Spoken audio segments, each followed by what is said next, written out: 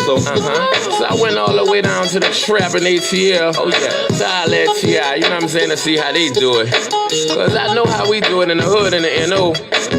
It's street, it's real street. I've been a street nigga my whole life. I was raised in them, wild out, flighted for nights and days in them.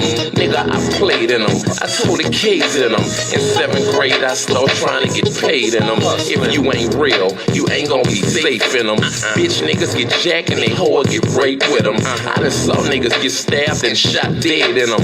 No reppin', I bust my share heads in them. Leave caught niggas down bad and bust lead in them. The streets getting flaky cause not a feds in them. Putting pressure on busters, getting info from them. Niggas telling it all when it's coming and who from them. Damn, that's fucked up. The streets done changed. These bitch niggas straight poison in the game. But Jizzle can't change the streets, that's me. I live and die by the street rules cause I'm a G. I'm a street nigga. A street nigga. That's what I've been and that's what I'm gon' be, nigga. I'm a street nigga. A straight street nigga. I was taught it by my play like a G, nigga. I'm a street nigga. A street nigga. That's what I've been and that's what I'm gon' be, nigga. I'm a street nigga. A straight street nigga. I was taught it by my play like a G. A nigga thorough as they come. Was raised in the gutters in the slum. Known as the number runner son. And the dope man nephew who uncle on the run. The candidate grandbaby hustle for the fun. The yay was sold daily from the dust to the chrome. Like easy in the 80s, nigga stayed in the sun. I swore I'd never run, so I stayed with a gun. I kept my little 380 with the blade to the sun. All I fit with God, play my card, how it come. I'ma stand like a man till it's all said and done. And that's even if they run niggas, cause I know I run with a clique of wild, misguided, underprivileged young niggas. Give a fuck who you is or where you from, nigga. You can get it, we taking over the city. I was raised in the belly of the beast, to say the least. My role model was doing time, so I learned from the streets. I'm a street nigga. A street nigga. That's what I've been and that's what I'm gon' be, nigga. I'm a street nigga. A straight street nigga. I was taught it by my play like a G, nigga. I'm a street nigga. A street. Yeah, nigga, yeah. Shit real round here. Yeah, nigga, yeah. Shit real round here. If you want it, you can get it, my nigga. Shit real round here. If you want it, you can get it, my nigga. Shit. Look, if you ain't no ask somebody, they'll tell you about me. Nothing fake, nothing flawed, nothing bitch about me. I'm a tree, I've been running these streets since a youngin', since 14. I've been bugging, slaying heat, ain't nothing. You won't be, say something. You could get it, I ain't tripping. One song, just know you better not let me catch you slipping, cuz whatever we need, I'ma smash ya. Broad daylight around the club, I'ma get at ya. If you let me tip down on the nigga, you chapter, I guarantee you that it's gonna be a closed casket. I'm about this, what's understood don't need to be explained. For the money or the fame, I was a gangster in the game. I ain't lying when I tell you about me and my background, about me and my lifestyle. I ain't never back down, I ain't never froze up, I ain't never turned state, I ain't never missed when I emptied the clip out the K, nigga. However you want it, nigga, you could get it, cause shit real. It's get it how you live.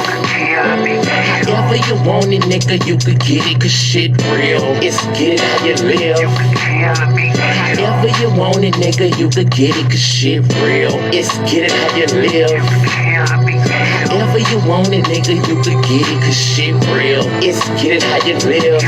It's never die, do what you did, nothing less. Fuck with the kid, get two to the head, two to the chest. Nigga, I'm the best when it come to this street shit. You got your hands full fucking with me with this beef shit. I be on some all night flight, no sleep shit.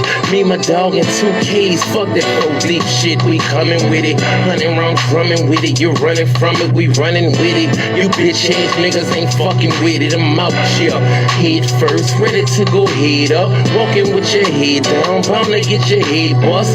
Hit the feds, come, I'm off the scene, off the block. I know the bus move when it get hot. Shut down the shop, open up another on the other side of town. Got yeah and I got pounds. Jizzle was a hustler and a head bust all in one. Don't get it twisted, I do this rap shit for fun, you heard? However you want it, nigga, you could get it, cause shit. Yeah, nigga, yeah. Shit real round here. Yeah, nigga, yeah. Shit real. I tell you what, man. If that ain't my song. Hi, friendly. Black family. Welcome to the Revolutionary Agenda. I am your host, Seduction Doll. I currently have lost my motherfucking voice. Blame just we're not even gonna blame nothing. It's just I got a condition, so as you can tell, I can't get no wind, or air. It's probably a good thing, cause man, if I do tell it, I talk too much. So this is probably a good thing. Um, Speaking of, um, Jesse will probably be joining us here shortly in like about 45 minutes or so. Um, we're going to try to do a combination of a whole bunch of different things because time is running short with I said our, but really it's his campaign. Um, with his campaign, so we're going to be doing a lot of multitasking. And so today is Monday. Now, if you follow him on his section of Facebook, his personal pages and whatnot, then you know that every Monday he video records city council. Usually on the backside, for his friends and whatever. So you talking shit during city council. And that's just like what we like to do. That's like one of our favorite pastimes, talking shit through city council. They're listening for the most part, but mostly we talking shit and we taking notes about how the belligerent disrespect of motherfuckers towards FBA, towards black people, period. Racism, uh, the overspenditures. I mean, we talk a lot of shit about a lot of different things, especially when it comes to like the city and whatnot. Shit's infuriating, really. And sometimes I only watch like certain sections because I am like too passionate about certain things. Um, so we're gonna be doing I'm gonna be kind of I'm gonna be trying. I'm gonna I can't even speak. Um, I'm going to stream it a couple of times throughout my broadcast. Um, for the simple fact that I'm trying to catch Jesse speaking to City Council. Um, only for the fact that I'm creating a little video or a little short commercial or whatever. I'm doing something, damn it. I don't want to give it away. You know what I mean? But I'm doing something. And it's for not just for his campaign website, but it's a show engagement for a little commercial. And I like to make little commercials, especially when it's campaign season. Um, thing is that we got like 80 some. I'm going off the election, so we got like 80 some days left, and that's when we shine the best. Forgive me, feeling really sick. Um, Forgive me. To be some grace. um, Today's show, though, I'm gonna go and talk about a lot of different things, several different things. I'm gonna start with Denver, though. I'm gonna start with some situations, and I want to talk about two different types of situations that are really serious, really really serious. And one of them is in regards to mental health. The other one is just in regards to the community. Both are about the community. And they're both very serious, especially when things happen to activists um, or up and coming activists, things like that. Um, it's very, very, very serious stuff. I want to talk about. I want to talk about a little bit about that. Um, in the midst of streaming, try to catch Justice Speak USA Council. We signed up, so definitely at 5 o'clock. Um, hopefully he'll be in the same room. We could do it. I could do it. Um, also gonna see a little interview here in the next few days. I would say the next day or so, really, if I can coordinate the time. Um, with him, and I got some stuff going on, some serious things that I have to take care of. Um, are really, really super important. But hopefully, if I can get things moving around right, you can see a little interview. We're gonna talk about his platform and things like that. I've had to make serious little adjustments to a lot of the website. It's always a day-to-day thing. Like I don't understand like what's going on with our presidential elections. I do understand. I didn't mean to say it like that. What I mean to say is, like, for example, Kamala Harris's shit. She got a policy, right? She's not even making an attempt. Whatever she said at the DNC is like, yeah, we heard that before. You know, like all the time. Just another empty motherfucking nothing burgers. We heard that. Yeah, yeah, yeah, yeah. Whatever. You know what I mean? So whereas in this case, as far as justice is concerned, I have to evolve as shit happens, and that's the one of the beautiful things about having an in the moment person.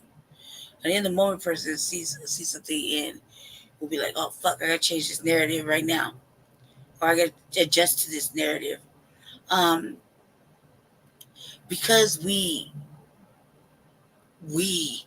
are what we are. We're who we are. We don't really want to change to suit them.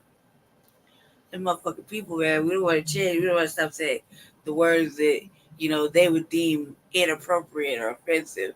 We don't want to stop behaving the way we behave because they feel like done smoke code switching and cooning and shit, and that shit really ain't happening. It's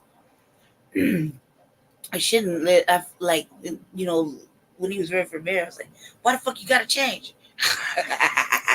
Like, why? They should just adjust. You know what I mean? Hey, twin, hype man in the building. Um, so yeah, I would feel like you don't we don't want to change. I'm like, man, fuck it, man. He's just too black for motherfucking politics. Just deal with it. Like that. Just motherfucking deal with it. He's just black.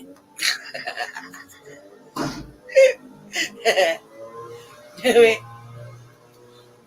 Adjust to my shade. What you talking about, cuz? Like, it's just stupid shit. Just the stupidest things, it's like, shit, no. Why I gotta talk to them? I don't give a fuck about them.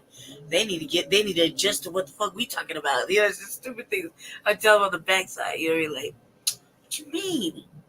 And then as I was watching, I was watching my own little wanting to run to let's tell you that this shit really. We wanted to run for city council of Aurora in this motherfucking racist ass part of Aurora too. Right? Oh God. I was so serious about this shit.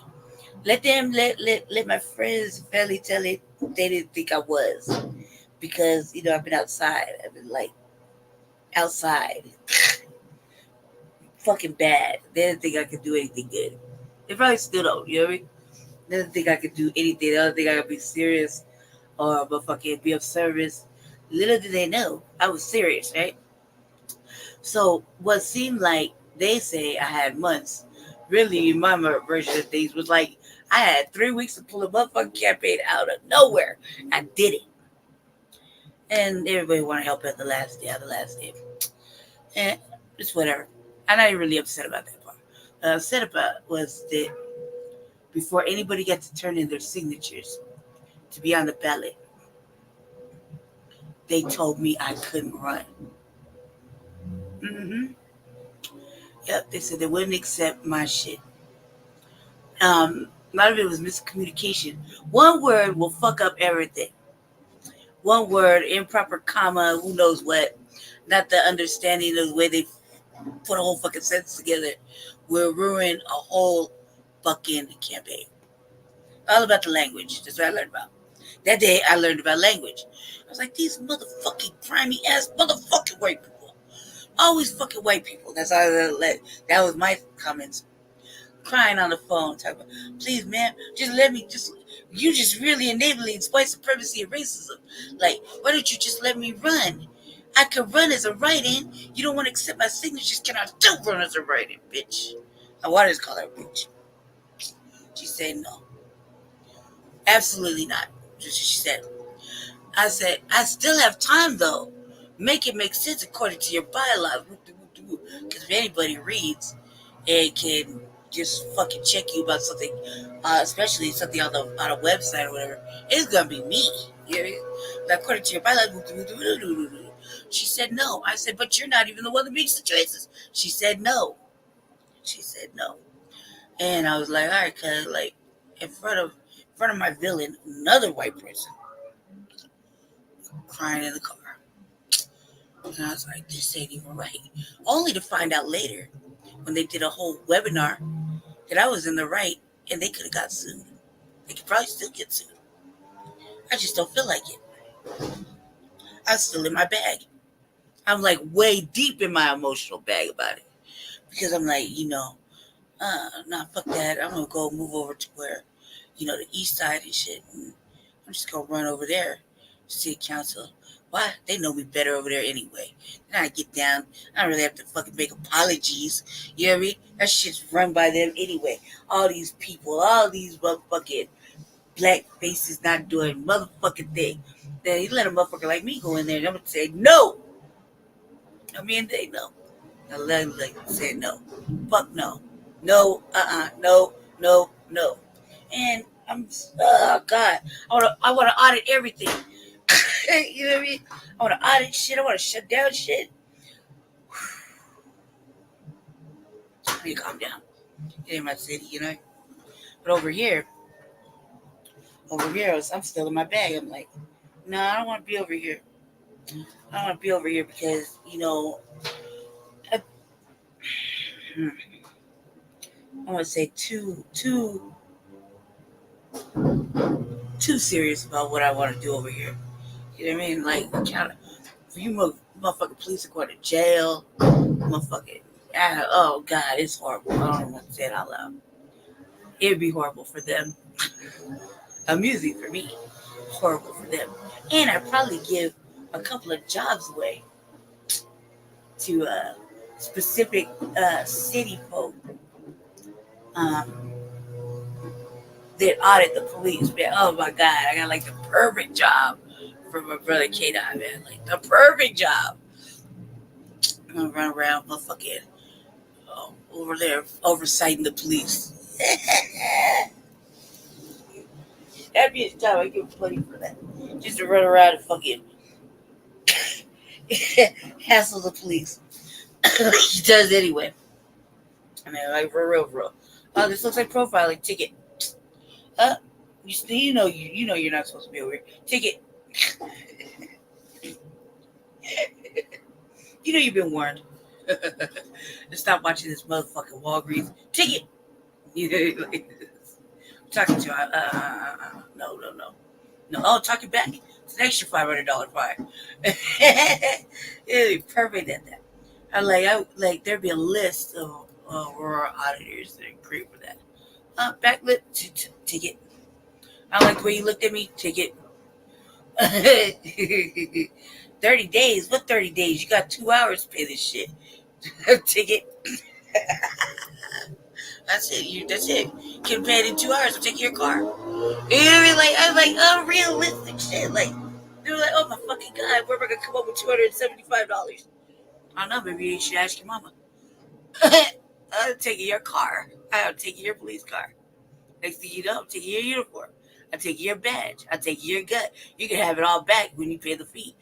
and the taxes and reparations on top of that. Like, you didn't get your shit back. That motherfucker walk home naked. You walking over your drawers because I'm fucking around with me. I'm like, he'd be perfect at that. He'd be fucking perfect. I don't know who you gonna call, but you got your wallet and phone right here. Really don't think you'll be making any phone calls. Go ahead and take that 15 limited though. No, you don't get no bus pass. Get it how you live. You can see what it's like out here. You know what I mean? Like, you keep walking around like you can't be in charge. You know what I'm saying? Motherfucker's like, fuck, where am I gonna get this? And every fucking 15 minutes the price goes up $10 more. Oh my god, bitch is wild. Oh, I fucking hate her. That's what they would say. And they're like, and she put this motherfucker in charge of it. He's just running around the streets listening to rap music. And absolutely motherfucking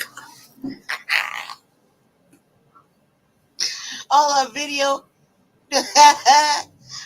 Crazy. She gave him a job. Oh my god, you've been making the best money too. Like shit, you can have whatever you like. Tangibles.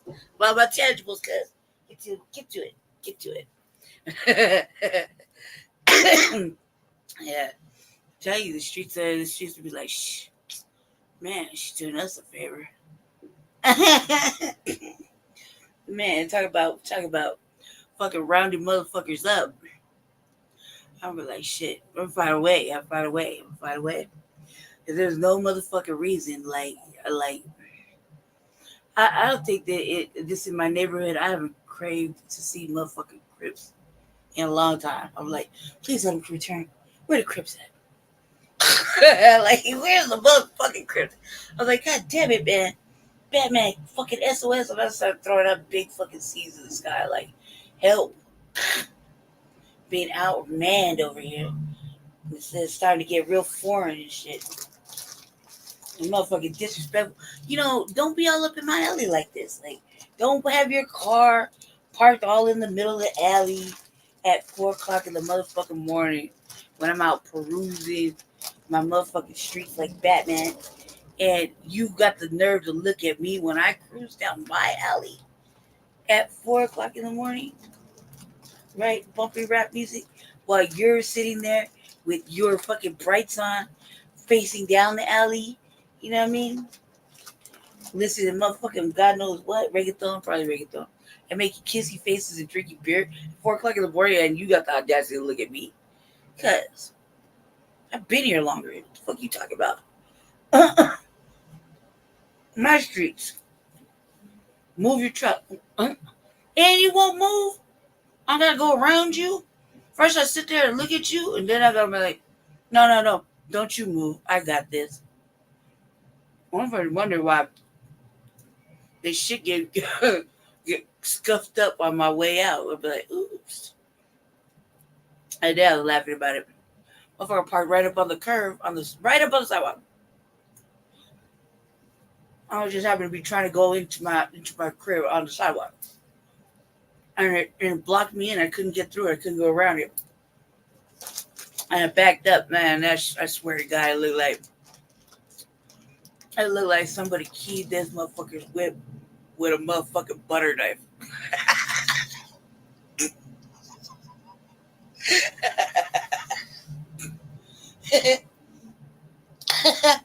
And then I sat there for like 5 minutes, legitimate 5 minutes, not 5 Mississippi's, but 5 whole fucking minutes, just to see if anybody came up. Because of course I was gonna try to take responsibility for the shit. I'm like, I did it, but I did it. Really, it's your fault. You shouldn't be parked up on the sidewalk. Literally, it's really on them. You're not supposed to put your whole motherfucking tire on the sidewalk.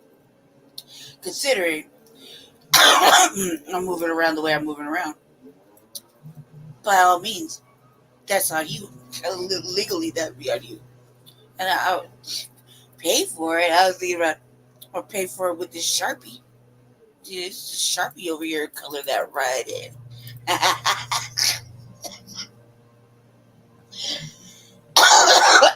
Don't even worry about it, Punky. I got one right on me.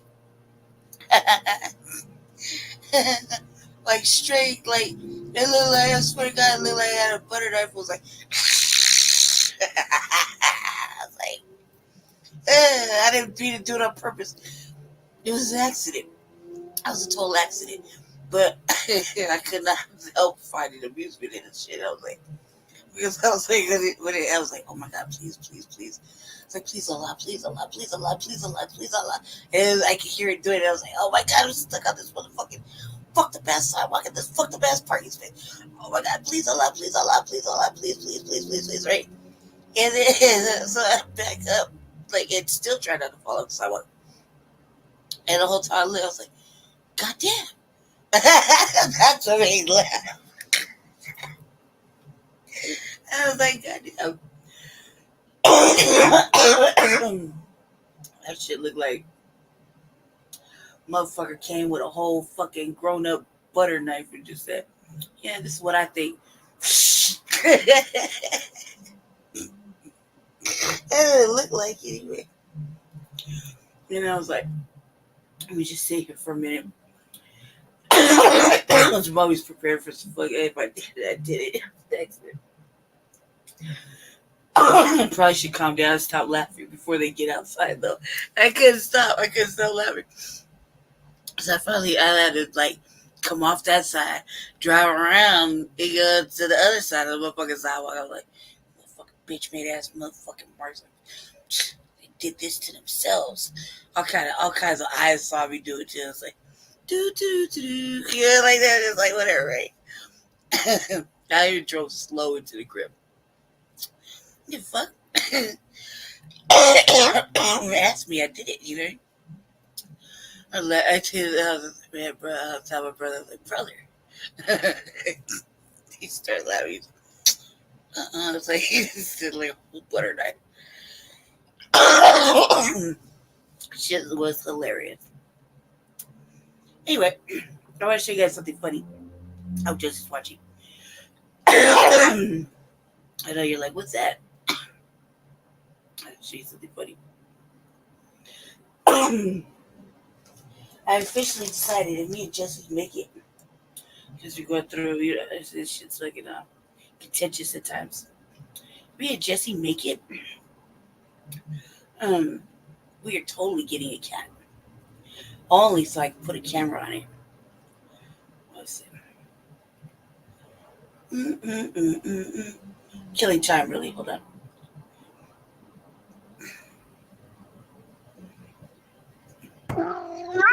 Let's see this.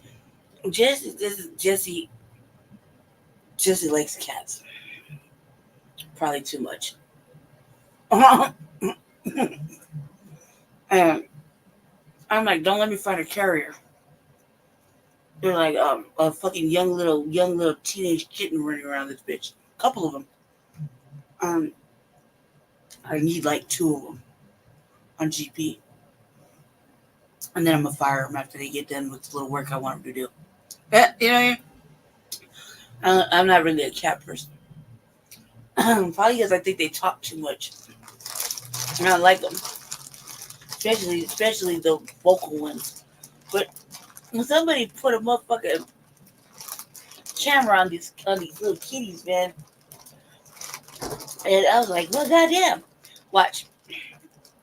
I like this. Hopefully he's watching. Hold up. And I'm sending these little clips once in a while. And he'd be like, oh, look at him. He's talking. I'm like, fuck him. He talking, he loud. And cats be yelling at you and shit. All be grudges. And I'm like, this is doing the most. Let's see. Just real quick. Give me a little minute. That's y'all kind of weird ass noises. Kissing? No. Kissing? Come on. Oh, because tussling? What? What? That's out of the day.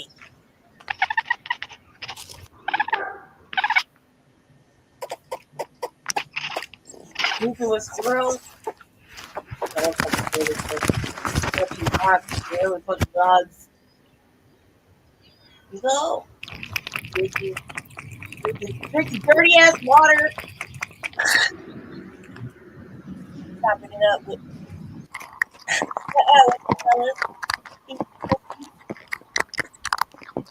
wow. I was on TikTok the other day, right? And I saw all the little young boys, they starting to get their hair in all these different styles. They get their hair braided all cool. So I thought about it. I said, you know what? I'm gonna go get my hair braided nice and cool like one of these young.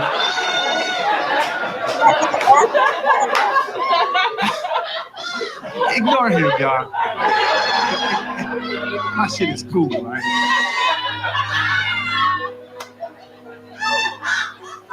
Hey, all right now.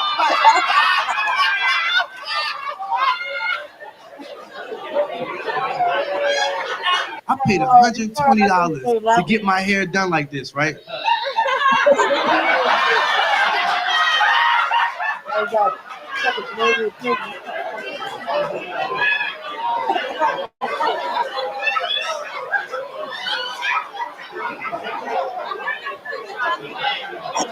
I don't know why they're laughing. I know why we were laughing. Popping it up. Oh my god. God. Dog. I keep barking at dog. Y'all look this shit. Oh my god. What the fuck is he tussling with? He's like, ow, fucking yourself up. Creepy.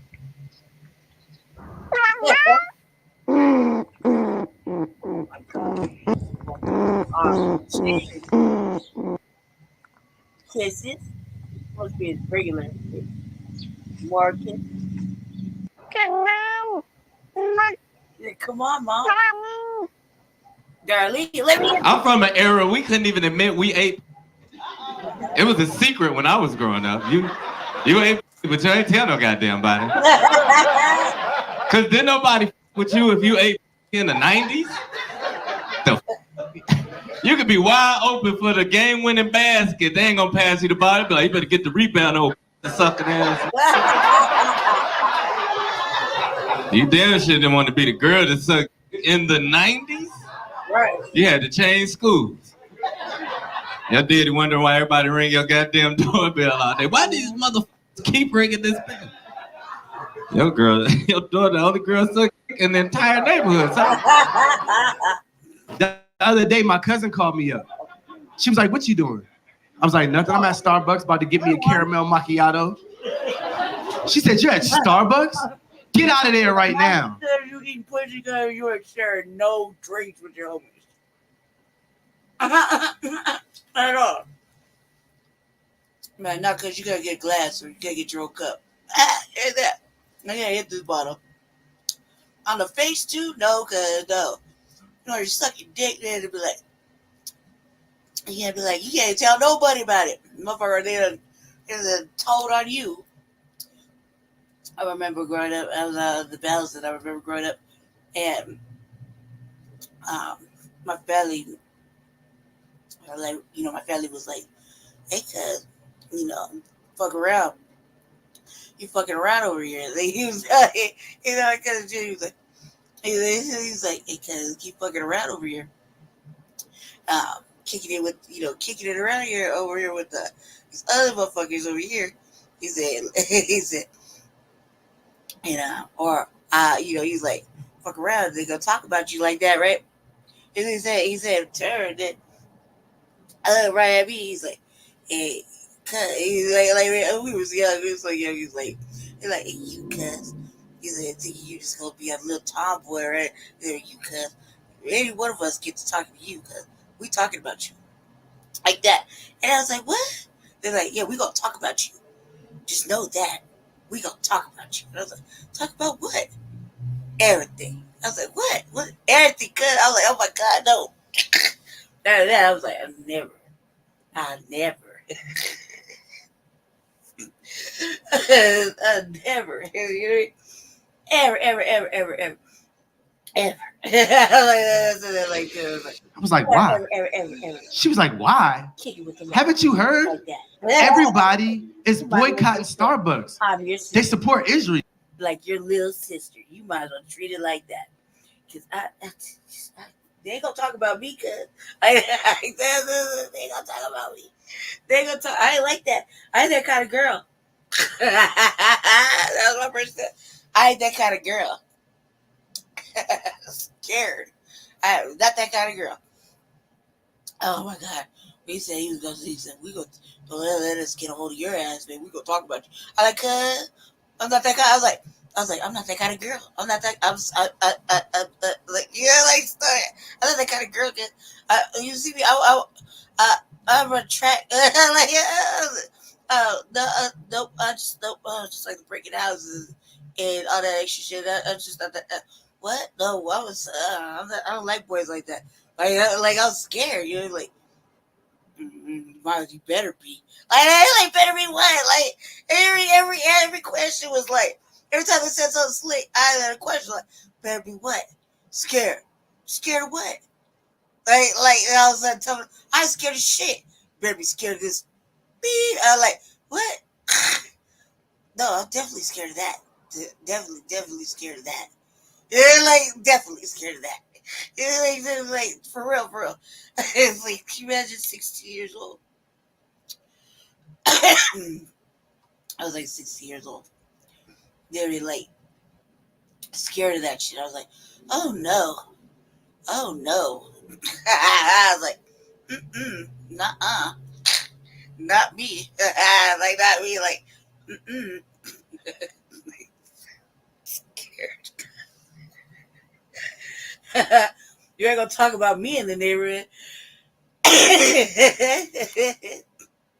Oh my god.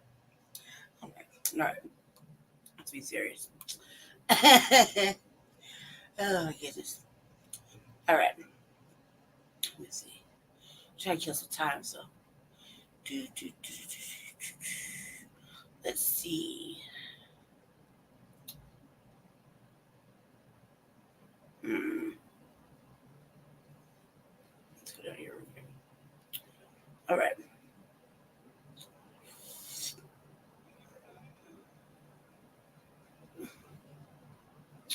Real quick. Hold on a second.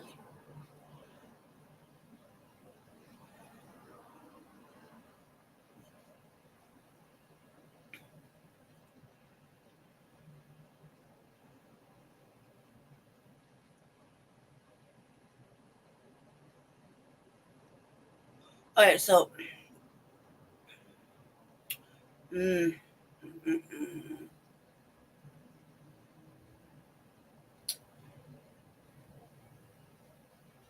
I don't know where. I don't know if I want to start there or start there. There or start there.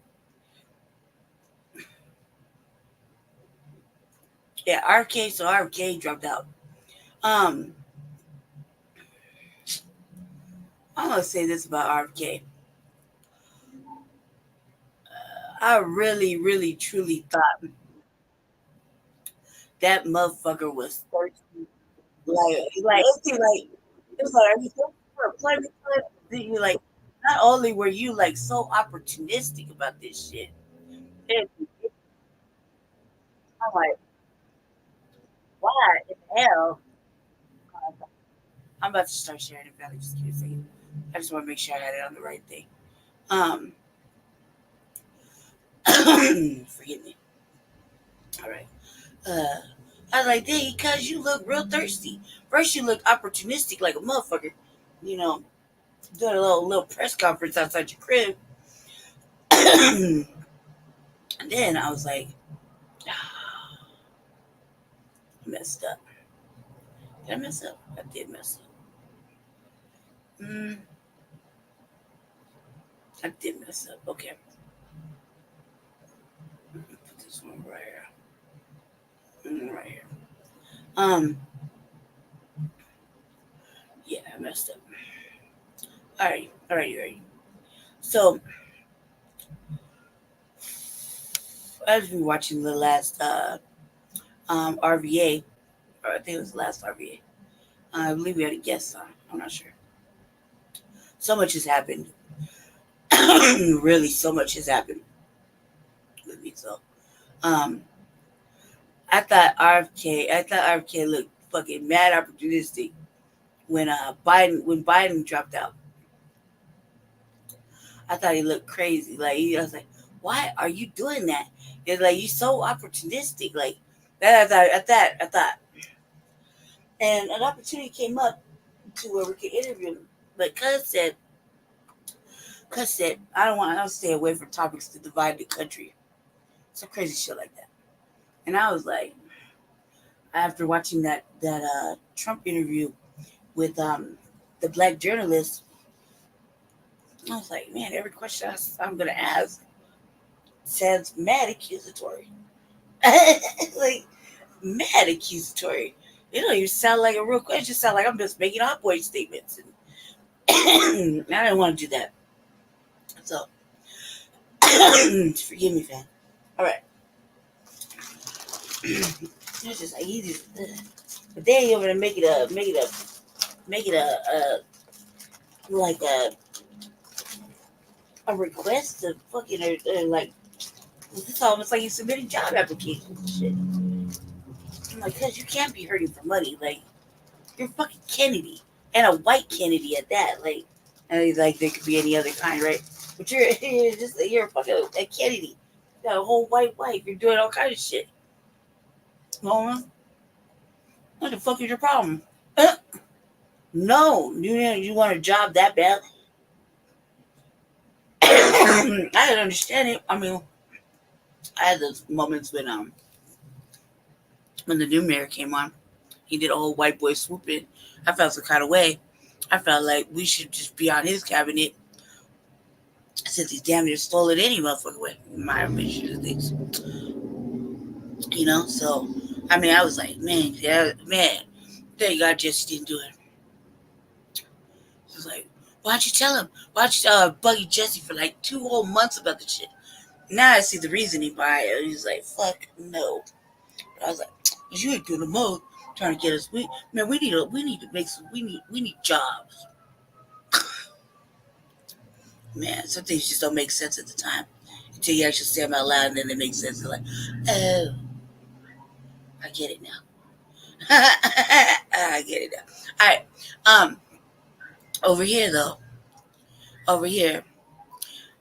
been the only one in the frontline campaign that's been like thoroughly on motherfucking the the Cornell West thing. I'm like, that's my dark horse in the race. Yeah, I'm not even gonna apologize about it. That's my motherfucking dark horse in the race. He in the back of the race. And this as like, watch you gonna make this old fucking come up towards the front. You know what I mean? Just don't know. You just don't know. I had to convince Shabaka, and I definitely had to convince fucking Jesse, because man, I had to convince Shabaka and Jesse, and I don't even think Shabaka sold on it really. I just think he's just like these 2 young whippersnappers. They just get me to say whatever. They just want me to ride this train with them, and I'm not doing it. So I don't think he sold on it, and I think Jesse's kind of like, yeah, but you can't really see anything about what's going on in Cornell West unless you go look. You know what I mean? Or you find out because they're in the same part. Because he got the fucking nomination for the Unity Party, so then Jesse knows. But he's all gross. But what's the topic on every black person's mind is politics right now with the presidential race. With the 2 selected candidates they selected for us to, choose from. Diabolical solution. Like, choose one of these demonic beings. You know what I mean? And because you live here, Colorado, the choice is made for you. So you're to choose this cosplaying demon over here that's been missing in action.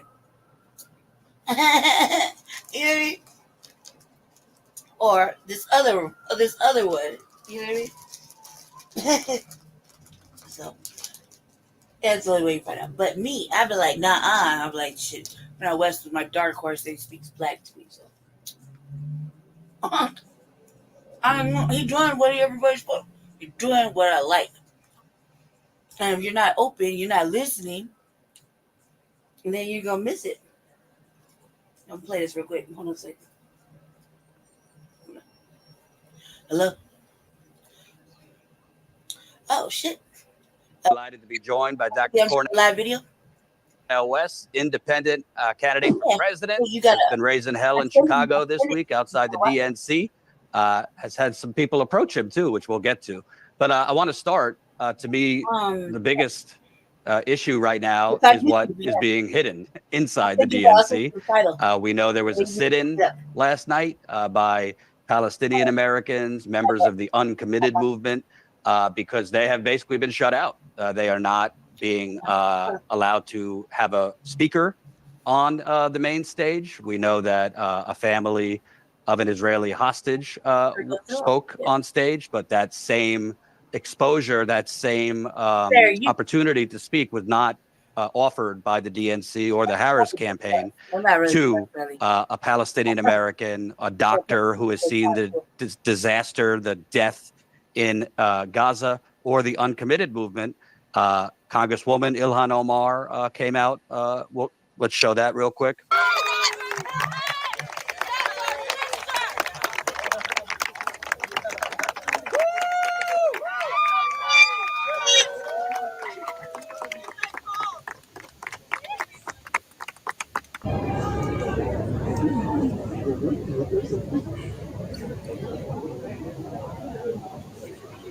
Congresswoman Ilhan Omar came out to the protesters. Congresswoman Summer Lee came out to the protesters sitting in.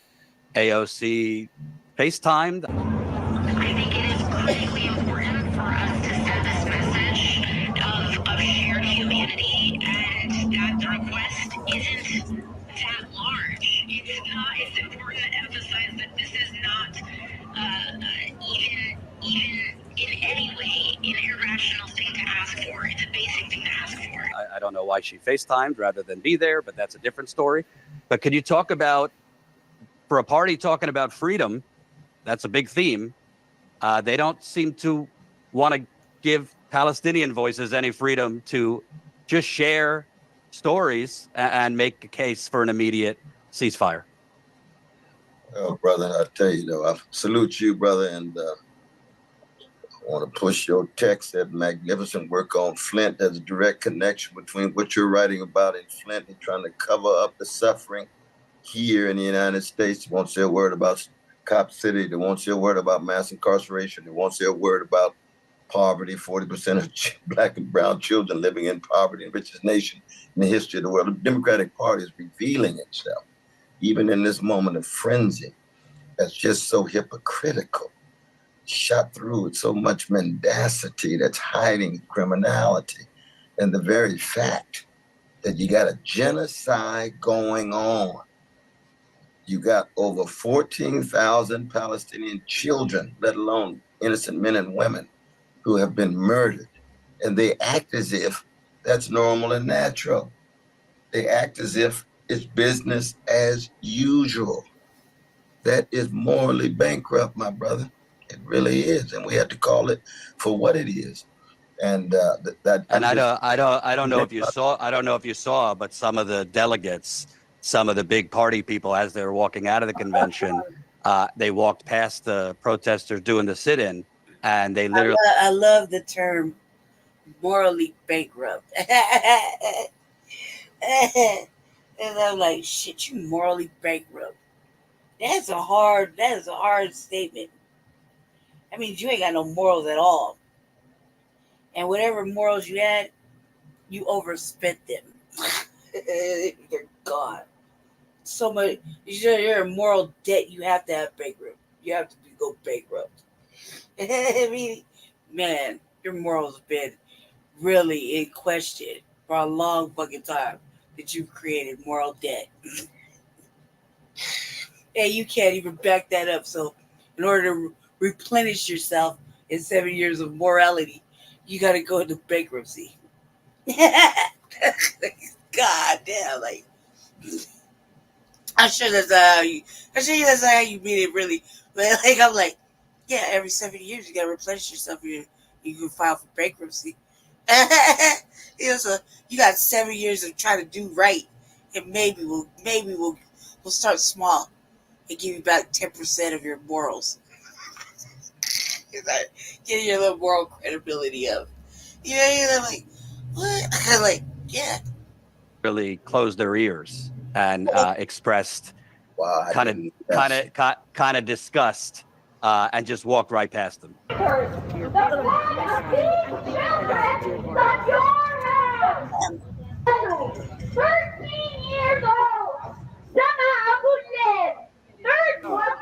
Say it again. Say it again. Mock them again. Mock the children again. Do it again. Do it again. 18 years old. 18 years old. Yusuf Hassan. 18 years old.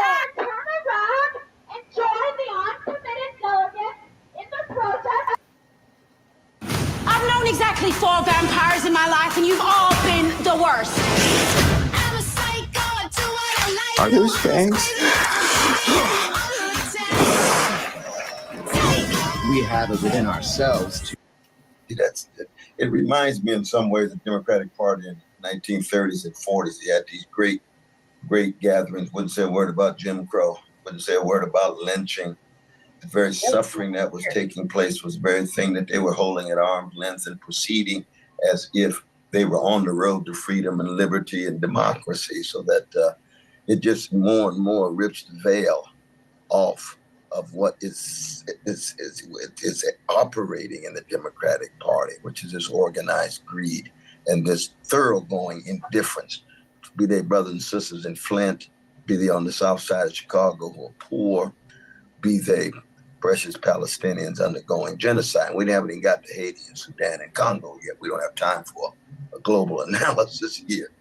But it's just sad to see both human beings as well as an imperial empire undergoing such corrosion and corruption. You can see a rot at the very center of it. It's the thing that Martin King talked about when he said he was living in such a sick society that talked about how wonderful it's freedom for them dropping bombs on Vietnamese babies, brother. Mm.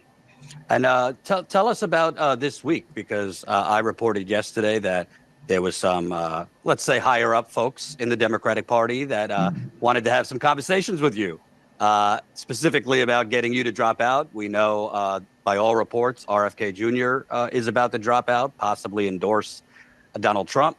And there were people that approached you asking you to drop out. What were, the offers that they made and your response? Well, I mean, a number of them reached out just saying, I need to get on the bandwagon. This is a historic moment, especially a black moment. Have a black sister, Asian sister move to the head of an empire undergoing deep spiritual decay and moral decadence and deterioration. And then there's also some religious leaders have reached out saying, are you sure that you're building on the legacy of Martin King and the great Rabbi Heschel and Edward Said and others? And I told them, I said, you all just talking to the wrong brother. You can offer resources, a position, or what have you. That's not what I'm all about. That's not the game I play. That's not my conception of what I'm here for, to bear witness and be a witness and try to hold on to some integrity and honesty. Because what has happened, brother, I mean, the toxicity in the party is so pervasive that we see the superficial glitz and the blitz, but at the center of it is just money, status, and 62% of fellow citizens living paycheck to paycheck. Hardly any acknowledgement of it. Wealth inequality, hardly any acknowledgement of it. Police still brutalizing and murdering, mass incarceration, the largest prison system in the history of the modern world. Can't say a word about it. Homelessness, especially for black folk, we 12%. The population got 45% of the homeless. LA is even worse. LA is even worse. So So that level of social misery and suffering is hidden and concealed in the same way. Again, I keep coming back to Flint, because Flint in so many ways is a microcosm of it. And people say, well, Brother West, you're helping fascism. Brother West, you're supporting Trump. Please, you don't fight fascism, all of its lies and crimes, with more lies and crimes, and say, I'm the better option. Because sooner or later, the fascism will take over. If you don't get at the roots of it, and Democratic Party policies, we know, with this neoliberal class wars against poor and working people, push people in situations where they're more right to follow gangster fascists like Trump. And if you don't get at their situation, their plight, their predicament, and there's no alternative to a rotting Democratic Party, then fascism, yes, fascism will triumph in the end. And I mean, I don't know what Brother RFK Jr. is doing. I mean, good God Almighty, he's bouncing back and forth, making deals. I guess for him, it's all about making deals rather than bearing witness. And can you specify? He's like, Lord have mercy. I don't know what he's doing. He's like he's just bouncing back and forth. He's like, I wish old boy would make up his mind. He's like, Lord have mercy. He's looking ridiculous. That's how I heard it in my ears. All of its lies and crimes, with more lies and crimes, and say, I'm the better option. Because sooner or later, fascism will take over. If you don't get at the roots of it, and Democratic Party policies, we know, with this neoliberal class wars against poor and working people, push people in situations where they're more right to follow gangster fascists like Trump. And if you don't get at their situation, their plight, their predicament, and there's no alternative to a rotting Democratic Party, then fascism, yes, fascism will triumph in the end. And I mean, I don't know what Brother RFK Jr. is doing. I mean, good God Almighty, he's bouncing back and forth, making deals. I guess for him, it's all about making deals rather than bearing witness. And can you specify, if you can, you mentioned offering positions, resources. Were you offered a position in the Harris administration? Any financial incentives to drop out? Oh, I mean, there was definitely various kind of offers. I won't go into the concrete details of it. I really won't, because I don't even want to make that the focus. Well, let's just say they did not offer you the janitor's position. They offered you something relatively high up. He's my baby brother. Well, I don't think it was that high up. Because believe me, brother, the highest position in the empire, they can't say a word about genocide. Oh boy, give you the interview. For me, it's just a place in Dante's Inferno, man. Looks like that's the lowest litmus test of morality, to oppose genocide. And when you deny genocide, when you actually enable genocide, that cannot be the only option to fascism. Right. Did they just one more on this? Did they offer you? Did they offer you a cabinet position, a lower position, and offer to pay off any of your campaign debt? Well, they offered serious substantive conversation about all of those that could lead toward it. Gotcha. You know what I mean? And it's also interesting because you mentioned those religious leaders invoking Martin Luther King, but maybe they should look up Martin Luther King, because he would have been outside with those protesters, ceasefire protesters, sitting in. He was ardently against Vietnam. Well, you think that, I mean, LBJ actually responded to the Black freedom movement with civil rights acts and voting right acts and open housing acts with anti-poverty programs, and Harry responded to both trade union movement as well as just left movements as a whole. So those were very significant. So for Martin to break from that particular president, see, that's qualitatively different than breaking from Biden, Harris, God Almighty. And you see all the lies that they're telling about Biden. Like he was the greatest president, the most pro-working class president with our excellent economy. And you say, my God, how can anybody I just looked. credibly make that kind of statement. There was some significant legislation he was able to push through and bipartisan. But in terms of pushing for World War, I didn't get it in the email. I got the link for the Zoom, and I'm having troubles with the Facebook over here. So like it won't let me in my account at all. It just completely blocked me out my old account. Like it's like fuck you, no. Like there's a limited amount of reasoning for you to do a certain amount of verifications.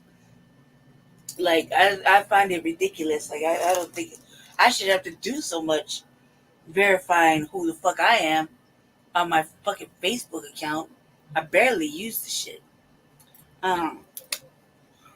Really, barely use it.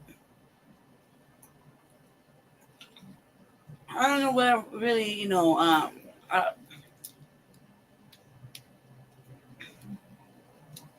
don't know why I don't. I'm really just not a Facebook person.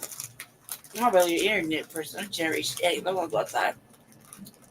However, they fucking took me out it seemed like, so I got home. I think what happened here is the computer went through an update. That should be messing my whole shit up. Everything was all fucked up. Yesterday I was in panic mode. Today I was in panic mode. Really? I think it'll be alright though.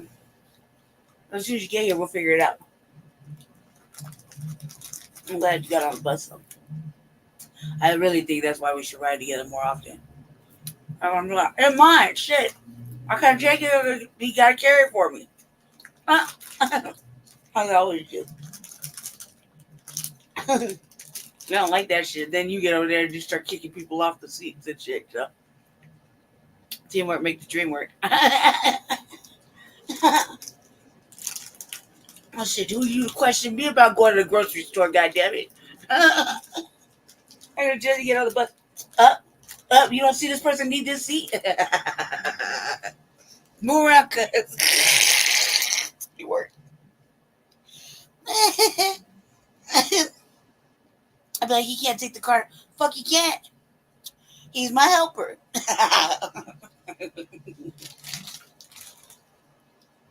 I think on my feet all day long. Is it not a game with me? You throw anything at me. I have an answer, a response, a rebuttal, pivot, you know what I mean? Out of damn near anything. So, except for certain shit. Certain shit we cannot do. Like, that's how just yesterday. I was like, cause I can't. I can't fight with. I can't work myself out of that. Where's the adversary right there? Where's the adversary? I mean, you get to me. I can go 3 days of beefing with Jesse back and forth, like on stupid arguments. Y'all fellas can even go like 20 minutes. Whatever. So that shit is hilarious. Not even 20 minutes before you're calling them bad names. Man, that was hard. I go I pick it up, I go at least 2 hours. I don't call them bad names. At least 2 hours. Then I'll spit, and then I'll fucking be back on again. That's like that. That's just kind of the thing.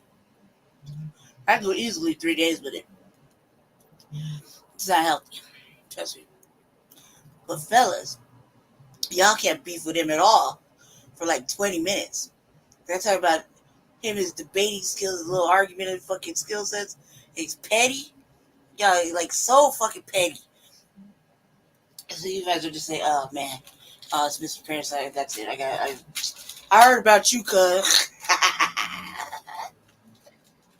I heard about you. Oh, just pass. Thank you. It's just past. The hard feelings. Just, he'll still fuck with it because he's like, Like, I said when. It's in his face. But I give up. No, you fucking with me too. All right, fuck. I give up, man. You win. Just keep fucking with me, because you're not satisfied yet. So when y'all do it, if y'all do it, he was not gonna be satisfied. It has to have that verbal tussle. Yeah, as I said though, Jesse, that's why we should ride together. Because that shit easy peasy, you would have no problems. Just ride together more often. Or three, in terms of enabling genocide, the architect of a crime against humanity called mass incarceration, Glass-Steagall. We can go on and on and on with Biden, and now people want to put him on Mount Rushmore. You can see the level of lies that the Democratic Party is willing to tell in order to make their grab for power. This is my candidate. And that's all we have. We're in deep trouble, man. And could you talk about, because obviously you are getting the heat, not just from, establishment Democrats, but even some progressives. I'll tell you about these black immigrants, because you cannot call them brother. I mean, like, some days I'd be like, oh God, it's so stupid. Don't judge me for it. I'd be on my black shit all day long. I would talk to black people. I mean, I would like give them universal nod, black people. You know what I mean? The glance across the room, black people. You know what I mean? The looks, just the quiet, the quiet conversations with the quiet black conversations we have amongst each other on the bus, without saying shit. It was just the secret things, we be doing. Black people, right? They get on the bus and it's always the immigrants like, thank you, brother. Don't call me that. Shit, man. Look, what would you like me to say? Thank you, sir. Thank you, cuz. Thank you, mister. Hey, like, brother. Like, what do you want me to call you? Cuz? Like, you know what I mean? I'm like, it's just the way I'm like, thank you, brother. Thank you, sister. You know what I mean? Good luck now. Be safe. Like that. Like, take care of yourself. Thank you. Pleasantries. They be like, don't call me that. I'm like, God damn, man. Why not? You here? Oh, I get upset. Why can't I? You're right here. You're in our area. You're here. Get accustomed. I want to say that. I want to say that.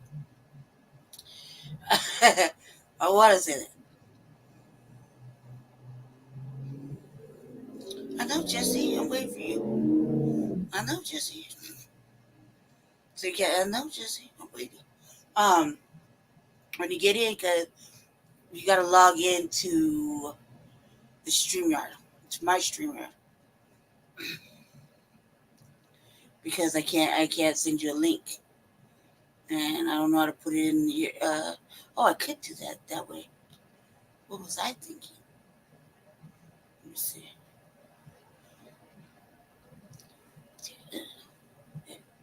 All right, you're right. I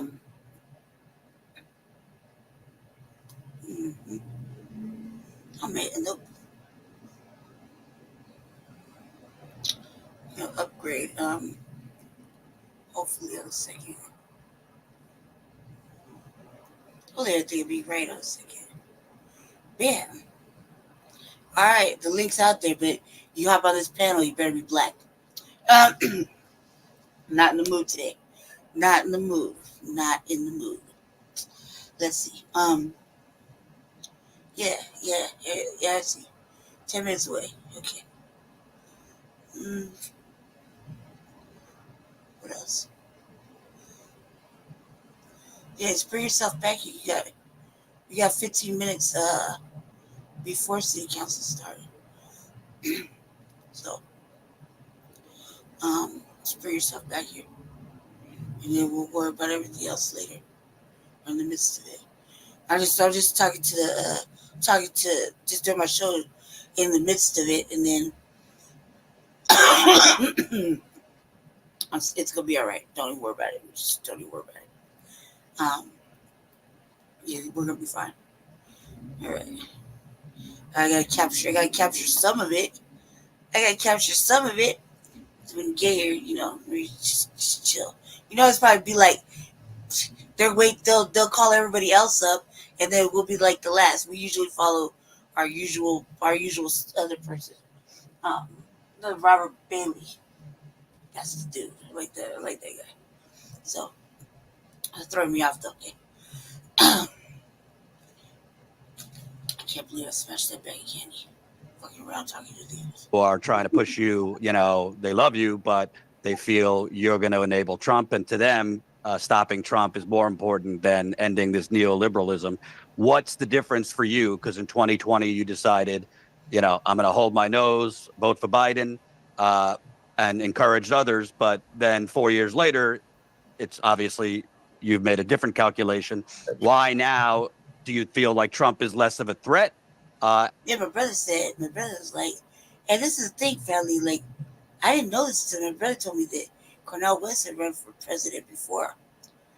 And I was like, what? So, I don't know. But I like this time. And like I keep telling Jesse, this is what it feels like for me, Black family. It's vital. Like, and it's almost it's gonna sound like kind of counterproductive, but just follow me down my black highway, okay? It feels like the energy feels like or seems like that if we were going to, and I speak only specifically to FBA predicaments and issues in our city and in our country. I speak to that only because it seems like if there is ever going to be a time where we can get a solid B1 codified black individual in any position in office, either locally, statewide, or the presidential shit. It has got to be. It is only going to be this time right now. Only. We're not talking about like just pre-black face in a high place. Yeah, pre-black faces in high places.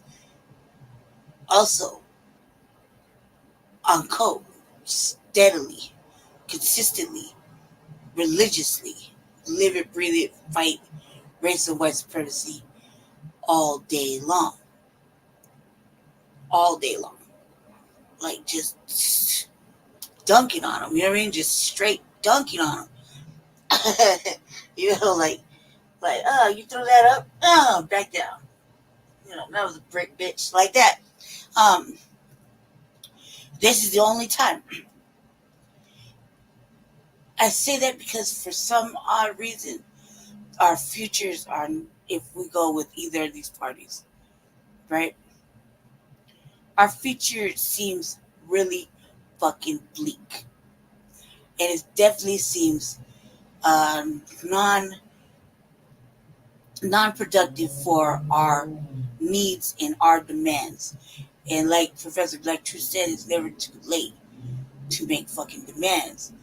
And right now, we're making the fucking demand for what we want. And we're banging the drum like hard on it. Hard. I lost my little stick to my drum too, so you see I was going to hit the drum. Banging it hard. But, however, this is the only time it feels like that we will have that opportunity to sway some shit, you know what I mean? In our direction. I feel like with Jesse's campaign, it seems the way the narrative is being played in the world, in our city, out of sight, out of mind. You're an independent. Who gives a fuck about what you talking about? Because we want this white lady. So we're going to let this colonizer do whatever. When I was trying to speak to him yesterday about this, I want to point out the facts that he has to speak to the replacement. And how do you answer? That he's running for. The seat is held by a sister. Was held by a sister. A sister with an alternative lifestyle for a long time. Right? So, the replacement of this seat, the Democrats want this white lady, same agenda. Except this white lady is married with 3 adopted children, same agenda. Though, a lot of things are they're not in alignment with what we're talking about. So he has to speak to the replacement of what that seat looks like for him replacing the sister that sits there now, and the change of the narrative. You see what I'm saying? The change of the narratives.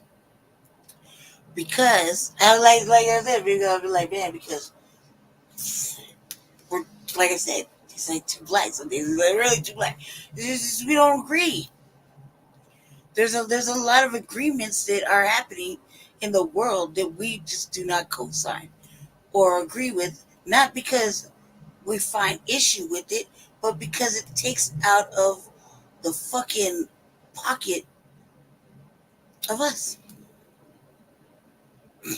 We're not getting anything for it by supporting it. You know what I mean? We're not receiving any tangibles from supporting such ideations. Instead of getting shamed, blamed, and accused of shit. So it's like whatever. And then when it comes to them on that side, definitely can't support that situation because it was them on that side that created a whole motherfucking manifesto that has been feminizing black men.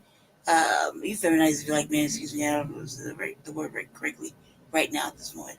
And pushing certain situations in the public school system. Like all that shit cannot be at school. That has nothing to do with reading, writing, and arithmetic. You know what I mean? It has nothing to do with teaching the children how to read. You know? Teaching the children how to do math. Teaching the children's geography and, their whitewashed history over there. You know what I mean? It ain't got nothing to do with that. That's extra shit that you could save for playtime on your phone after school, you know what I mean? Or whatever. Like, why the fuck does that all gotta be up in the school system? Why we gotta, why? And then you wonder why everything's so distracting. You know what I mean? Oh my God. It's so discriminative. Is it? It's just you want you to do what the fact is that there's no choice. It's like you have to be force fed and swallow everything they put at you, no matter what the fuck it is. You better accept it, or else you're deemed this and that. You know what I mean? When in reality, it's not. I like that. Rush hour. Let's try. Oh shit. Let's get serious, Ellie. Alright. You should see, I should be getting dressed, but I'm sitting there like, we're gonna come back to this. Let me just get over here soon. Okay, remember where we are. 2 more minutes to this. Okay, hold on. Sir, people who challenge you that this is the man talking about, joking about being a dictator, weaponizing the Department of Justice, mass deportations, and you could potentially enable that if a couple thousand votes go to you in Michigan and elsewhere. For one, whatever votes go to me were not necessarily votes that would go to Harris. I mean, that we got to keep that very, very clear. Most of the people who vote for me would never have anything to do with Harris anymore, and anything to do with the Democratic Party anymore. What the Democratic Party needs to do is have a Socratic moment, examine itself, and try to shift policies in such a way that they speak to some of the issues that we're talking about. It seems to be structurally unable to do that, given the role of big money and big military, and given the kind of illusions that it lives in. But what I would say is that each and every citizen needs to critically reflect and make their choice and vote. And I make my case. Harris makes a case. Trump makes a case. Stein makes a case. Claudia de la Cruz makes a case. Other socialist parties and libertarian parties make a case, and the citizens vote. Right. Making sure they have choices available. That's bottom line. And, you know, I'm curious what you think, because the Democratic Party, they are, and their media accomplices, in my view, are frantically calling you, Jill Stein, RFK, spoilers, pushing you to get out. But it seems to me they're causing this because they won't allow a fair primary. I mean, I assume you might have considered running in the Democratic primary if they didn't do what they did to Bernie 2 times. You saw it up close. But as I tell people, don't think just running third party is any less rigged. I mean, they just challenged you in Michigan and temporarily got you off the ballot. I know you're going to court against that over, you know, technical issues. They've been fighting you with their army of lawyers, the Democratic Party, to get you off ballots elsewhere. So their big theme is democracy, yet you, Jill Stein, even RFK, all they are doing is trying to stop people from having more choices. And you're absolutely right. You saw it in. I'm like, I'm with him. I'm like, shit, they can get all the smoke with them too. I mean, they can just go ahead and keep dishing it out on Jill Stein and them. Fuck Jill Stein. Fuck RFK Jr. Oh, sell out. This motherfucker selling out because when he did that was a big ass sellout move. I don't know why nobody said that. We're afraid to say he's selling out. Sell out ass. Man, if I didn't endorse you, like this is how I feel like. I'm running for office. They're like, ooh. I'm like, first of all, quitting isn't an option for me. I'm like, how can I look my family in the eye? Right? That's real shit. Hello, Aya. Welcome to the Revolutionary Agenda. Hold on, Jesse. I'm doing that. I'm like, dropping out. What? I'm like, how can I look my family Recording in the eye in progress. and quitter? Yes, of course. Thank you for having us. Hello, everyone. My name is Sam Guzman We'll with go the right back to CLC. that. And along with my colleague Alejandro, we will be interpreting today's meeting into Spanish. I'll now give you the instructions on how to access interpretation for our Spanish listeners. Buenas tardes a todos. Mi nombre es Samuel Guzmán. Con la CLC y juntamente con mi colega Alejandro estaremos interpretando la reunión de hoy al español. Si se une con nosotros a través de Zoom virtualmente, por favor, busque en su pantalla un icono de globo que dice interpretación, oprima ese botón y de ahí seleccione el idioma de español para poder escuchar en español. Muchas gracias and thank you very much. Thank you so much, Sam. Welcome to the general public comment session of August 26th. Before convening the regular council meeting, City Council provides a half-hour general public comment session to hear from the public on city matters, except for any matter that is scheduled for a legally required public hearing. To maximize the time for residents' comments, council will not offer comments or responses from the dais.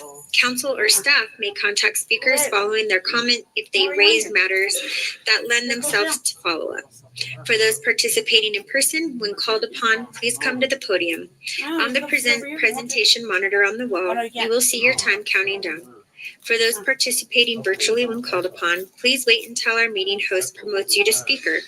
When you are promoted, please accept the promotion, turn on your camera if you have one, and your microphone. All speakers should begin their remarks by telling the council their names, and they will have 3 minutes to speak. Please refrain from profane or obscene speech Direct your comments to council as a whole, and please refrain from individual or personal attacks, including disparaging other speakers' motives. First up, we have Betsy Kraft, and then Rika Rodriguez will be on deck. I got it. Oh, because we ain't till at the bottom. We 14 to 15. Oh. Good afternoon. My name is Betsy Kraft. I use she, her pronouns. I am a drug policy advocate with the Colorado Drug Policy Coalition, and I'm an overdose survivor, and I am a person who uses drugs. Ooh. Across the country, preventable overdose deaths are so high that they've caused a decrease in overall life expectancy in the U.S., and Colorado is no different.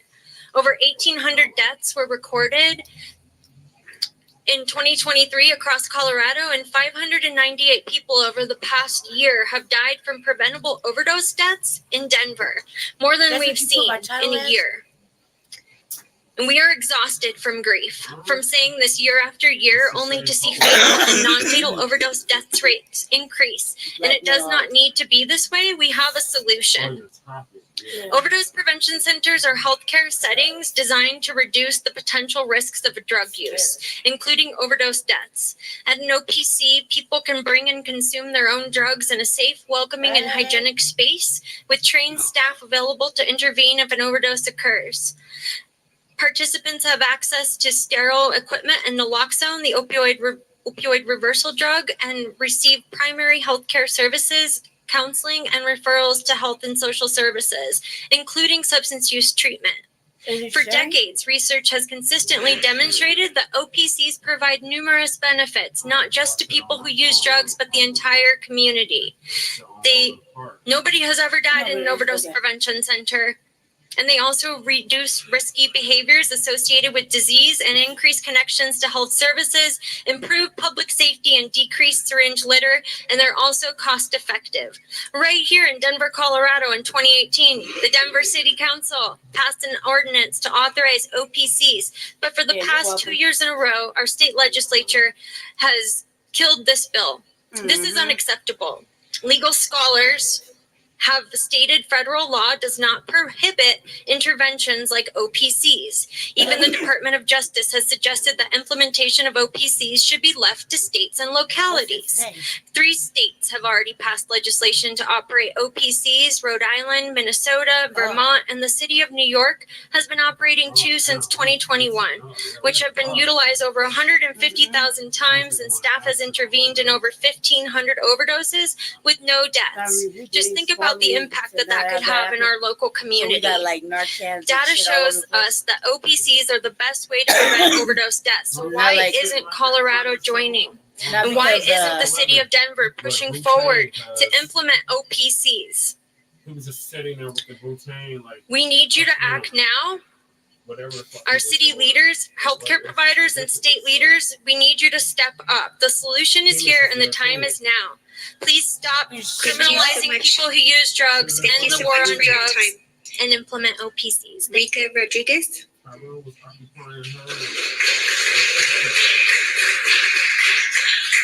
If we can wait for the applause till the very end, it will help you get through more speakers. So I want to be as mindful and get as many people in the queue. So if we don't applause every time, I can get more speakers in. Thank you. Go ahead, Rika. Thank you. Good evening. My name is Rika Rodriguez, and I'm honored to stand here before you today as a certified harm reduction specialist and a survivor of multiple overdoses. I'm also the founder and executive director of Promotores de Esperanza, which is a harm reduction organization that is dedicated to preventing overdose deaths and providing essential support to those affected by substance abuse and misuse. So I wanted to do some stats, but Betsy already covered all that. So I'm going to go into my personal experience. I've walked a long challenging road, one marked by addiction and the devastating consequences that accompany it. I've experienced the pain of overdose and the fear of losing loved ones, the isolation that can come with substance use as well. I've also been a founder of New Hope and Healing and a renewed purpose for life and to support others in living their lives. If we don't keep people alive, they can never have the chance to recover. One of the most effective tools in our toolbox to fight overdose deaths is the overdose prevention centers. These are safe spaces provided for individuals to consume substances under supervision, reducing the risks of fatal overdose. They also offer access to essential services such as medical care, substance use treatment, and harm reduction supplies. Additionally, overdose prevention sites are equipping individuals with naloxone, which is a life-saving medication that can reverse opioid overdoses. And it is essential in preventing fatal overdoses. They also offer testing strips so that people can test their drugs for the presence of xylazine or fentanyl, two of the deadliest substances that are being found in the illicit drug supply today. My lived experience has shaped my understanding of the challenges faced by people struggling with substance use, and it has also fueled my passion for advocating for policies that prioritize harm reduction and compassion. I believe that everybody deserves the opportunity to live healthy and fulfilling life, regardless of their past and what decisions they have made when they were there. As a certified harm reduction specialist, I am committed to using my voice and experience to make a difference. And I hope that you all will empower us as well to do the same. Together, we can create a world where addiction is treated with compassion and where individuals have the resources that they need to recover and live. Thank you. Thank you. Next, we have Jacob Smith with Dr. Joshua Bloom up on deck. Jacob? Hello, my name is Jacob Smith. I'm at the Golden Triangle, and I'm here to speak to you to urge swift action on the Sidewalk Stakeholders Committee, recommending amendments to Ordinance 307 so that our sidewalk program can actually come to fruition, but ultimately come to fruition with continuous accountability with community members and ensuring that we have equitable access to affordable, safe transportation options. I am a car crash survivor. I also work in this field, mobilizing young people across the country to effectively advocate for transportation equity and mobility justice. And we know that at the end of the day, Black and brown folks are deeply impacted by transportation inequities. This step to making amendments that are affordable, taking steps to make amendments that include community members in the process of understanding historical inequities, but also including them and actually transforming their own transportation system is deeply important. We have made a commitment to Vision Zero. We've also made a commitment to ensuring that our citizens have safe and healthy communities that they can thrive in. So you know and he's on that inclusive shit. I'm ultimately calling upon our officials and our community members to join in partnership to recommend this amendment that ensures that we do not delay in something that can be done and something that was ultimately approved by our residents and our community members. We do not know how many more fatalities are going to occur. And so we should be taking swift action to ensure that we're reducing traffic violence in the city of Denver, but also ensuring that we are actually listening to our community members and actually letting them know that, hey, we voted on this and we're gonna actually change the material conditions that they experience on a daily basis. Thank you. I guess when you got good teeth, you must act like that. Yeah, definitely on the spectrum. It's just like I think we have Kyle Giddings. Hello, my name is Kyle Giddings. I am the Civic Engagement Coordinator for the Colorado Criminal Justice Reform Coalition, and I'm a person in recovery, and I'm here to call upon the City of Denver to fulfill the promise to allow overdose prevention sites in the City of Denver. In 2011, after working in community for years, I started a new job that I saw as the next step in my career. My battle with opioids had started to take over every aspect of my life. Every morning I would wake up and my body would ache physically and spiritually for that next high. So I would drive to work, walk across the street to a park where I knew I could buy whatever opioid-based drug I wanted to get me through the workday. I would then walk back to my office, barely manage to do my morning duties, and then go to the bathroom next to my office to get high. That park was City Park, and that office was the Colorado State Capitol. And addiction is something that impacts the lives of not those that we see as we walk through the beautiful streets of our city, but also affects the people in the halls of power in this very building. My life till now has been a journey of addiction, involvement with the criminal justice system, 2 overdoses, and now redemption. Not everyone is as lucky.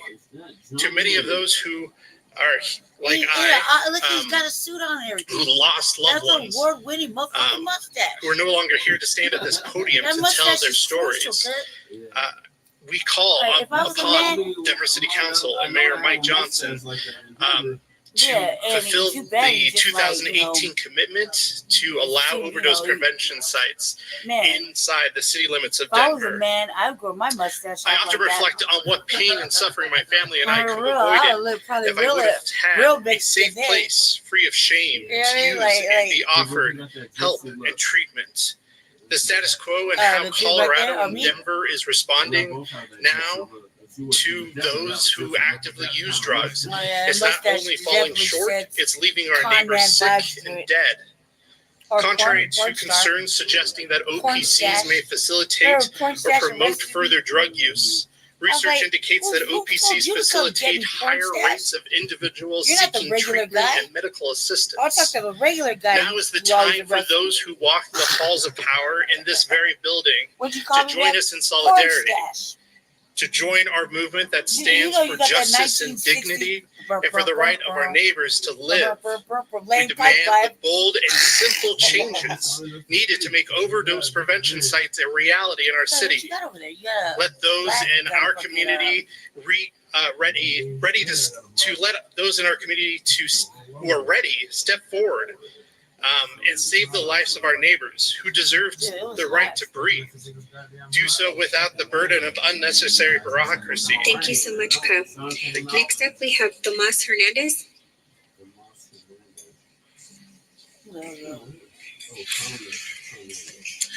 Hey everybody, it's good to see familiar faces here. So that was Jacob. I know that the city council has a lot in front of them, tremendous amount, and I work with a lot of you behind closed doors in a lot of committees, and you work very hard. And I'm very impressed and very proud to be from the state of Colorado and to be in those rooms to help out and do things. I've been around a lot of the country lately, and I told you. they just don't have it together, kind of how we do. And they Did you hear that? put services together. Oh yeah. That's an air And politician. they He's do a it thug if they like. a scared I tactic. said, I'm your thug. Point of, this is a need right now. Let's try to see what other people are doing. And we've been there. We know what that Told looks you, like, man, right? that lived experience. We've had Number the out-of-town trips. We've had the ideologies of bringing people in from different states and seeing what they're Yes, doing. We've for done sure. some great stuff, like, look at That's for sure, yeah. the different stuff that we've done with law enforcement, bringing in That's mental on the health whole towards law screen. enforcement, so the STAR Thankfully, program, y'all stuff can't like see that. what You else know, I've been looking at. this is a very innovative situation that's happening right now. Just think of it like this.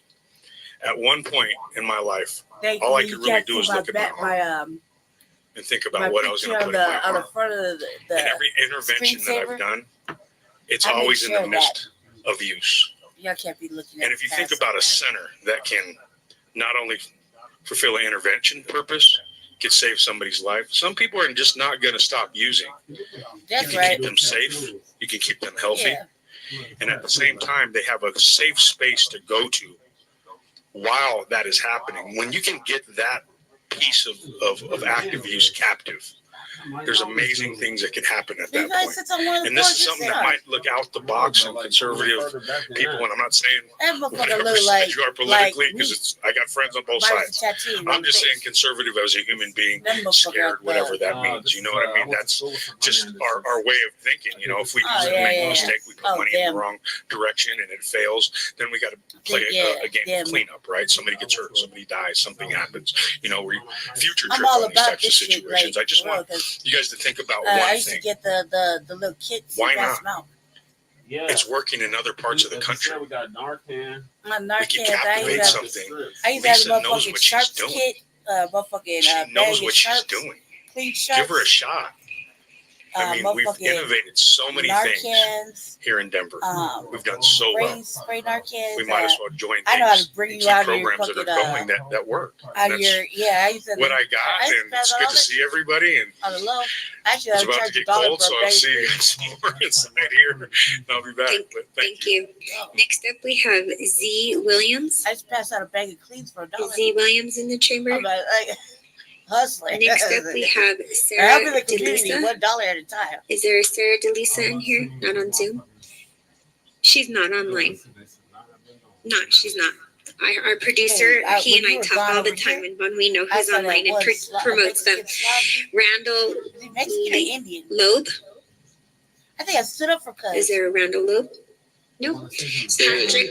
Oh, It's yep. right here. I'm Perfect. right here. Go ahead, sir. Thank you. Good afternoon, everyone. So wonderful to see your faces. I sent you a little message today regarding the downtown region along the mall that has been promised to be brought back to the levels it was before the pandemic.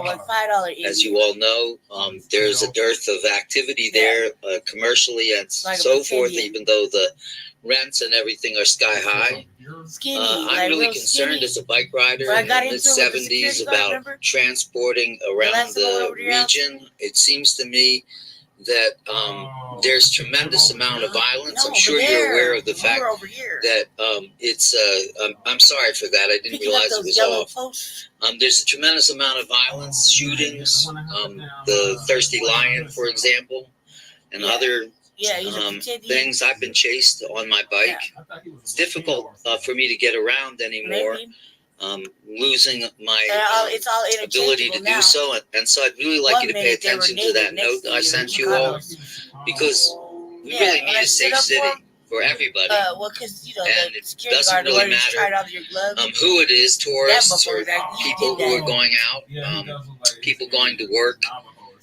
When you're chased on a bicycle by somebody who's trying to accost you or hurt you or somehow take your things, and you're in my position as a person who's vulnerable, it doesn't make any sense. It certainly it doesn't, as it says at the bottom of that message, in a world-class city. So I'd really love to have you pay attention to how that can be done. And I know you've talked about it, but I wanted to make a personal appeal for you to do something more productive than simply have more security people. We need a lot of mental health people, as it was said just now by many people. We need a lot of people that can do outreach to people who are having problems. So thank you for your attention, and always be safe, no matter who you are. Thank you. Thank you so much, sir. I'm going to go back in the queue, and I see a Dr. Joshua Bloom is in the audience. What is that? You choose to be homeless. Good afternoon. Thank you so much, council members. My name is Joshua Bloom, and as an addiction medicine physician for a safety net hospital, I'm privileged to see the nearly miraculous effects that medications for opioid use disorder, like methadone and buprenorphine, have on people struggling with substance use. They can engage in and often get their health, jobs, families, and meaning back in their lives. Might as well be. But before individuals can recover, they need to be kept alive. They also need to be supported with dignity, with respect, and non-judgment, so they don't internalize even more shame and the fallacy that they can never do better. OPCs and the caring, compassionate individuals who staff them do that, and they're a crucial part of the harm reduction continuum. As you've previously heard, here are just a few things that they do. They reduce overdose deaths. They reduce public consumption, not increase it.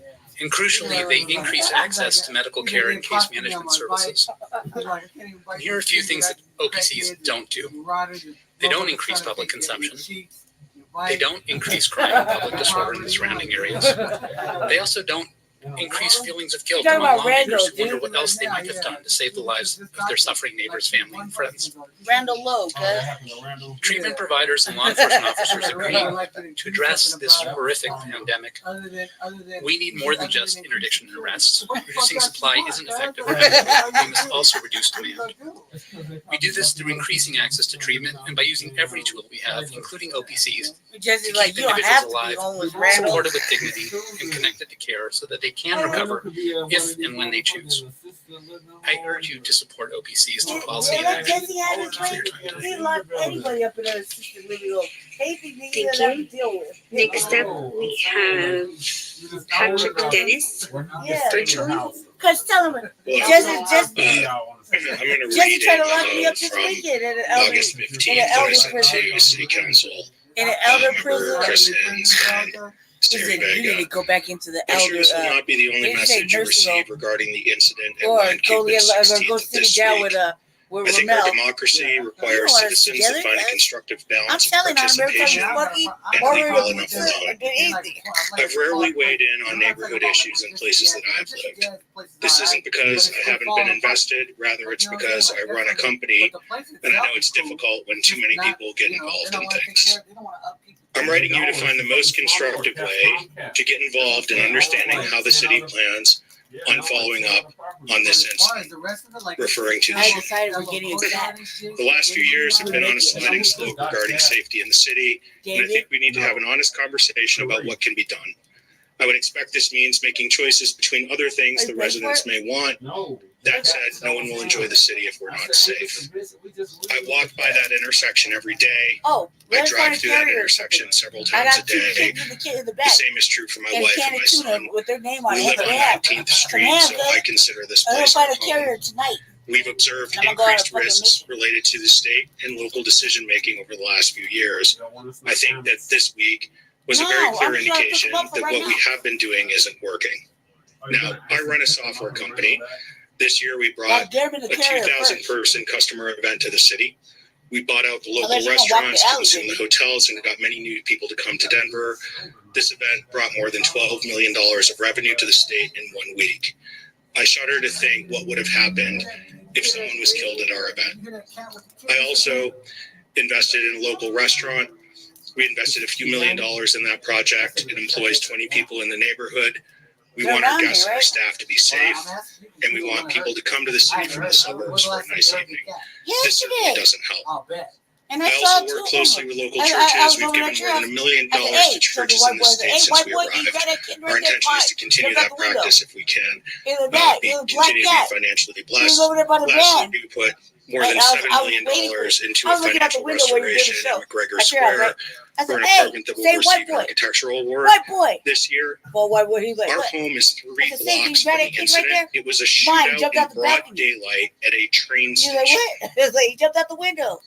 I think I've been a good citizen, pay my taxes, I invest in this community. I don't say much about it, but I do think we have to say something about this. This wasn't 2 in the morning at Whiskey Row. It was all in the Nuggets game. And I want to know if we're going to have a public meeting to address this very serious matter. If it isn't going to be here. Let me know. You can holler for me. I'll reach downstairs. Thank you very much. We're going to go back to the queue to Sarah I'm gonna look for real quick. who's on Him and Zoom. the 4 other little white boys went to go look for him. Good afternoon, Because I was everybody. like, Thank you so dude, much my for your cat jumped patience out the with me. I window. appreciate it. Your third floor, I'm a harm reductionist, a public health practitioner, and a grant maker. I currently oversee the grant making process for the largest state investment in harm reduction services in the United States history. Harm reduction services are an investment in our community, and they are an important investment in the health of our communities. White boy. Harm reduction services have impacted the citizens that was of not the my city cat. of Denver in numerous amounts of ways. And people who use drugs deserve dignity, health, autonomy, and the ability to access services in the places that make the most sense for them, and in the arms of the people who will provide them with services that are given with care, dignity, autonomy, and respect. That's right. That care, dignity, autonomy, and respect oftentimes comes from the services that are delivered inside of Denver's harm reduction programs, like those at the Harm Reduction Action Center and other programs inside of the city. I know that because I've run one of those programs and I've worked inside of and funded some of the programs that are inside of Denver. I've also heard firsthand from many of the participants of those programs that those walls of those programs are the place that they feel safest to access healthcare, that those are the places that they've felt the safest to discuss their recovery. I did promote me. Mute it. No talking. Overdose prevention centers are an investment in our communities and are an investment in seeing people for their humanity and seeing people for the possibilities and for what they could be, and giving people an opportunity to see another sunrise. A couple of weeks ago, I had the opportunity to visit a program, and I watched them reverse an overdose using only oxygen. They didn't use naloxone, which causes precipitated withdrawal. They only reversed somebody's overdose with oxygen.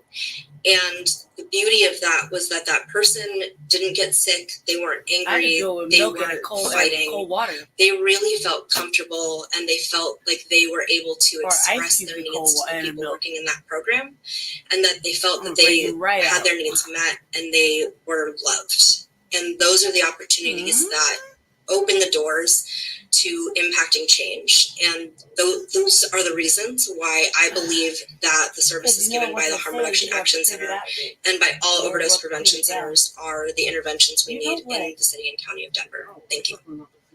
Thank you. Next up, we have Yasser Azizi. Yasser. Timothy Jones. What? I'm in the queue, cuz. Timothy.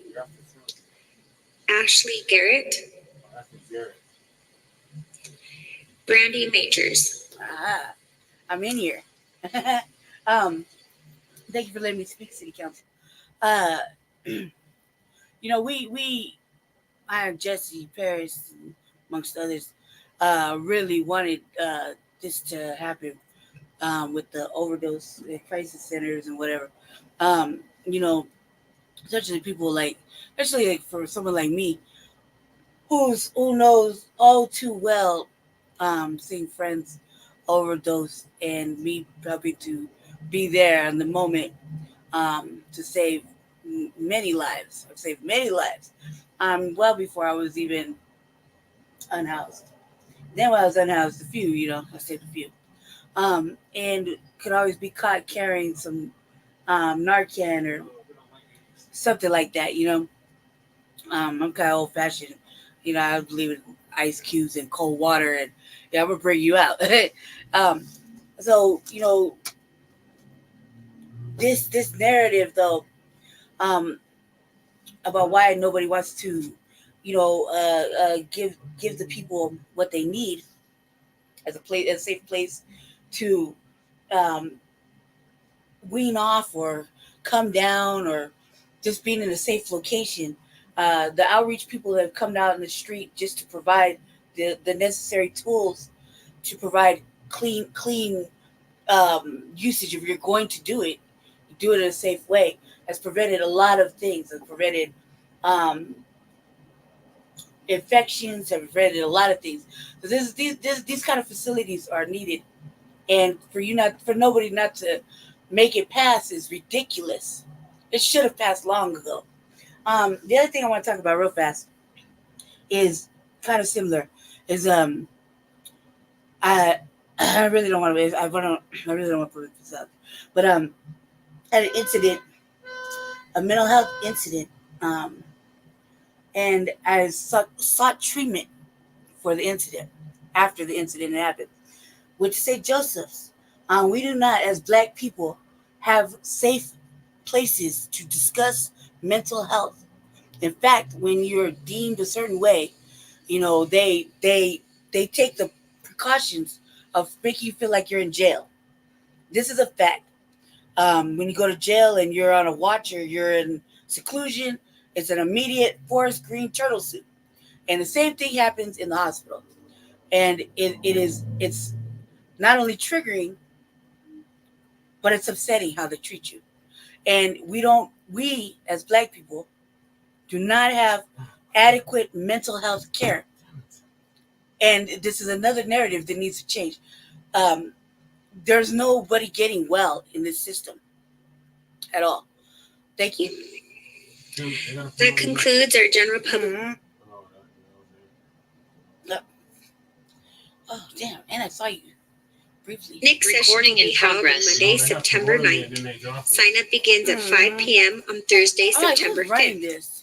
We look forward to hearing from you all again. Thank you for attending, and please stay with us to attend the Denver City Council Robert Bailey, meeting. man. Robert Bailey done dipped out. Look. They're like, look at these two talking about. Like, what do you think she was talking about? Robert Bailey, man. He isn't at his desk. He got everybody and their mama at his desk. Oh no, his desk. Council will now reconvene from our early session. There is no unfinished business. There are 2 proclamations being read this evening. Right? Councilmember Hines, Lewis, and Watson, will you please read Proclamation 1104? I won't speak until after they're done with the proclamations and all. All right, bet. I'm gonna come back then. Or whomever, council know when you're ready. members. Sawyer. I won't be ready until they. Thank you, Council President. I know. Just let me know when it's almost time. Okay. Make Make sure your mic's on, please. Okay. I hate when Daryl Watson speaks. I really do. I really don't like that guy. I really don't. I just be having these little barbershop talks. Cuz be having these little barbershop talks. I'm like, you take your coon ass out the barbershop, cuz sit it down somewhere. For real, like, not need to be in no goddamn barbershop, cuz just sit your motherfucking ass down. All right, status quo. Back to it. Cornell West. We love Cornell West, dude. He's my dark horse in the race. I have yet to give up on him. I had to do some major convincing. And motherfucker convince you to buy ice during snow. It is me. So I'm like, come on. But he speaks black to me. And what he's saying.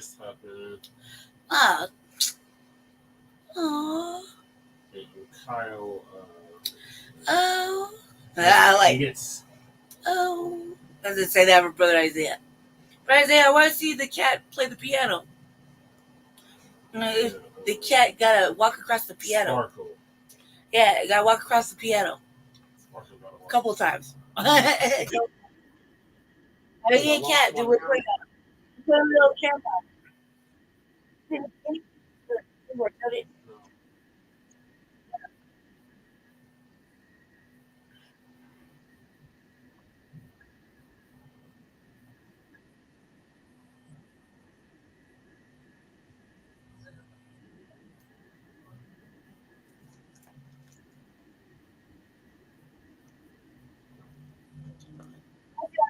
Torpedoes in the thing? In the freezer?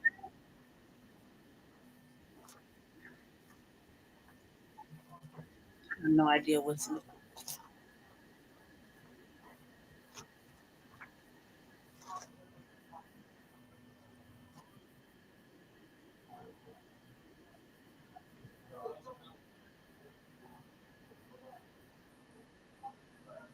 Hmm.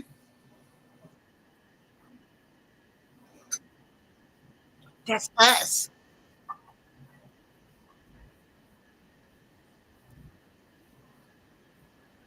I joined officially. I'm like, you might as well. I got privileges to do it. Everyone there trying to. Everyone there trying to change.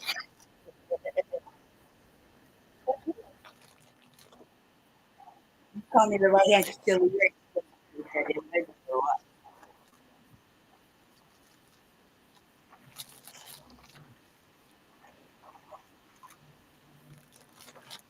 Mm-hmm. Mm-hmm.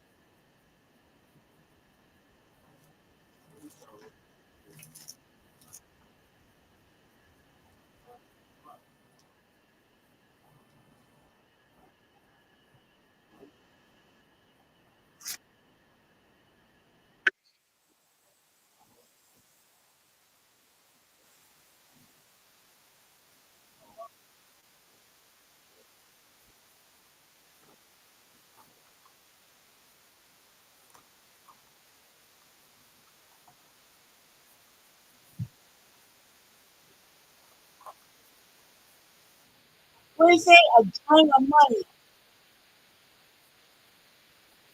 He said, cuz said, let me just make sure I heard it right. He said, there's a gang of money. Black math. Shout out to Black Math.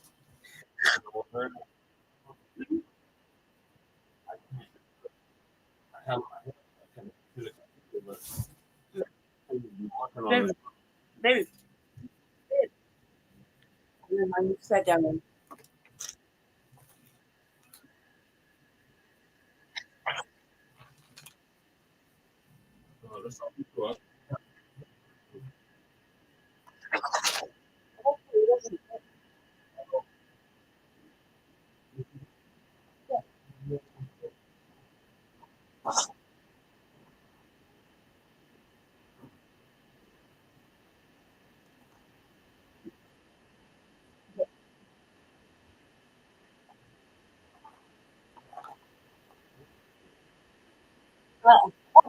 He's a game. He's a game. I thought he said gang. I was like, shout out to Black Math.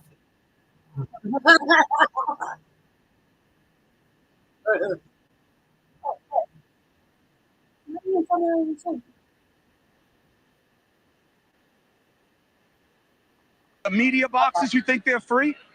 Why do you think I'm on the floor? News Nation is not a broke company. Nexstar is a massive organization. We are corporate media. We don't have one of those boxes. Around the world. And also to send a message to the younger generation. You all don't have to sell out. You all don't have to give up and simply accommodate. Yeah, we all don't have to sell out. Yourself to I know that's right. the rot in the two-party system. Absolutely. You know, I don't know if you saw, I was shocked when I saw this last night. Chris Cuomo used to be a CNN anchor, now is at News Nation. He was on the floor at the Democratic National Convention, and he said, basically said, let me pull you in on a little secret. All these good vibes and all, you know, they're talking about, the Democrats are talking, we're going to go after corporations, we're going to go after price gouging. He then told his cameraman, can you look up. All these boxes are donors up in the top of the arena.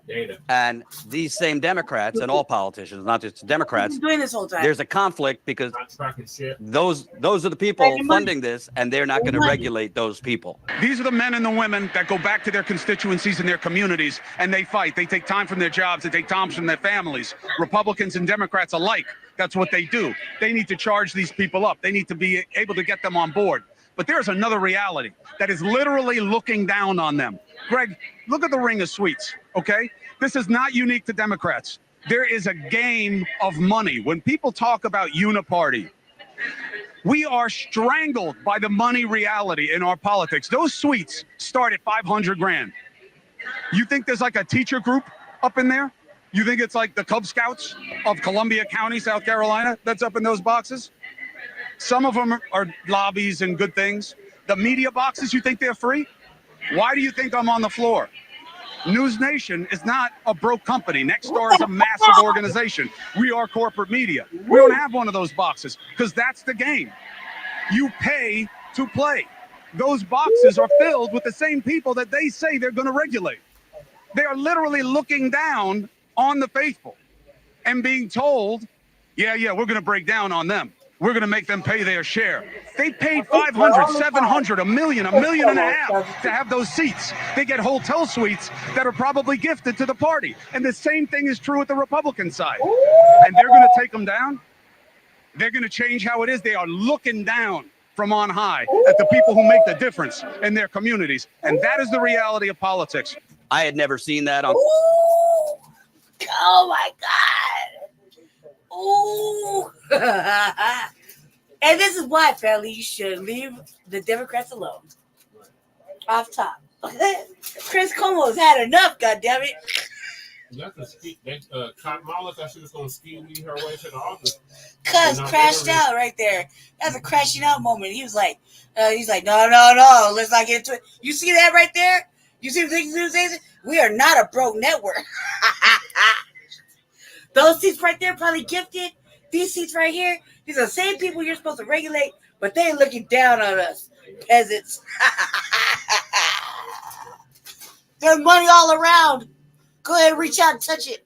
But they postponed that money for the martyrs. Good. They shouldn't get a motherfucking cent. They're just kidding. No, I think that I think y'all think if it's good for the goose, it's good for the gander. Well, we're the gander. What's up with our bread? Right. You know what I mean? Better, can we get some better conditions? But they fired a homeless man from the Brown Palace. A white dude.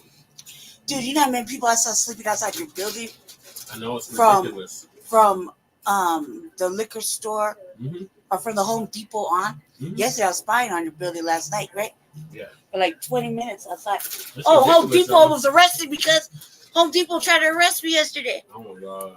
I was on a snake hunt. Home Depot's like, there's a private property. Get out, we're gonna call the authorities. I call whatever the fuck you want.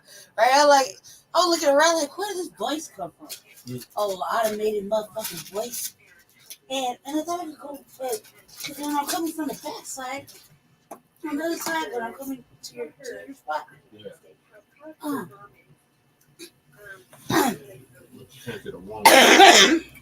I come from the back of your spot. I literally could see the back of the Home Depot. So I thought I could go back there and come out the other side. No. Apparently Why not. you thought you could do that? No. Because I approach it when I'm coming to your house. Why can't I go that way? Because that's the worst way to go. Apparently. So, because it's like, whatever, and I turned around, I was like, boop, boop, boop, boop. Because ever since I saw that situation the other day, I haven't felt right about going to the house. If you're not waiting for me right there. You know what I mean? I'd be caught in a situation. So I was like, all right, whatever. So dude was like, woo woo. I was like, I just kept it going. I just kept going. You're like, woo woo. The lights and shit. I just kept going. Like I was listening to music. Police was at the building when I was leaving. They was coming in the door when I was going out the door. I'm like, you think I'm gonna stop? I was like, I made a wrong turn. I was obviously looking for a second. Is at Chick-fil-A. Why? Probably get an over expensive motherfucking chicken. Corporate media. I don't think he would have been allowed to say that on CNN. But credit to him, it was truth. But I look at these conventions. I covered the RNC in person, the DNC in person, most of these political campaigns. It just seems to be a lot of, hundreds of millions of dollars in political branding and theater. But at the end of the day, as he pointed, those donors are paying $500,000 per box. And I don't think they're paying unless they're getting something in return. And you don't hear that in the coverage on CNN, MSNBC. Do you think that whether it's the DNC, RNC, political elections, campaigning, the system in general, most people don't know that. That's true. My dear brother, the great Glenn Ford, Glenn used to say that it's professional wrestling at a low grade level. No. Where the decisions have already been made. Big money people are invisible behind the scenes, but having tremendous impact. And that's why I salute you got my hair all yourself, out. brother.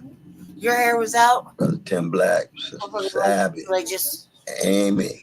Hair out. I'm talking about those look, few truth tellers in a corrupt media system. Hair all out. Trying to tell the truth against the grain, very limited resources, just like our campaign. Broke as the 10 Commandments, financially, right? But still moving on step by step by step. But Tavis Smiley and the others who are trying to hold on to some legacy of the journalists who told the truth, from T. Thomas Fortune and Ida B. Wells Barnett to my old brother I.F. Stone, who I used to break bread with many years, show you how old I am. But he was a truth teller in the context of journalism. But this is what happens in an empire. Every site and every sphere is saturated with money. It's saturated with manipulation and transaction, as my brother Clifton West would say. And when you have wholesale transactions, everybody's for sale. Everything is for sale. How does truth and justice and love ever gain traction? And that's been the question of my campaign, and that's precisely why I'm running. Some people are talking about, oh, why is West still running? I've said why I'm running. We're trying to make sure that we tell certain truths. We're still shooting for the election, but we're shooting for the cause. We're going to have the United Front after what Brother Deruba and Brother Kalanji and others talked about, whoever wins. And then more importantly, in some ways, it's a matter of what kind of human being you and I want to be, don't we? Do we want to just give up and cave in the lies and crimes? I will never in a million years sell out my precious Palestinian brothers and sisters. And I will never sell out black poor and white poor and brown poor.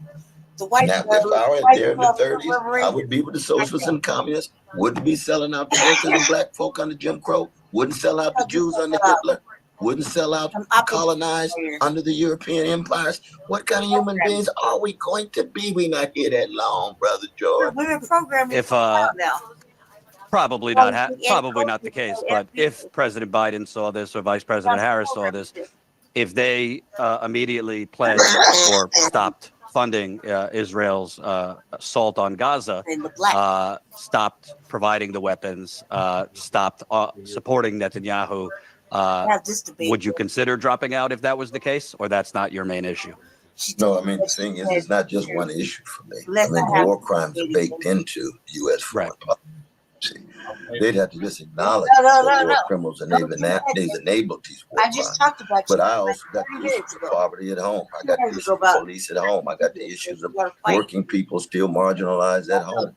I've got the issue of wealth inequality at home, you see. So that for me, and that's a little different. I was so glad to be with my dear brothers and sisters that abandoned Biden, now abandoned Harris. Press conference. Is he going to talk? Yes or no?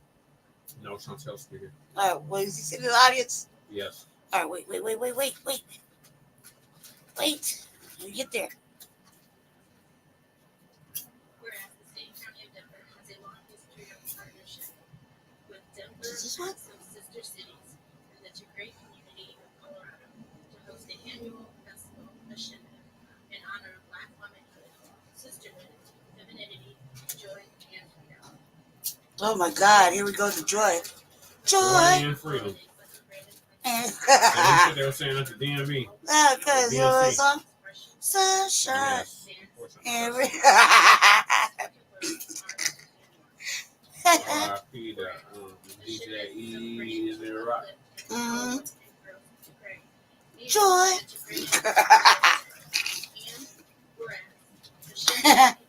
Yeah, don't tell me shit, motherfuckers.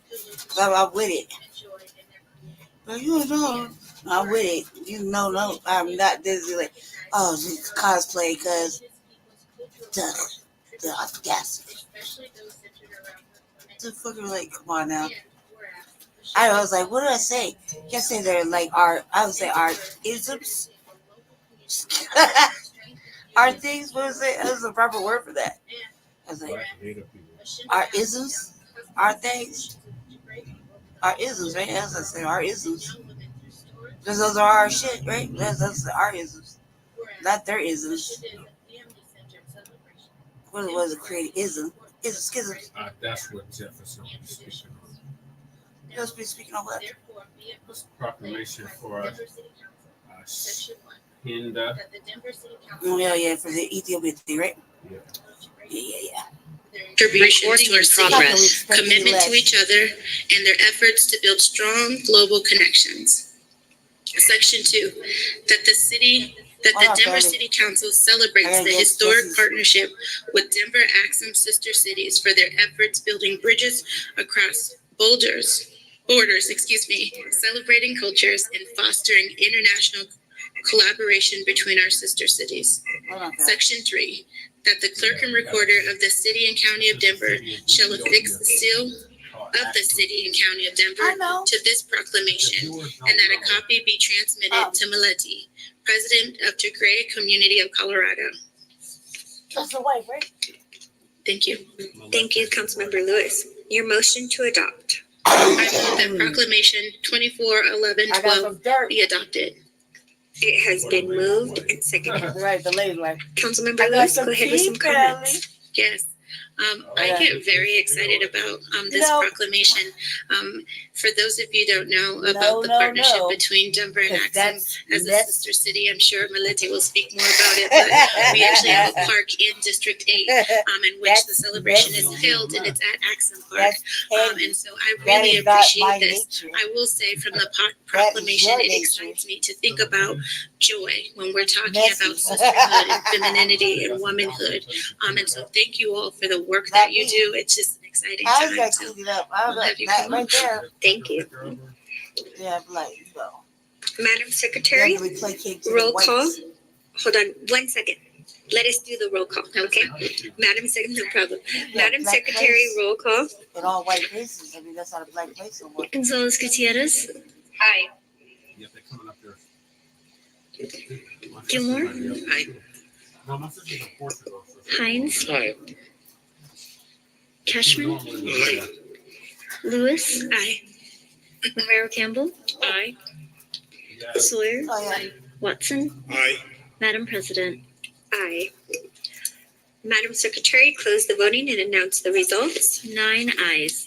9 ayes. Proclamation 1112 has been adopted. Now, Councilmember.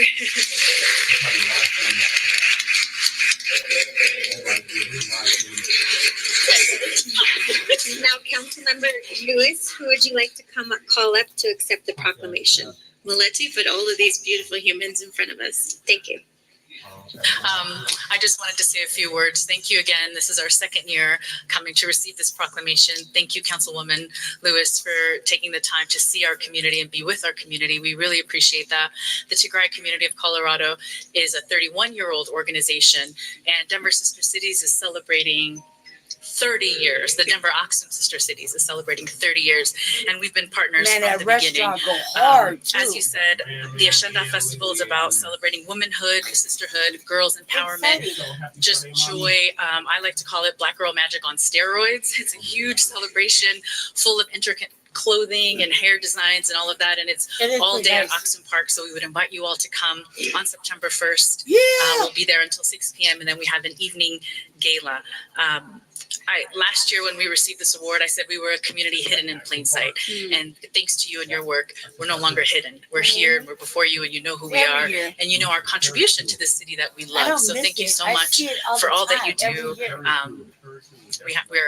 We're so grateful. Is there anyone else who wants to say anything? Everybody know. Thank you so much for this honor. Thank you. That's a Caribbean get down. That shit's great, man. The little For the council sponsors and the people who are accepting the proclamation, you can meet your council member out in the hallway. And thank you all for being here this evening. We have one public hearing tonight. As a reminder, council members need to turn on their video during the vote. For those participating in person, when called upon, please come to the podium. On the presenter monitor on the wall, you will see your time counting down. For those participating virtually, when called upon,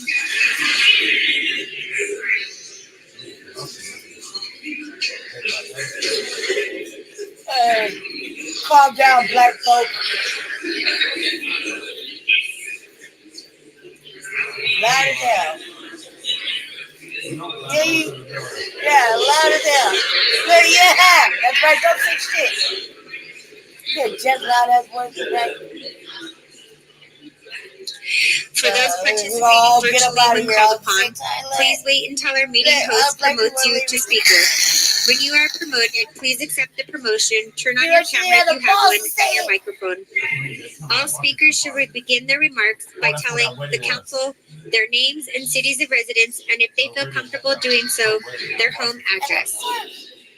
If you have signed up to answer questions only, state your name and note that you are available for questions from council. Speakers will have 3 minutes. There is no yielding of time. If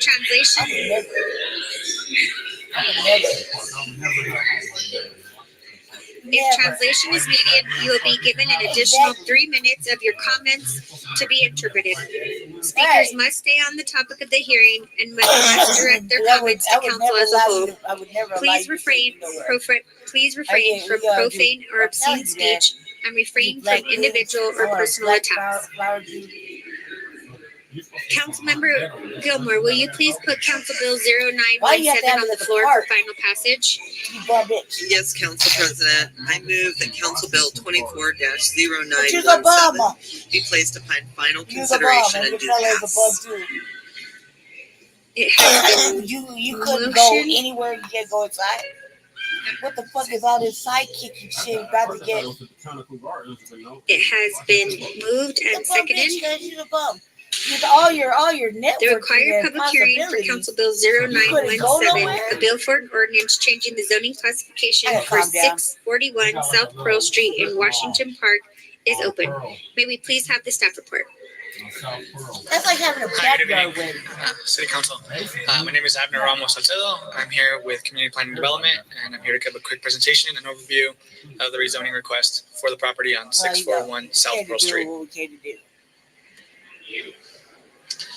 We'll go ahead and get started with the request. The request is for the property located on 641 South Pearl Street. The rezoning is to go from USUB to USUB1. The reason for rezoning is to build an ADU on said property. Location and context. This property is located in Council District 7, represented by Councilmember Flor Alvidrez. It's in the Washington Park West neighborhood, and it is zoned USUB, surrounded by predominantly USUB, USUB2, as well as UMS2. The land use matches accordingly, being that it is currently being used for single-unit residential. It is also surrounded by 2-unit, multi-unit, and some commercial office in the proximity. No.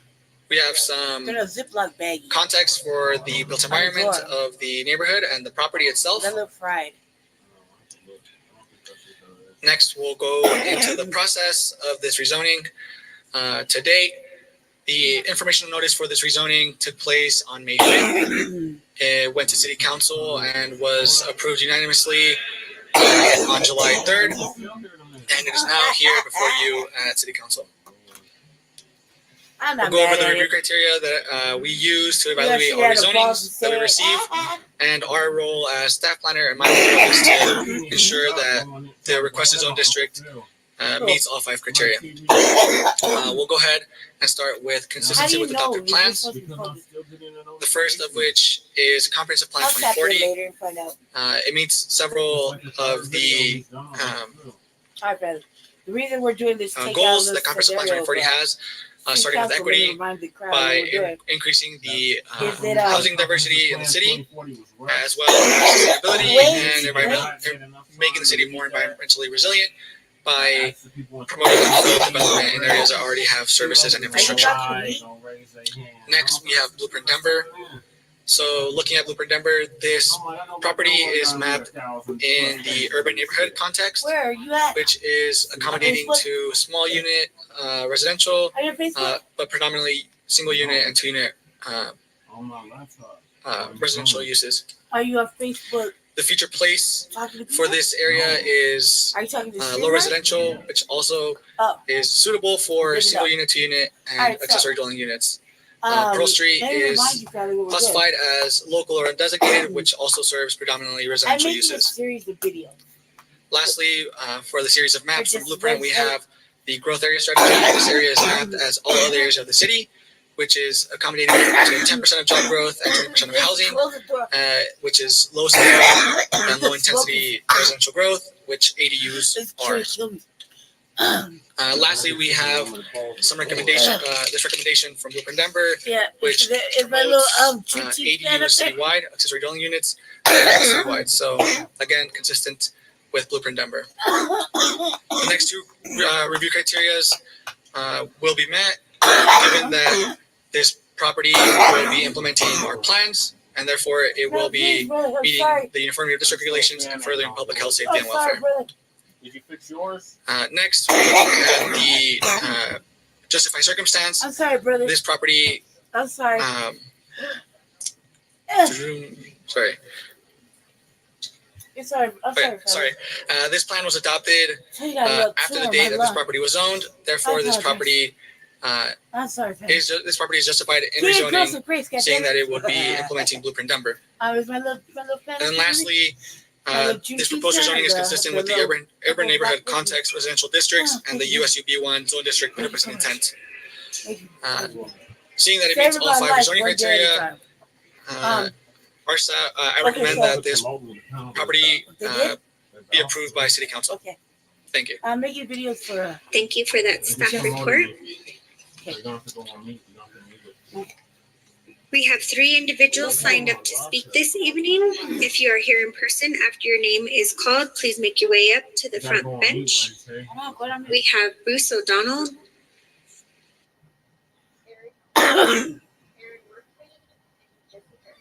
On the last one.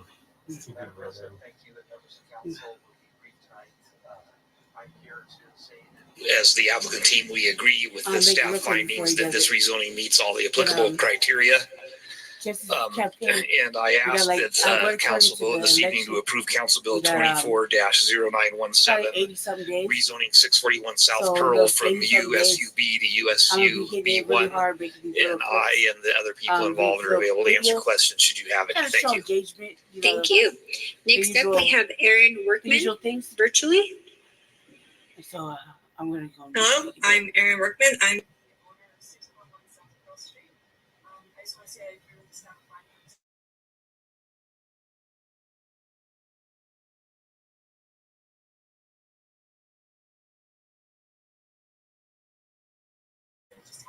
right here, Billy. Sorry. I'm going to go on mute real quick so Jessica can speak.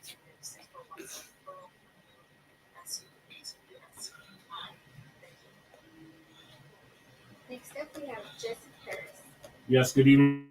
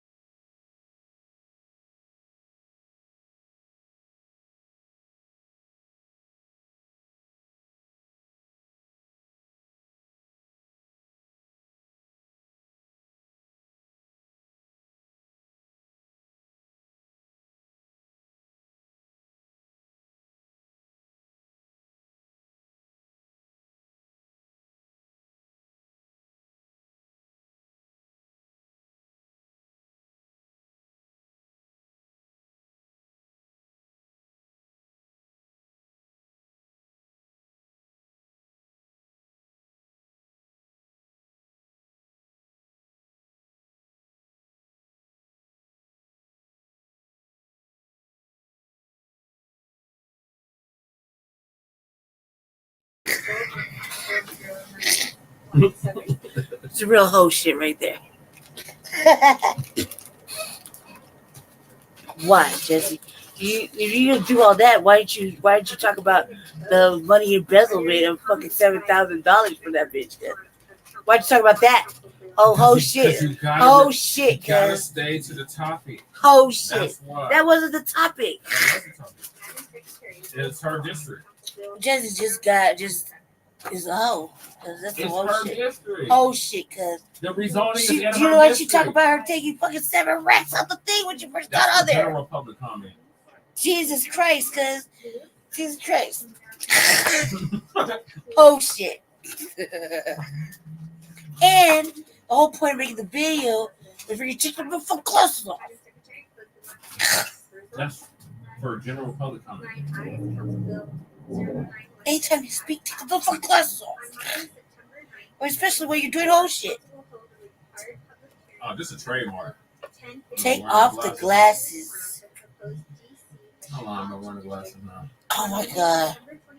Since I've been on city council, I've been wearing glasses. What is the point? You just like you get another opportunity to speak again tonight. No, that's it. You fucked up. How? Because you're supposed to take off the fucking glasses and not do old shit. Shout out to my old schoolmate. It's her district. Schoolmate. That's the only reason why I did that. Oh my god, I can't remember the accent of it. Oh, whole ass bitches. How about look back? Oh, niggas, no.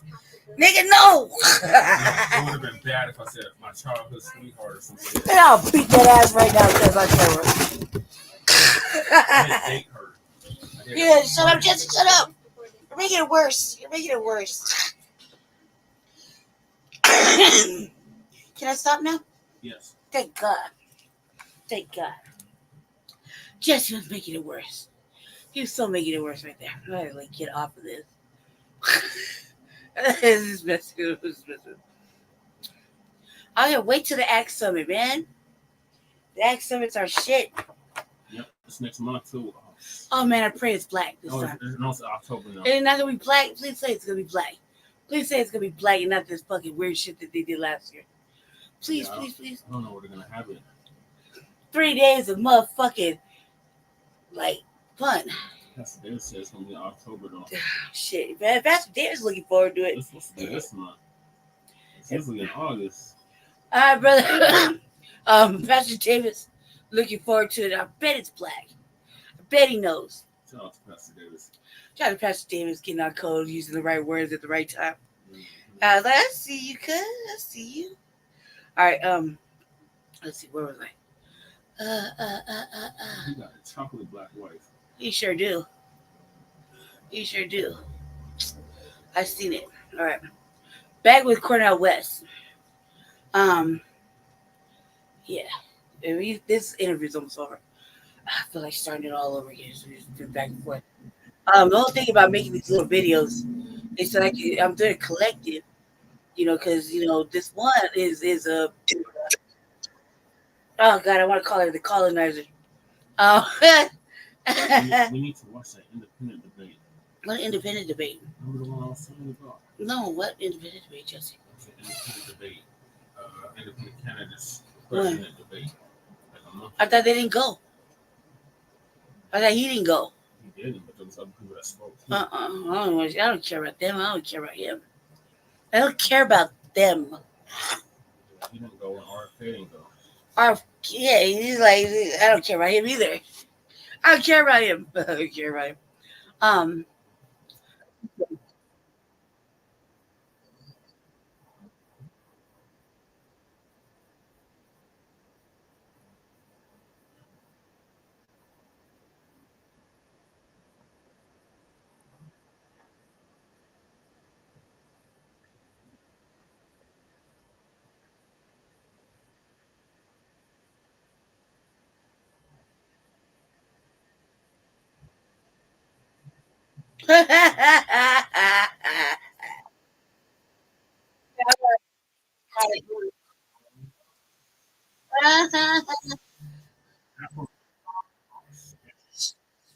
Jesse, stop. I'm trying to finish my show. Stay with the topic. Can you get online? Can you get in here?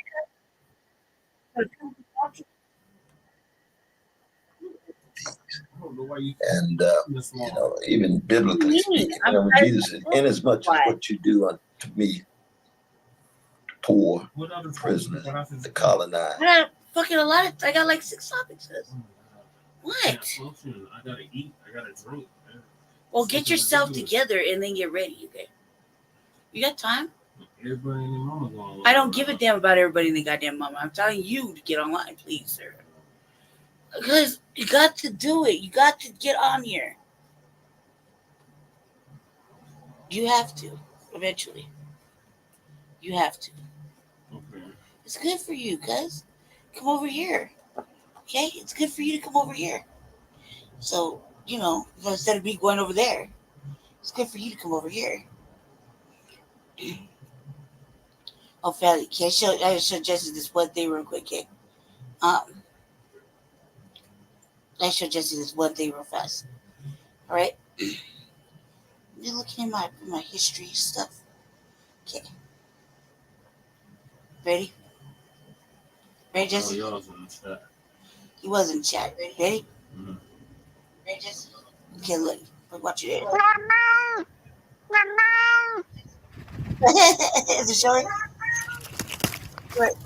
Look. That's what we're getting a cat for. Look. Yes, it is, buddy. Come outside. I said, come outside. Oh,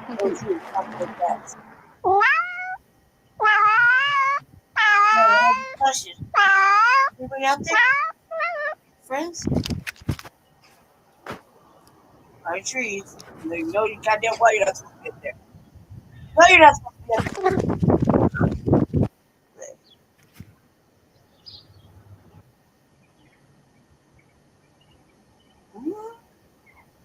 Like, what the fuck? You see that? Mm-hmm.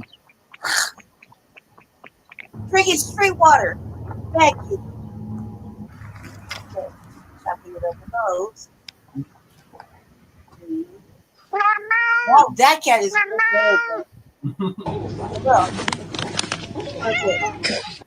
Little something. Oh shit! You know what? Right. This is the best day of your life, and I'm just going to let you continue to have it. Catnip. You all over my eyes. His first time trying catnip tea. A few moments later. Where's Rick? I'm Okay. drugs. No, we're okay. Drugs? This is awkward. No, thank you. Drugs. Who invited? Got this heating pad for my cramps, but I think he is enjoying it a little bit more.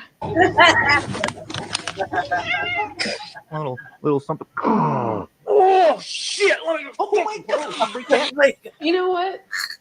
That's how they are. This is the best day of your life, and I'm just going to let you continue to have it. His first time trying catnip tea. A few moments later. Where's Rick? Larry's drooling. Drugs. No, we're okay. Drugs. This is awkward. No, thank you. Drugs. Who invited? Got this heating pad for my cramps, but I think he is enjoying it a little bit more. That's a good. That loud. Oh shit! Oh my god! I'm telling you know what? The cat. I'm the voiceover. This is the best day of your life, and I'm just going to let you continue to have it. Look.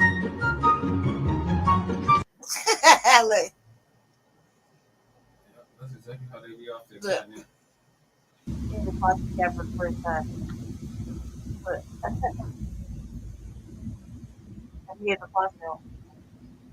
Get up and fight. I didn't do nothing.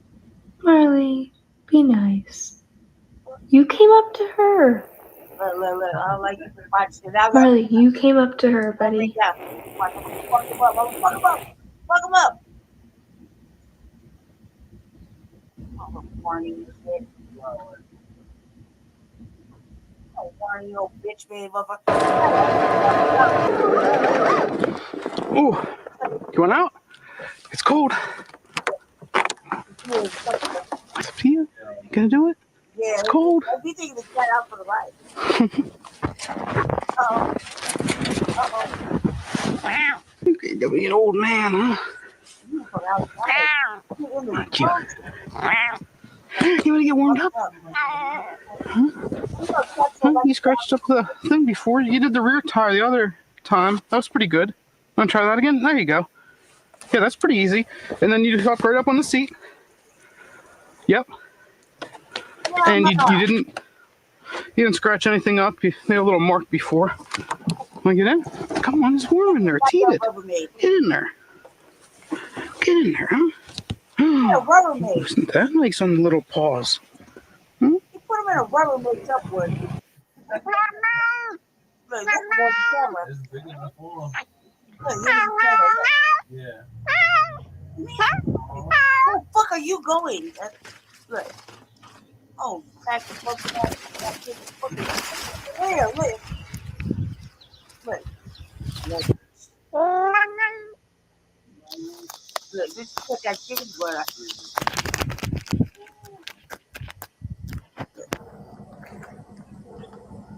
Are you out here?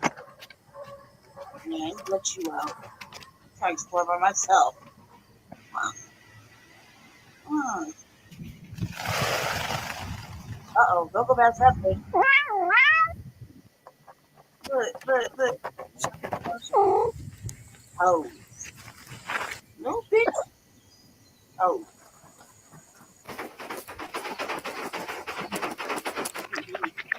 Don't take that. No, Thomas, you get no fucking going outside. You have a collect call from the biggest line. Man, I shake this whole pod down. That's Domino, nigga. Hey, Domino.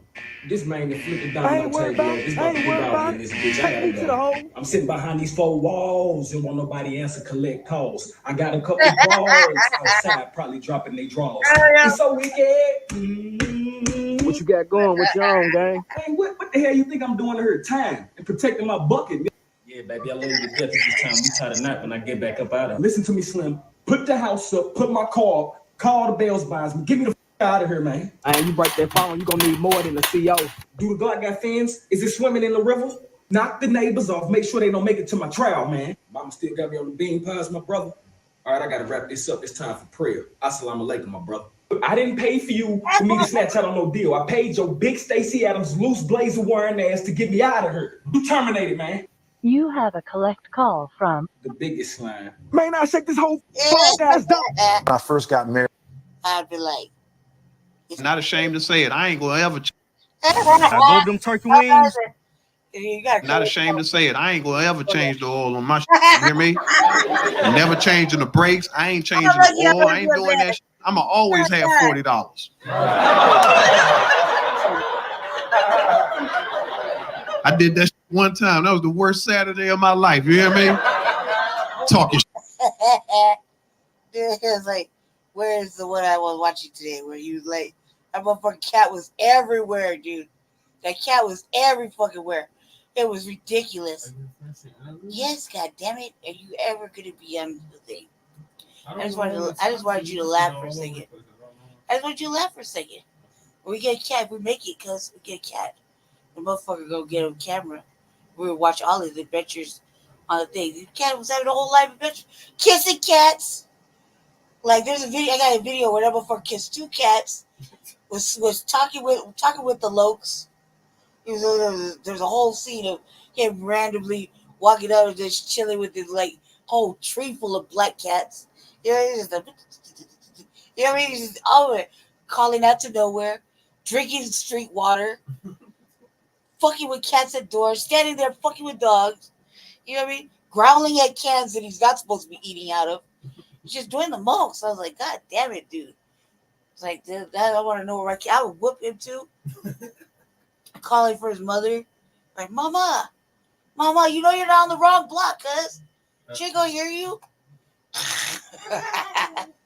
I'm like, cats, like, I told Jesse was, I said, we can't have no cat because our luck will get one of those angry cats, like the one I sent him in a video that day with that cat. He's like, I've never heard something a little offensive. That cat was too stupid. Yeah, okay, so back to Cordell West. You want to know how to take a better shower? Stop using soap. So if you want to use a deodorant for your underarms and use a shower for everywhere else. What's going on, everybody? Thank you all for joining me today. If you haven't already, please make sure you hit the like button because that's the most important thing you can do for me on this channel. What it does is that it helps make sure that those who are subscribed to the channel and you get the notifications, and it also helps to push this video through the YouTube algorithm as well. Secondly, if you're new to the channel, or maybe you've been ghost watching this channel for quite some time now, please do me a favor and yourself a favor by hitting the subscribe button as well as the bell notification next to the subscribe button so you can be notified whenever I release a new video. And lastly, please make sure you share this video out on your social media platforms to your family and friends to inform them on this news and information. And yes, that does help to give me a slight boost in the YouTube algorithm as well. And with the introduction out of the way, let's get into today's news. Ladies and gentlemen, the anti-Democrat Party is at it again. I repeat, the anti-Democrat Party is at it again. They might as well at this point change their name to the Authoritarian Party. We watched them weaponize the justice system in an attempt to remove Donald Trump off the ballot. We have watched them successfully weaponize the justice system to remove RFK Jr. off of the New York State ballot. And now we have the Democrat Party attempting to weaponize the justice system once again to remove Jill Stein and Cornel West off of the ballot in Wisconsin. Yes, the anti-Democrat Party is at it again. They're weaponizing the justice system all in the name of democracy and preserving our democracy, because they don't want you to have any choices to vote for in this year's election. They just want you to select them, and just having them as a choice only is not a selection at all. But if they could have it their way, that's what it would be. Let's get into this article here very quickly. Unbelievable how many people are unfortunately falling for this ridiculous okey doke about saving democracy.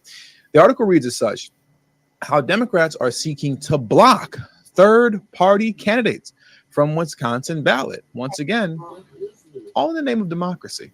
Democrats are seeking to bar 2 third-party candidates from Wisconsin ballots with the latest challenge filed last week against the Green Party. Here's what we know about the challenges. Democrats are challenging the candidacy of Jill Stein and Cornel West. Now, remember, once again, they were successful in New York against RFK Jr. We'll see how this plays out moving forward, but let's get into the information. The most recent challenge filed this week seeks to bar the Green Party from placing presidential candidate on Wisconsin's November 5th ballot, arguing the party has failed to comply with the state's election laws. In particular, and as set forth in this complaint, the Wisconsin Green Party is legally foreclosed under Wisconsin law from nominating any presidential electors, and therefore cannot field candidates for president and vice president who are eligible to appear on the ballot, the complaint argues. Jill Stein was last on the ballot in Wisconsin in 2016. West is running with Melina Abdullah, representing the Justice for All Party. The complaint against West and Abdullah, filed earlier this month, argues their declaration of candidacy were not properly filed. The Wisconsin Elections Commission's next meeting is set for August 27th. The Democratic National Committee employee filed both challenges. Surprise, surprise. The Democrats are the ones that are doing this, obviously. Milwaukee residents David Strange filed both complaints as an individual and also in his capacity as the DNC's Deputy Operations Director for Wisconsin. The Green Party was approved for Wisconsin ballot access earlier this year. For those of you who didn't know, the Elections Commission approved a request in February to allow Green Party candidates to appear on the 2024 election ballots. In 2020, the Wisconsin Supreme Court kept Green Party presidential candidates Howie Hawkins and running mate Angela Walker off the ballot, upholding a deadlocked elections commission which could not agree on whether to put the candidates on the ballot because of improper paperwork. The Democrats are always up to no good, but the complaint notes the party has not registered state-level candidates or elected officials, meaning it cannot nominate 10 presidential electors under the requirements of state law. Stein, I have this, Jill Stein, received more than 30,000 votes in Wisconsin's 2016 election. Republican former president, then candidate Donald Trump, won Wisconsin by about 23,000 votes in 2016. Stein picked up more than 31,000 votes in Wisconsin in 2016. The exact impact of third-party candidates in Wisconsin, where statewide elections are often decided by less than a percentage point, however, is difficult to predict. Neither Stein nor West are polling well in Wisconsin. A Marquette University Law School poll released August 1st showed Vice President Kamala Harris leading the race in Wisconsin with support of 45% of voters, trailed slightly by Trump at 43%. Independent candidate Robert F. Kennedy Jr. polled 8% support, with Stein and Libertarian Chase Oliver each at 1%. West came in at 0%. So it looks like this time around, the third-party candidates won't even be an issue as far as polling is concerned. Like the worst candidates. But nonetheless, I always feel like Democrats and Harris are still trying to remove them off the ballot. And even to the degree that they do pose an issue, that's what they're supposed to do. Because if we are actually living in a democracy, right, if that's what you're trying to preserve, well, then who cares? Let everybody run and let the chips fall where they may. But obviously and clearly, Democrats don't believe in that. Obviously and clearly, Kamala Harris does not believe in that. This is why you see the constant attacks being had against third-party candidates. They can't do anything about Trump right now, at least. They've tried, but they've been very successful so far against third-party candidates, even so much so to the point that RFK Jr. is now considering dropping out of the race and endorsing Donald Trump. That's why you should vote for Democrats. That's what's happening at this moment right now. I did a video about that earlier. I'll leave the link in the description box below, right? But they've been successful in this. And one of the other reasons that we see RFK Jr. considering dropping out of the race, going back to him, is that in his own words, he stated to date when he addressed the New York debacle, where Democrats were successful in removing him off the ballot, so far to date, RFK Jr. has spent $10 million. $10 million in defense funds against the DNC, who keep trying to knock him off the ballot in state after state after state after state. It's not the RNC chasing RFK Jr. around trying to knock him off every ballot state after state after state after state. It's the Democrats. It's not the RNC that's running around trying to knock off Jill Stein and Cornel West off the ballot state after state after state after state, forcing them to go in the limited funds that they have, limited campaign funds that they have, in order to fight these battles. RFK Jr., I think we would all assume, is a little bit more well-off than most, right? And has clearly a lot more support than most. So to some degree, he has the money to fight it, but it's clearly taking a toll on his campaign. When you're talking about Jill Stein and Cornel West, forget about it. And anybody outside of those reputable names, you don't stand a chance. So once again, here we are with the anti-democratic party doing what they do the best and doing what they do the most, which is conduct themselves as authoritarians. And with all that being said, that does it for today's news. Well, thank you all for joining me today. Subscribe to the channel if you're new to the channel. Hit the like button on your way out. Share this video out on your social media platforms. And also, don't forget to follow me on Telegram and on Rumble. The link to both my Telegram and Rumble page are in the description box below and will be pinned in the comment section as well. Thank you all for your time, and until the next video, peace, and have a great afternoon. I absolutely love using BetterHelp. Therapy, just in general, has changed my life. It's made overall just priority. Oh, yeah. That's from all that crying. That's from all that crying after that. That's how Van Jones is crying on CNN. They'll try to give you some more shit to cry about. Yeah. Suck it up. I'll give you something to cry about. Guy was on stage with Candace Owens a few days ago and asked her, what America are we going back to make America great again? The one where women couldn't vote or black people were swinging from trees. I would say to him, if I was standing in front of him, I absolutely want to go back. You know Byron Donald's got to be furious. He's like, y'all dragged me for weeks behind even mentioning Jim Crow. I didn't say nothing about us swinging from trees. I love me some Reese Waters. Jesse has this understanding that we share. He likes who he likes. I like who I like. If he caught me liking somebody different, I did it first, so he can't go steal it later. All right. That's it. I'm a Reese Waters fan because he speak black to me all day. You make me laugh like a motherfucker. You know he's funny as hell. It is hilarious. He's troubled.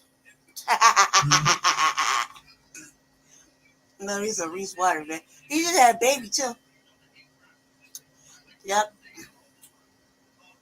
We should talk about old fat ass right here. That motherfucker wearing a man. That's a size 48 pants. Cause if I ever seen him, Oh my God. that was size 48 pants, and man, he pushing it way to the limit. Where do you find belts for that kind of shit? Hi, my name is Reese Waters, and I'm troubled. Don't forget to like the video and subscribe to the page. Now, let's say you were running for president and you had an old friend. Mark Robinson.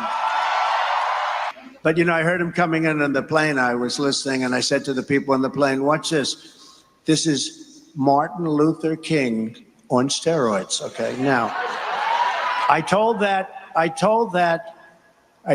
to Mark. I said, I think you're better than Martin Luther King. I think you are Martin Luther King times 2. Somebody told a lie one day. North Carolina Lieutenant Governor Mark Robinson has repeatedly mocked my father. But it's not the petty insults that bother me. It's his outright rejection of the civil rights movement my father and so many others lived and died for. Robinson called the Greensboro lunch counter protest a ridiculous premise and said so many freedoms were lost. As my father said, nothing is more dangerous than sincere ignorance and conscientious stupidity. Man, what is his obsession with Martin Luther King? Never see the picture of the crowd. The biggest crowd I've ever spoken. I've spoken to the biggest crowds. Nobody's spoken to crowds bigger than me. If you look at Martin Luther King, when he did his speech, his great speech, and you look at ours, same real estate, same everything, same number of people. If not, we had more. And they said he had 1 million people, but I had 25,000 people. But when you look at the exact same picture, and everything's the same because it was the fountains, the whole thing, all the way back to from Lincoln to Washington. And you look at it, and you look at the picture of his crowd, my crowd. We actually had more people. They said I had 25,000, and he had 1 million people. Somebody told a lie one day. I think that's it. Because MLK said somebody told a lie one day, and then Trump saw it as his own personal prophecy. Donald Trump took a break from taking a break to put on some pants and host a press conference slashed out public meltdown. It goes on. We have a lot to say about it. Here are some initial thoughts with more to come. He hasn't campaigned all week. He isn't going to a single swing state this week, but he sure is mad at Kamala Harris and Tim Walz that they're getting big crowds across the battlegrounds. The facts were hard to track and harder to find in Donald Trump's Mar-a-Lago meltdown this afternoon. He lied. He attacked the media. He made excuses for why he's off the campaign trail. We're here to help because his staff clearly isn't. But first, an important reminder on the question Donald didn't answer. How will he vote on the Florida abortion referendum? He's been ducking this question since April. We work to pin down reality so Donald Trump, bless his heart, doesn't have to. Here are the facts. Quote, we had 12,000 and 15,000 people in Wisconsin and Michigan yesterday, respectively, not 2,000. The ABC debate is September 10th, not the 25th. People have spoken to bigger crowds than Donald Trump, Obama, Clinton, literally anyone at Lollapalooza, Coachella, and the World Cup. January 6th was decidedly nothing like no one saw anything. No one saw anything. What if I told you that you can create amazing homemade herbal skincare that's all natural, affordable, chemical-free, and perfectly aligned with your skin's needs? Well, it's not just possible, it's healing and transformative. Hi, I'm Jasmine Butler, a seasoned herbalist who's journeyed across the... MLK's I Have a Dream. Hey, little something about your girl, right? The doll. The doll, when things are good, the doll likes to make her own little hair products. Girl, you should see my hair. My hair is like beautiful right now. And long and luxurious. It's pretty long right now. It's been growing out for a minute. And like silver tinsel like structures to it. The other day I was doing for like Black News. I was in the back of the camera. I was doing micro twists. Just boredom. I think I got it like 10 minutes, 20 minutes. And it was just, and I know that I just came out to separate it because the shit would just bond together with nothing. I didn't do it with anything. I didn't even watch it yet. It wasn't like a determined watch day. I don't have to just keep doing all that. I was just bored. I just got this motherfucking big ass motherfucking fan in his house. And I was standing there, my hair is just blowing in the wind. It's just great. So yeah, the girl liked to make her own little hair products. To grow it, but just to to grow it. I have naturally curly hair. It used to be a little bit smaller curls, more to the scalp, but now I stretch out a little bigger, you know. Yeah. I was like, man, I was makeup and then I use them in Jesse's hair too. That's when you know it's a good black product is if it takes substantially well to 4C. It's just build up now. It should be like 5-6C types, you know. But the more denser, the better, you know. You know that your product that you make for this mixed hair, like mine, with a different coil consistency. If the same product works well or even better in 4C, then you know I did a good job. Speech, and Trump did not get a bigger crowd than Martin Luther King Jr. on that historic day. There was famously not a peaceful transfer of power after the 2020 election, which Donald Trump fought to overturn famously. 5 police officers died because of January 6th. Donald Trump said he was off the trail this week because of the Democratic convention. The convention is not happening this week. Trump said they have commercials at a level no one else does. He's being drastically outspent on the airwaves. Governor Josh Shapiro is actually a great guy. Project 2025 author Tom Homan, the father of Trump's cruel child separation policy, is not a person to praise. Jewish people should not have their head examined for not supporting him. That's actually anti-Semitic. Trump said he's not complaining. He is, in fact, very much complaining. It goes on and on. It is the fact check America's been waiting for. Well, let's say you were running for president and you had an old friend, Mark Robinson. And that friend, in an election where you're trying to attract female voters, repeatedly disparaged women. This idiotic guy was on stage with Candace Owens a few days ago and asked her, what America are we going back to make America great again? The one where women couldn't vote or black people were swinging from trees? I would say to him if I was standing in front of him, I absolutely want to go back to the America where women couldn't vote.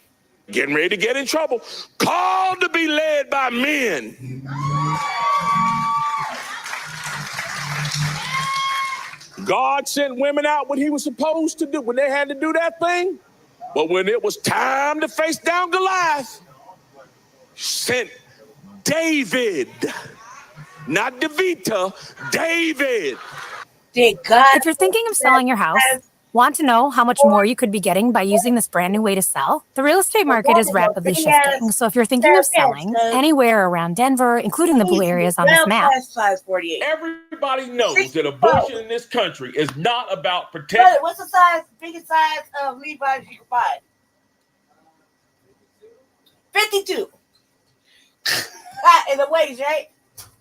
Those are 52 32s. That means wide in the waist and short in the limb.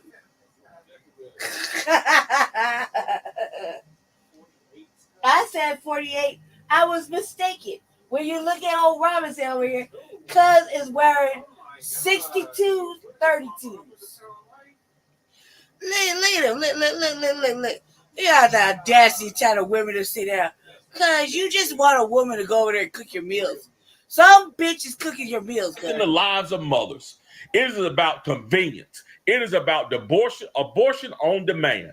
That is exactly what it's about. It's about killing a child because you weren't responsible enough to keep your skirt down. You know, I thought about this a lot, Jeff. And, you know, if I had all the power right now, let's say I was the governor, I had a willing legislature, we could pass a bill and say you can't have an abortion in North Carolina for any reason. Wait a minute. Play that first. No. This guy right here. I mean, you think like there is got to be a good ass reason to have an abortion, and not because you was fucking up and bitch pull off. Like you can't trust him to pull out. You working with magic. Pull off.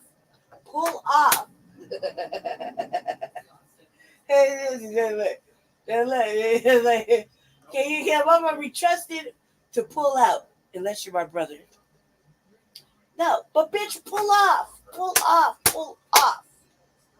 Jenny not even looking at me. I'm saying it. They're like, it's supposed to be funny. I'm trying to make him laugh, but he's just gonna laugh.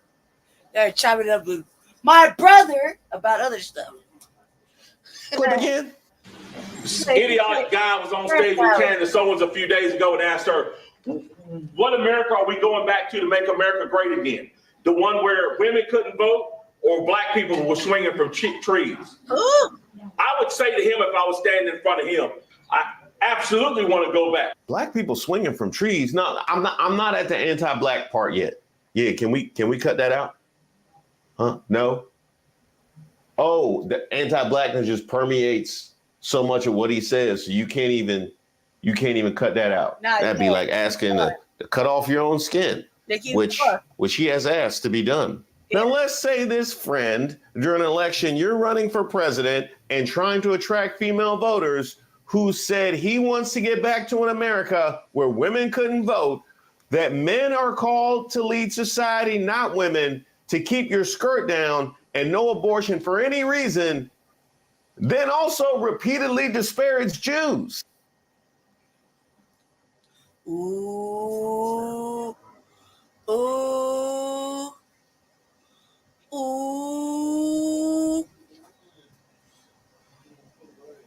I'm just laughing about that. Now, let's say this friend during an election in which you're trying to attract women, who said he wants to get back to an America where women couldn't vote, that we're called to be led by men and not women, to keep your skirt down and no abortion for any reason, and cast doubt on the Holocaust, also advocated for political violence. And the Some liberal somewhere is going to say that sounds awful. Woo. Too bad. Woo. Whoever seen this guy, look at that. Get mad at me if you want to. Some folks need killing. Now, what is this? Like, you've been working. It's time for somebody to say it. It's not a matter of vengeance. It's not a matter of being mean or spiteful. It's a matter of necessity. Now, let's say this friend who said he wants to get back to an America where women couldn't vote, that we're called to be led by men and not women, to keep their skirts down and no abortion for any reason, cast doubt on the Holocaust, and advocated for political violence, was also accused of fraud. know right now. Until they suddenly closed it in April, Mark Robinson and his wife Yolanda operated this business called Balanced Nutrition. What Balanced Nutrition did was administer funds from the federal government to childcare centers to pay for meals for low-income kids. Basically, Balanced Nutrition was a middleman. The centers would tell them how many meals they needed, they would claim those funds from the federal government and turn around and distribute them. But it turns out the Robinsons were skimming the numbers. They were claiming way more money for meals than they actually needed, claiming money for childcare centers they didn't even work with, and reporting hugely inflated administrative costs. Like Yolanda Robinson just doubled her own salary one year and billed the taxpayers for it. Remember, this is all taxpayer money. We need to be clear, these are not allegations or accusations. These are proven and documented in an official audit by the North Carolina State Department of Health and Human Services. And the scale of the Robinsons' fraud looks to be way larger than anyone thought. The North Carolina State Department of Health and Human Services did an audit of just 3 months of data of a random sample of just 10 of the Robinsons' clients, and they found $130,000 of fraudulent payments that the Robinsons claimed, and they've been ordered to pay it back. And that was just 10 clients. The Robinsons reported over 100 clients. And it's just from 3 months of data. Balanced Nutrition has been operating since 2015, so that time period is only 3% of the time they've been open. Now, if you're wondering what a full audit of the Robinsons business might look like, it's relevant to note that when the state health department announced their audit back in April, the Robinsons immediately closed Balanced Nutrition, stonewalled the department, and lawyered up. We could easily be talking about millions of dollars stolen. We just don't know yet. These guys are scamming a taxpayer-funded program to provide food for low-income children. State investigators also found a bunch of other stuff that was really bad, like Mark and Yolanda put a bunch of random family members on the payroll, which you're not supposed to do. So Mark and Yolanda Robinson are in serious legal trouble here. Embezzling money from the federal government is a real crime that people go to prison for. They might be hoping for a Trump win just so they can stay out of prison. The good news for the Robinsons is that voters and the news media are so hyper-focused on presidential level drama right now that, incredibly, this is not front page news yet. Now look, whether you lean liberal, conservative, moderate, nothing at all, most reasonable people can agree that you shouldn't have people like this in political office. Scammers like the Robinsons are why we can't have nice things. We're going to wait and see what happens next, but these guys absolutely deserve what's coming to them. Now, let's say this friend who said he wanted to get back to America where women couldn't vote, that were called to be led by men and not women, to keep their skirts down, no abortion for any reason, cast doubt on the Holocaust, advocated for political violence, and was accused of fraud, was only doing all that in his free time from disparaging black people. Are you looking for an easy way to view and manage your mail and packages from anywhere, 24/7? Well, I'm wore out, I'm tired. But here it is. Whenever I think about being wore out, being tired, you know, somebody will get this on their phone and probably end up on Facebook. But I ain't no little weak gymnast. Quit with going to get stuff. My generation is cut from a different cloth. Now, I don't quit when it's going to get stuck. Been plenty of times when I've been in the car, tired, dog tired. When I'm turning around to go back home. You see, I'm not doing this for myself. I'm not like somebody out there flipping around on TV on some monkey bars out there trying to get a gold medal for myself. Wait a minute, I know I didn't hear that right. I didn't hear that right. No, that could. Did he just disparage Simone Biles? He can't turn over in bed. He talking about the greatest gymnast of all time? This is a man who once called the civil rights movement a communist plot to subvert capitalism, and that so many freedoms were lost during the civil rights movement. He doesn't call himself an African American because Africans were primarily responsible for the slave trade. No, you don't call yourself that because we waived you in the racial draft. Robinson wrote that a satanic Marxist had made the movie Black Panther based on a comic book hero created by an agnostic Jew to pull shekels out of black people's pockets. Attack on politicians? Check. Robinson has repeatedly referred to Michelle Obama as a man, claiming she speaks ghetto, and you know how that goes over when black people call other black people ghetto in front of white people. Oh, Candace Owens was proud of that one. Yeah, her edges bowed.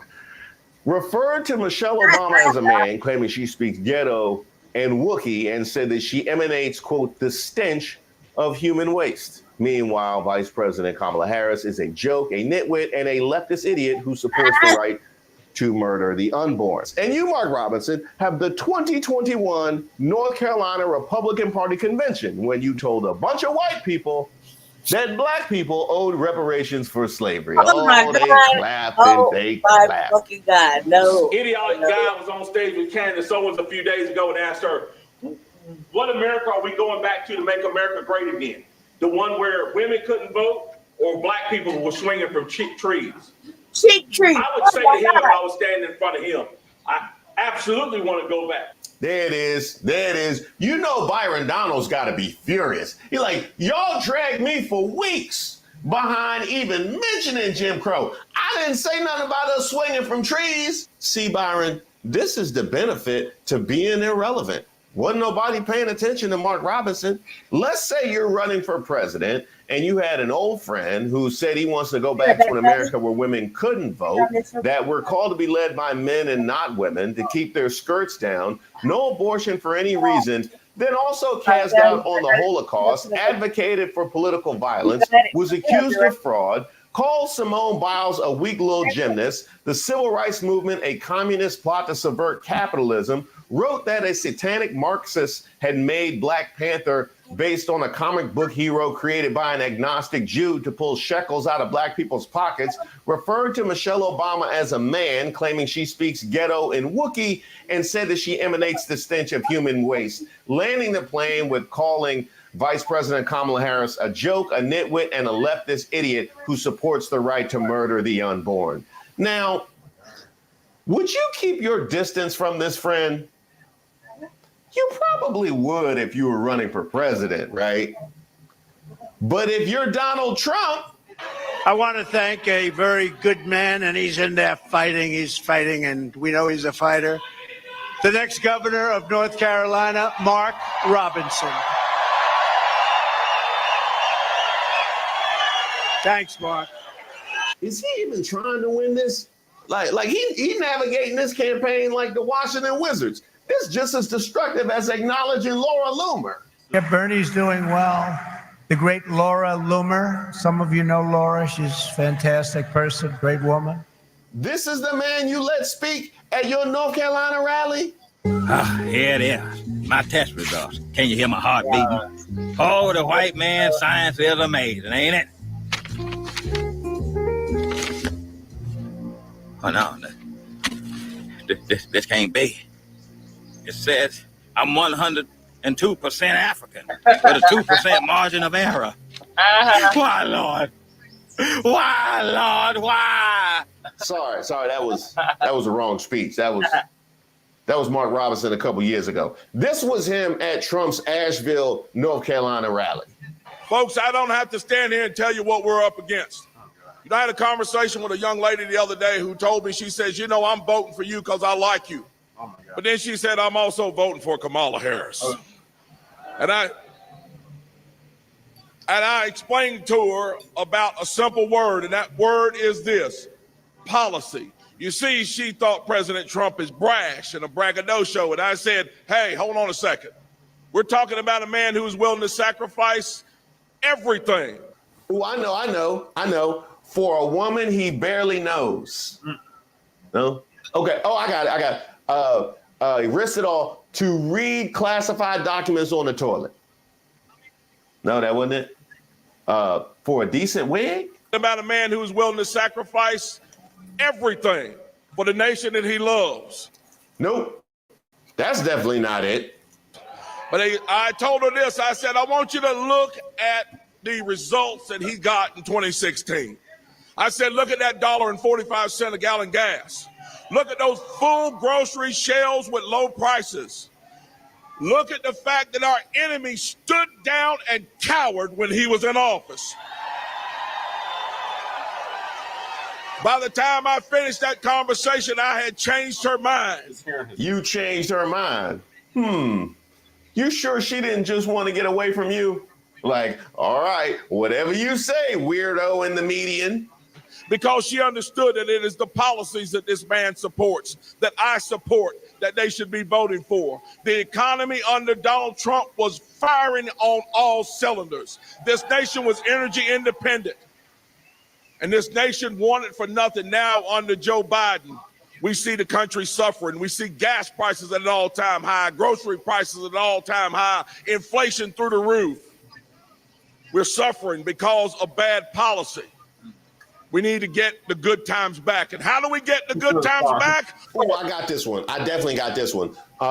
Take away women's right to vote. We re-elect President Donald Trump. Well, same difference still, despite all of this. Wanting to go back to an America where women couldn't vote, where we were swinging from trees. Society called to be led by men, not women. Keep your skirt down. No abortion for any reason. Cast doubt on the Holocaust.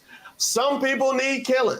Accused of fraud. Call Simone Biles a weak little gymnast, the civil rights movement, a communist plot to subvert capitalism, and wrote that a satanic Marxist had made the movie Black Panther based on a comic book hero created by an agnostic Jew to pull shekels out of black people's pockets. Called Michelle Obama a man, claiming she speaks ghetto and Wookiee, and she emanates the stench of human waste, and that Kamala Harris is a joke, a nitwit, and a leftist idiot. Despite all of that, I am Mark Robinson. I am the first black lieutenant governor of North Carolina. And come November, I plan on being the first black governor of North Carolina. And that is why I'm troubled. Sincere thanks to everybody who's reached out to me and submitted suggestions for videos. Keep them coming. I take submissions for ideas for a video, suggestions for Racist of the Week. If you have something that just troubles you, or you just want to send me a note, because I love getting those notes, go ahead and shoot me an email at reese@reesewaters.com. I also have a newsletter that I send out periodically, so you'll be receiving that as well. You can also sign up on my website, reesewaters.com. All right, so the next one's about Curry and Marlene Black Harris.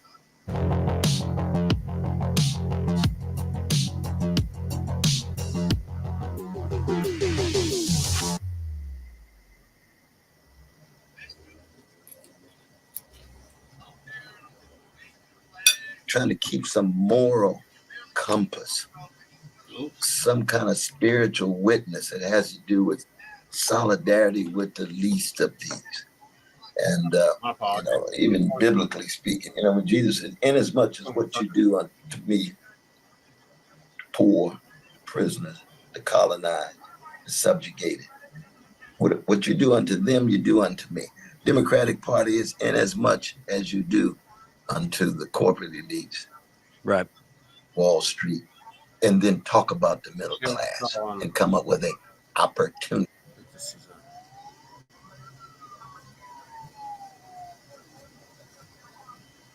With flattery and favors, they know Trump. My friend Kamala is coming up on one of the last major fundraising deadlines before election day. Friend, So when I say this is down about you or her, old Sambo. Of the United States of America. Kamala Harris will never be my president. Simply put, they are out of their minds.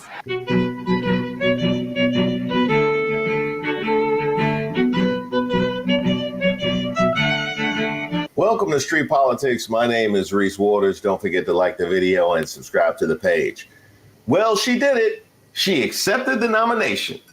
And so, on behalf of the people, on behalf of every American, regardless of party, race, gender, or the language your grandmother speaks, on behalf of my mother and everyone who has ever set out on their own unlikely journey, on behalf of Americans like the people I grew up with, people who work hard, chase their dreams, and look out for one another, on behalf of everyone whose story could only be written in the greatest nation on earth, I accept your nomination to be President of the United States of America.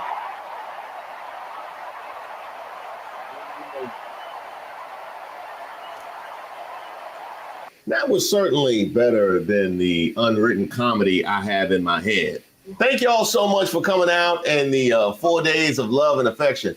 I do not accept the nomination. However, I would like to promote my new line from Fashion Nova. I'll take this one because we cannot have Trump back. Donald Trump is like an old boyfriend who you broke up with, but he just won't go away. He has spent the last 4 years spinning the block, trying to get back into a relationship with the American people. Bro, we broke up with you for a reason. Yo, my man Hakeem killed it. I got a whole video all about he and AOC. The link will be in the description. But back to Kamala. I believe America cannot truly be prosperous unless Americans are fully able to make their own decisions about their own lives, especially on matters of heart and home. But tonight, in America, too many women are not able to make those decisions. And let's be clear about how we got here. Donald Trump handpicked members of the United States Supreme Court to take away reproductive freedom. I'm back, Mary. And now he brags about it. I'm back. In his words, quote, "I did it and I'm proud to have done it," end quote. Well, I'll tell you, over the past 2 years, I've traveled across our country, and women have told me their stories. Husbands and fathers have shared theirs. Stories of women miscarrying in a parking lot, developing sepsis, losing the ability to ever again have children, all because doctors are afraid they may go to jail for caring for their patients. Couples just trying to grow their family, cut off in the middle of IVF treatments. Children who have survived sexual assault, potentially being forced to carry a pregnancy to term. This is what's happening in our country because of Donald Trump. And understand, he is not done. As a part of his agenda, he and his allies would limit access to birth control, ban medication abortion, and enact a nationwide abortion ban with or without Congress. And get this, he plans to create a national anti-abortion coordinator and force states to report on women's miscarriages and abortions. Simply put, they are out of their minds. So I'm going to therapy. When I found out about BetterHelp, I was so stoked because I was finally going to be able to find a therapist that understood me. Growing up in an immigrant household was rough. I remember since a child that having any sort of emotion, whether it was depressed or anxious or anything, it was looked down upon. And if we were feeling any of those things, it was just ignore it, suck it up, keep on pushing through, you're going to be okay. And now as an adult, I realize how bad that is and how important it is to take care of ourselves mentally. All I had to do was just sign up, fill out a questionnaire, and answer questions about the severity of my symptoms. I can't speak for Indian households, but I've certainly heard that said in that tone many times in the Black household. Simply put, they are out of their minds.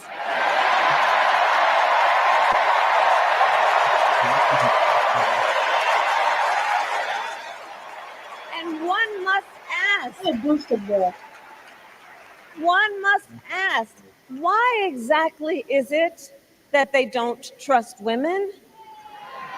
Well, we trust women. We trust women. And when Congress passes a bill to restore reproductive freedom, as President of the United States, I will proudly sign it into law. Oh, I can tell you why they don't trust women. Because they can't be trusted. That is simple. That is simple projection 101. You know that one partner in a relationship who just swears the other person is cheating, only to find out later just a litany of indiscretions in their phone and an Ashley Madison account. Now, I can tell you why they don't trust women. Because they can't be trusted. And we know what a second Trump term would look like. It's all laid out in Project 2025, written by his closest advisors. And its sum total is to pull our country back to the past. But America, we are not going back. We are not going back. We are not going back. We are not going back to when Donald Trump tried to cut Social Security and Medicare. We are not going back to when he tried to get rid of the Affordable Care Act, when insurance companies could deny people with pre-existing conditions. We are not going to let him eliminate the Department of Education that funds our public schools. We are not going to let him end programs like Head Start that provide preschool and childcare for our children. America, we are not going back.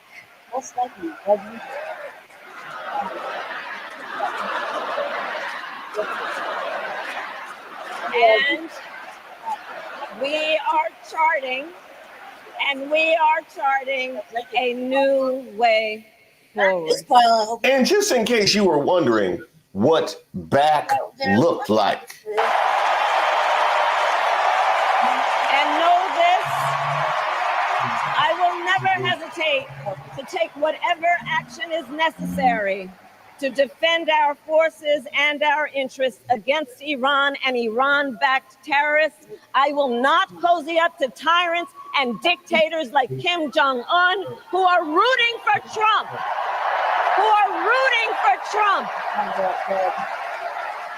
Because, you know, they know he is easy to manipulate with flattery and favors.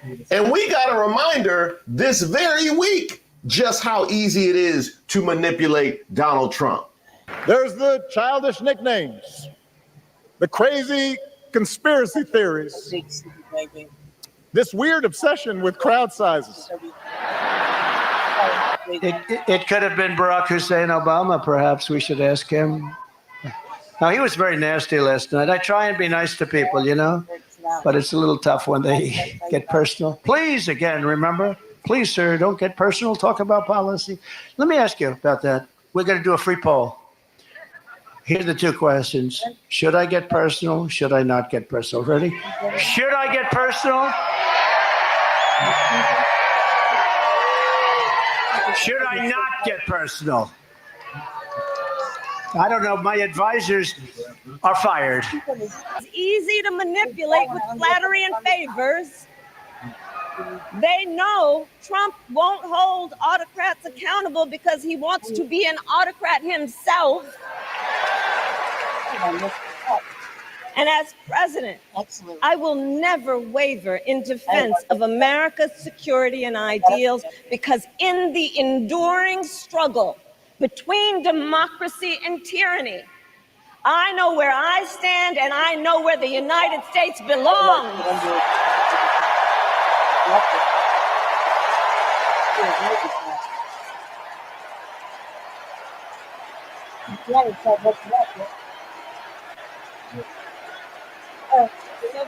I don't get you. Yeah, I didn't mess up yet.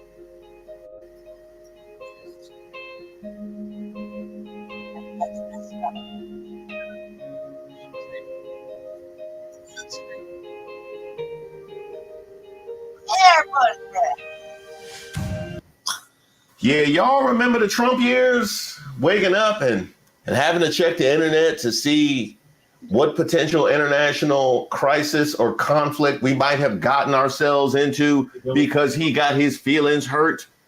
All of the stress and strain that comes with an unrestrained child having access to all the codes and all the buttons. Now think about that, except without having to be reelected. Fellow Americans, this election is not only the most important of our lives, it is one of the most important in the life of our nation. In many ways, Donald Trump is an unserious man. But the consequences of putting Donald Trump back in the White House are extremely serious. Consider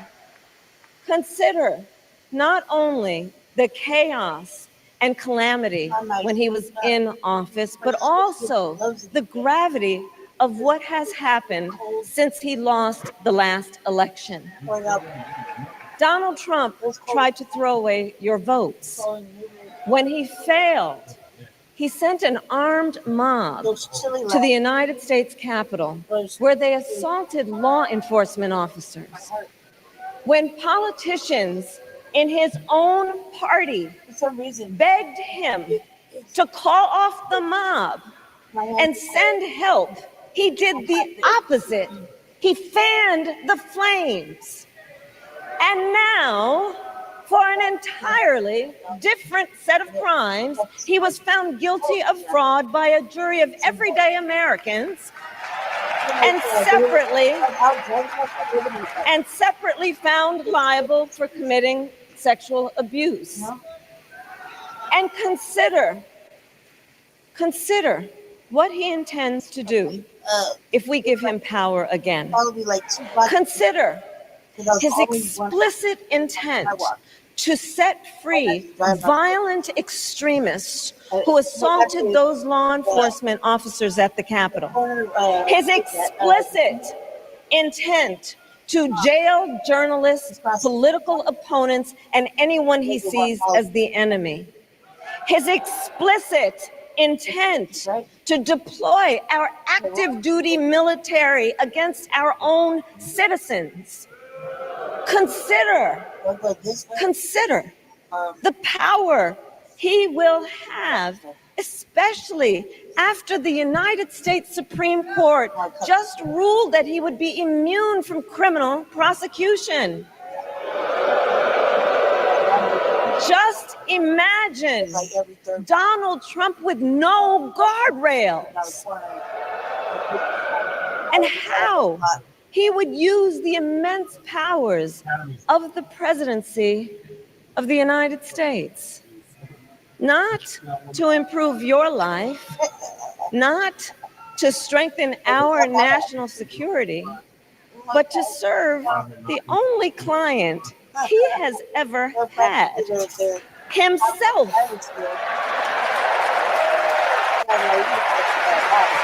I'm old enough to remember when a candidate didn't need to assert their support of the peaceful transfer of power. Now it's partisan. Thanks, MAGA. My favorite. With this election,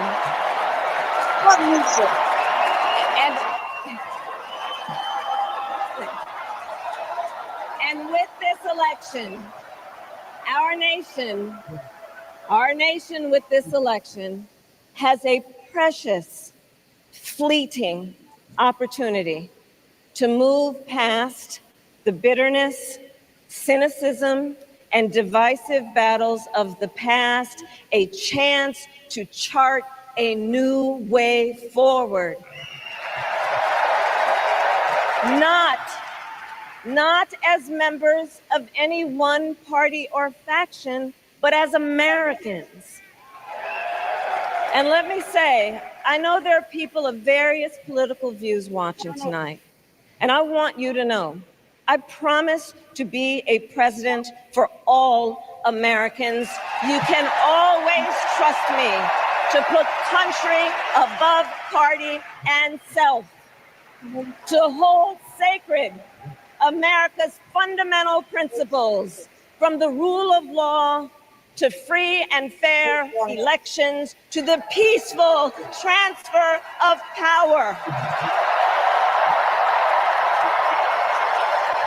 Now, this was a theme of the entire week, this message of uniting America and juxtaposing the vibe of this campaign and this party with the anger and grievance on the right. Pete Buttigieg talked about this as well. Yes, politics at its worst can be ugly, crushing, demeaning, but it doesn't have to be.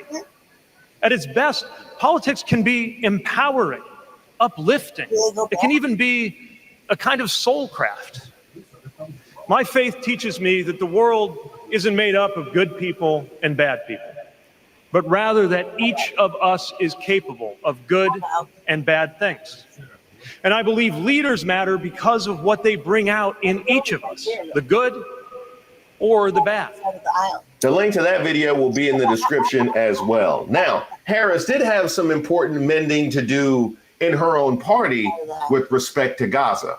President Biden and I are working around the clock because now is the time to get a hostage deal and a ceasefire deal done.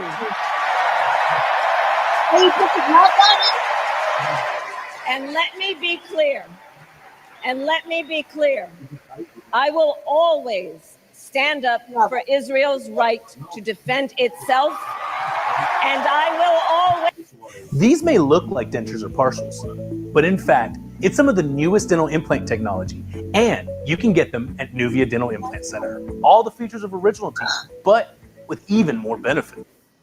Ensure Israel has the ability to defend itself, because the people of Israel must never again face the horror that a terrorist organization called Hamas caused on October 7, including unspeakable sexual violence and the massacre of young people at a music festival. What about the price? At the same time, what has happened in Gaza over the past 10 months is devastating. So many innocent lives lost. Desperate, hungry people fleeing for safety over and over again. The scale of suffering is heartbreaking. President Biden and I are working to end this war such that Israel is secure, the hostages are released, the suffering in Gaza ends, and the Palestinian people can realize their right to dignity, security, freedom, and self-determination.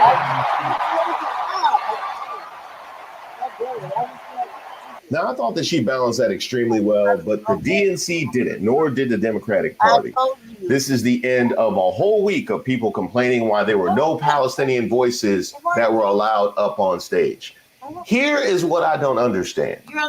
How is it that as a party, you are going to deal with allegations of anti-Semitism coming from the right at the same time as you have people demonstrating your convention all week asserting that you are engaging and supporting a genocide? How do you do both? How do you do both? Democrats, pick a struggle. It's time to pick a struggle. Either decide that you are going to side with affirming the humanity of Palestinians and deal with the blowback coming from the right, which, by the way, won't last all that long once all the Zionists realize just how shallow the love for Jews runs in deep red MAGA country. Or you decide that you're going to go hard body in with Israel and Netanyahu, cut off that stream of criticism you have coming from the right, but that leaves the people that are protesting and the people that are here for Palestinian lives with a very tough choice, considering just how in with Netanyahu and the Zionists Donald Trump has been. You have to give them that choice if that's who they want to elect. But either way, pick a struggle. All right, it's time to land this plane. So let's get out there. Let's fight for it. Let's get out there. Let's vote for it. And together, let us write the next great chapter in the most extraordinary story ever told. Thank you. God bless you, and may God bless the United States of America. Thank you all. Now, technically, the most extraordinary story ever told was the legend of Bagger Vance, but this one is pretty good too. Now, as for Donald Trump, Simply put, they are out of their minds. just how much have they lost their minds? Well, this was Trump tweeting all throughout Kamala Harris's speech. It is a whole thing of cinnamon. That's how they use it to, take the bad juju out the house too. So you want fresh sauce No. or do you want bars? Just forget it. Everything's a question. You fucking got pushback. I just was asking. Got to make sure you get those political points from all those head coaches that have grievance with the assistant coach taking all the credit. And by the way, these were how well his people were taking the DNC. Survivors of crime. No to way. remind them, no one should be able to fight alone. Camilla Harris will never be my president.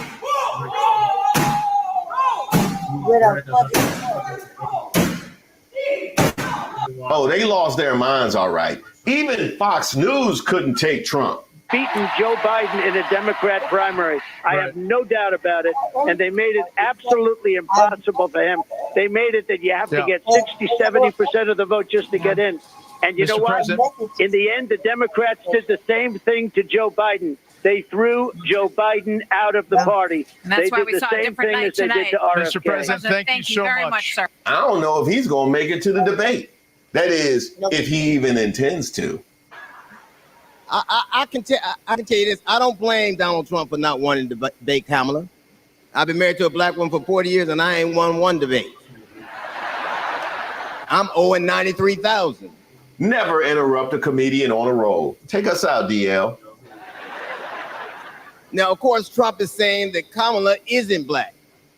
I guarantee you this, Kamala's been black a lot longer than Trump's been a Republican.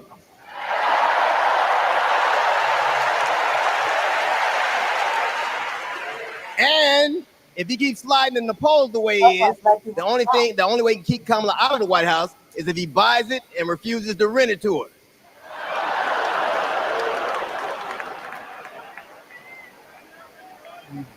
Of course, Kamala's getting broad support. They got black men for Kamala, white men for Kamala, Latinos and Asians for Kamala. They even have Republicans for Kamala. Republicans for Kamala. I guess Donald Trump will finally know what it's like when you get left for a younger woman. Sincere thanks to everybody who's reached out to me and submitted suggestions for videos. Keep them coming. I take submissions for ideas for a video, suggestions for Racist of the Week. If you have something that just troubles you, or you just want to send me a note, because I love getting those notes, go ahead and shoot me an email at reese@reesewaters.com. I also have a newsletter that I send out periodically, so you'll be receiving that as well. You can also sign up on my website, reesewaters.com.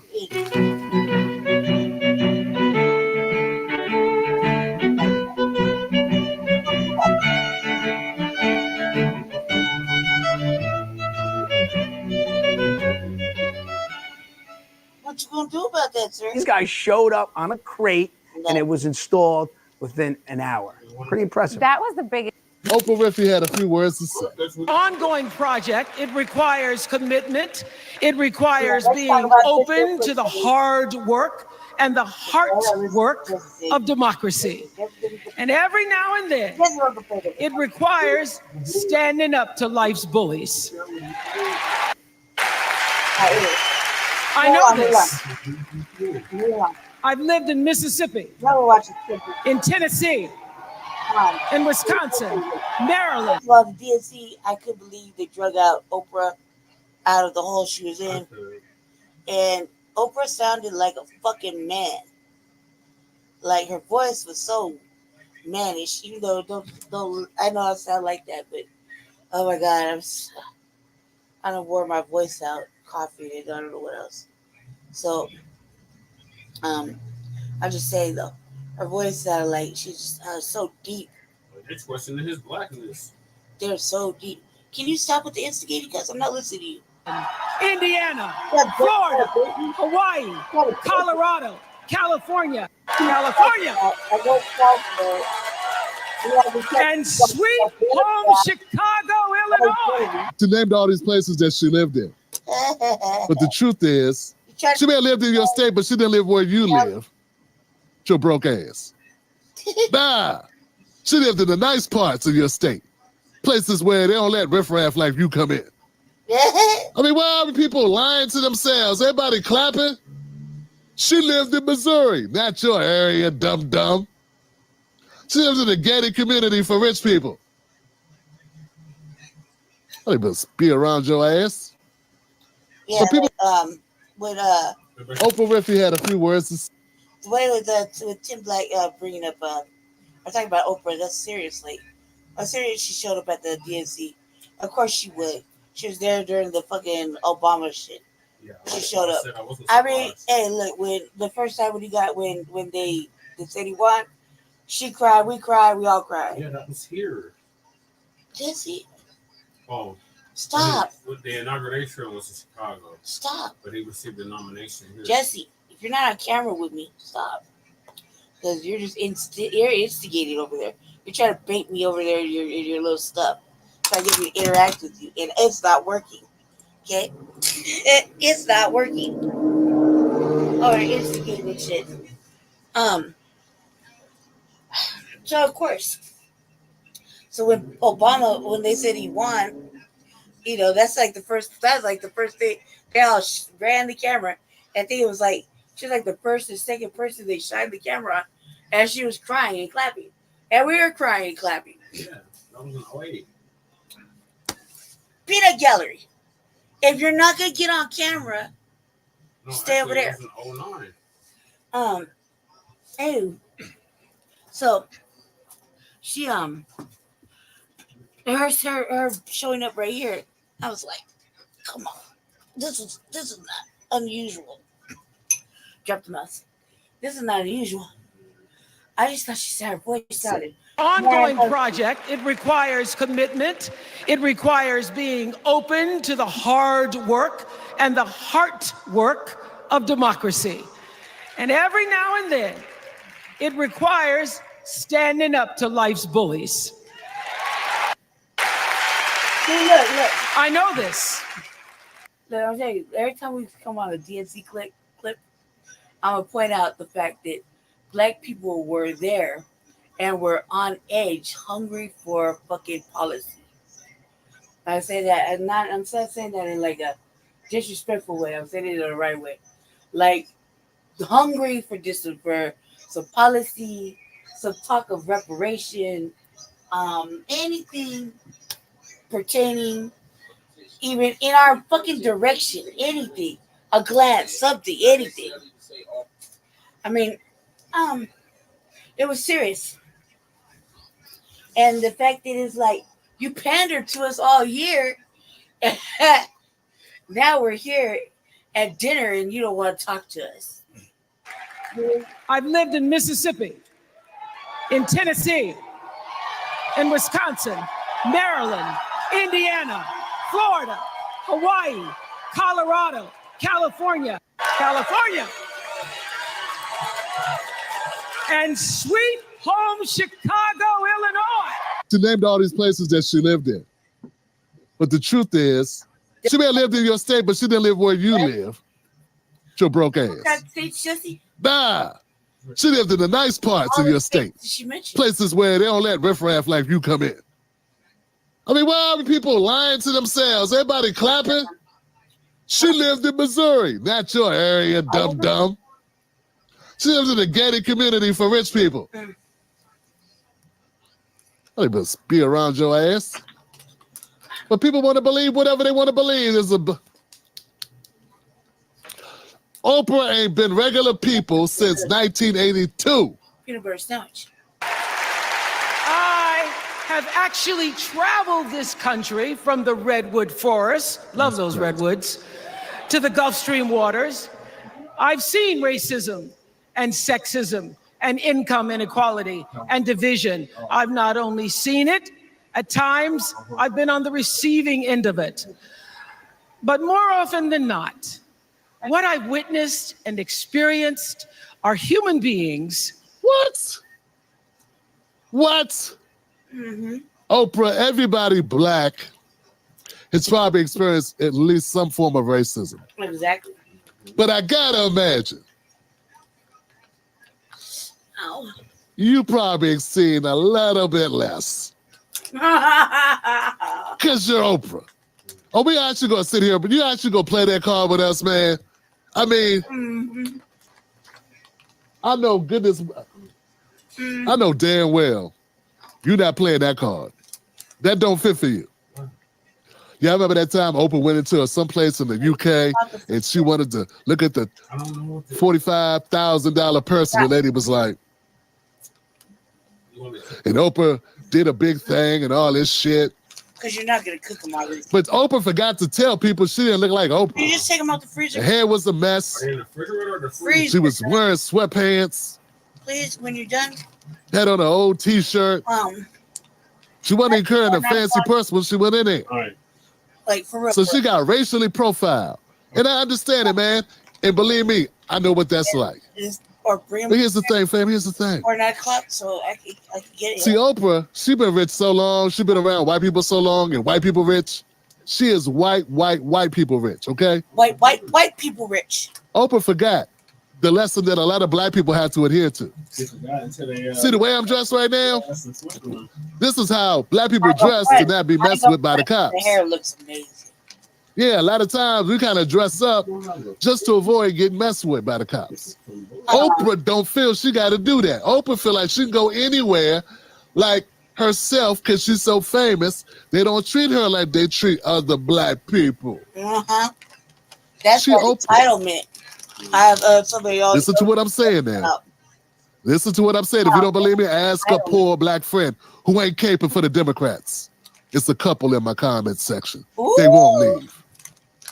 I think they work for the DNC.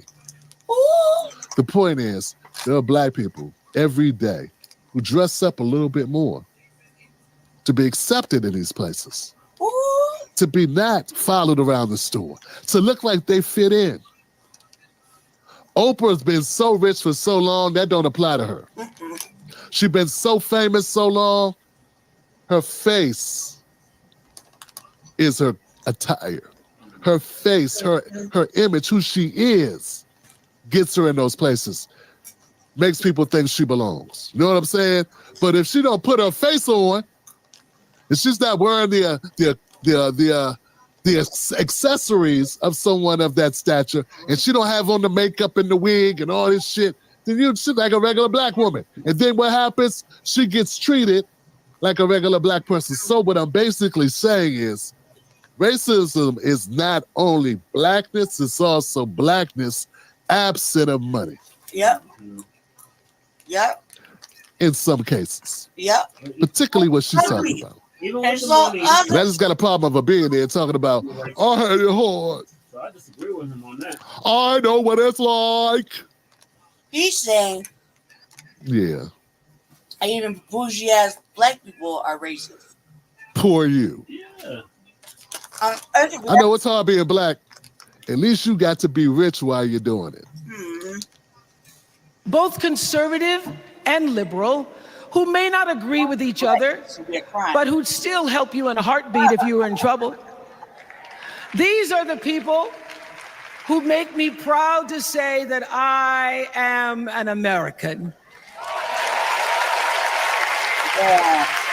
My friend Kamala is coming up on one of the last major fundraising deadlines before Election Day. So when I say that your donation will go a long way, I really mean it. In a race this big, with stakes this high, your donation can make all the difference. Because even if you're just chipping in a few bucks, Americans across the country are too. That's how we'll win this thing. Together. They are the best of America. And despite what some would have you think, we are not so different from our neighbors. When a house is on fire, we don't ask about the homeowner's race or religion. What? We don't wonder. Now we asked if they the ones who's playing music loud out here, waking up everybody. We asked was they the ones who ran over the bushes that time. Are they the ones that have a bunch of people coming in and out all times and hours of the day?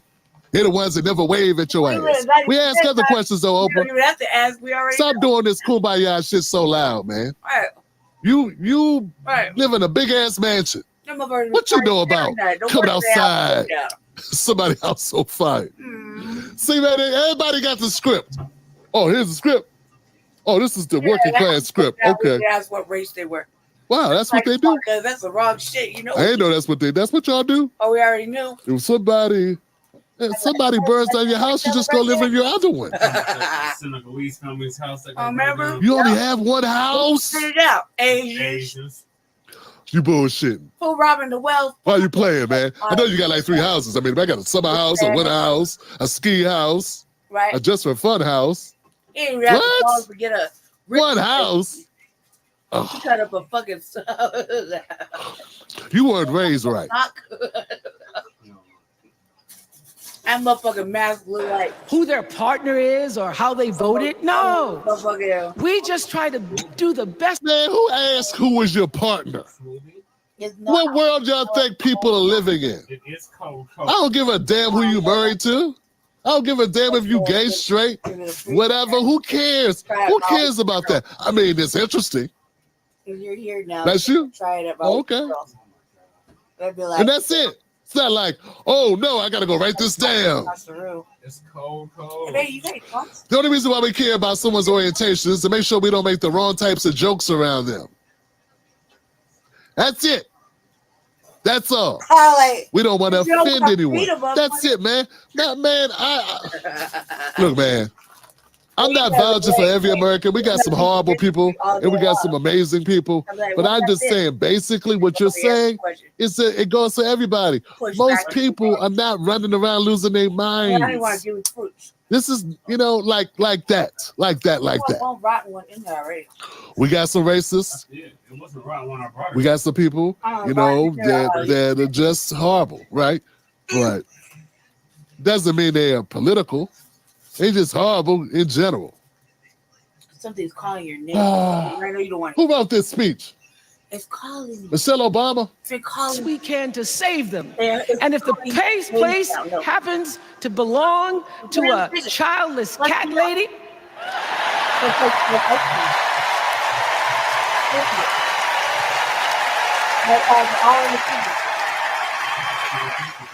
well, of desperation and shame and stone cold fear, they are the new freedom fighters. And make no mistake, they are the best of America.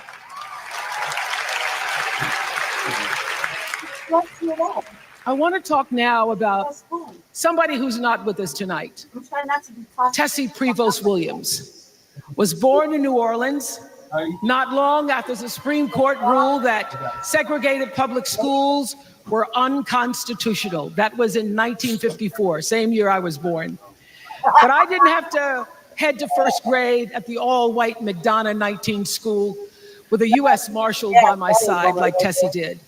And when I got to school... I guess this is a speech you couldn't give with Biden being on the top of the ticket. Peanut butter and honey. Yeah, I don't think Oprah wanted to get his speech with Biden. No sugar. The segregationist. Sugar, no Kool-Aid. Been a little bit awkward. I tell you, man, the Democrats ain't nothing. They up there praising them as St. Joe. St. Joe. Now she's gonna do a whole bit about how segregation was wrong. Yeah, it was so wrong. You just got through kissing the guy's ass who enforced it. Mm-hmm. And you had no problem. And Kamala just served 3.5 years, coming up to 4, as his right-hand woman. Yep. Yeah, I know. Ethics, right? Who needs ethics, man? Bump ethics. Threw all that shit out the window. This shit's crazy, man. I don't know. Let her finish up. She might say something that gives me a chance to talk some more. Morally bankrupt. At Vistaprint, we print everything to show off your brand. So you can print it like Simon's Restaurant and outfit your whole team. Or you can print it like Vegan Cafe Jaja and give... It's stupid. Like Tim Black, tell us more. How this child grew up to become the 47th president of the United States. That is the best of America. What's up? Okay. I don't know if anybody's paying attention, but it was me to say, hasn't anybody noticed this Indian wave happening over this year? Nimrata, Vivek, Kamala. Only thing I learned the last fucking month is how to say this brother's name right. And? Oh, you sleepy? Yes. Am I loud?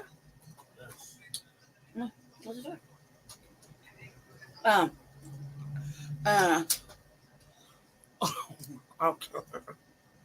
Mom. Baby orange killing him. Nimrata, Vivek, Kamala, motherfucking old JD Vance and his wife. You know what I mean? Pushing a little wave. But riddle me this. You had two Indian types running for president on the Republican side. Was that not odd? Then they drop out and endorse Trump. Trump get a vice president with an Indian wife. Right? Oh, Biden had the Indian vice president, and slash, black on the days off. The whole time. Riddle me this. Perhaps, was it not the real agenda to put one of them in office as president? Now look,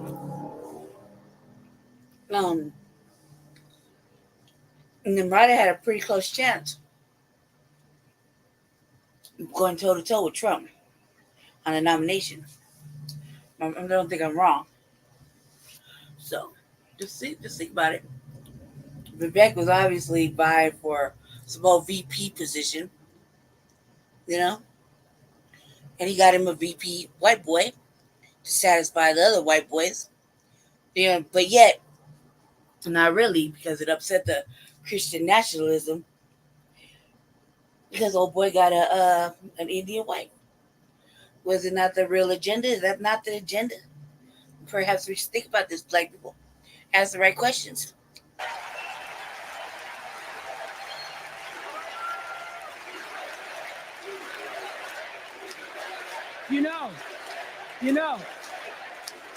Let me tell you this. This election isn't about us and them. It's about you and me and what we want our futures to look like. There are choices to be made when we cast our ballot. Now, there's a certain candidate that says if we just go to the polls this one time, that we'll never have to do it again. Well, you know what? You're looking at a registered independent. So you don't get to say that if you're not critical of Democrats. When was the last time Oprah Winfrey was critical of a Democrat? I'm an independent. That's why I'm roasting the DNC convention. Mm-hmm. You are participating in it. Right. That's see the difference? Yeah. That's too to vote again and again. You know this is true. Oh, I get it now. You know I'm telling you the truth. That values and character matter most of all. It does? I thought policy and agenda mattered more. All right, that's right. Because I don't care why you do what you do. I just care what you end up doing. That's right. That's right, Tim. Keep it on. Right? Yep. And I got to believe that you're going to do it, so that's when the trust comes in. Mm-hmm. There's been nothing about Kamala Harris that will make me believe that she is as progressive as y'all try to make her out to be. Correct. You know what, Oprah? I don't think you much care how progressive she is. Nope. I think you just wanted to win because she's a woman. I think they just Nothing wrong with that. Get up there. It'd be nice if you came out and said that. That'd be a rip. But then your speech would be a little bit shorter. How long has she been talking? Damn. Let's get her a chance to wrap it up. Come on, Oprah. That's the best of America. And let us choose inclusion over retribution. Let us choose common sense. Inclusion over retribution. You mean like prosecution? You mean like constant prosecution? Oprah, seriously, I want to know. I want to see your books. I want to see if you paid something for Harpo that you should have put in the other column. Mm-hmm. Like ever. Ever. Y'all some wild people, man. I'm going to keep it moving, man. Oprah Winfrey, there was nothing. It was very interesting to have Oprah Winfrey there speaking. And, you know, I guess it was effective for some. I found her ineffective for me, but it ain't for me. It's for the Democratic Party. And the Democrats, they love black women except Stacey Abrams.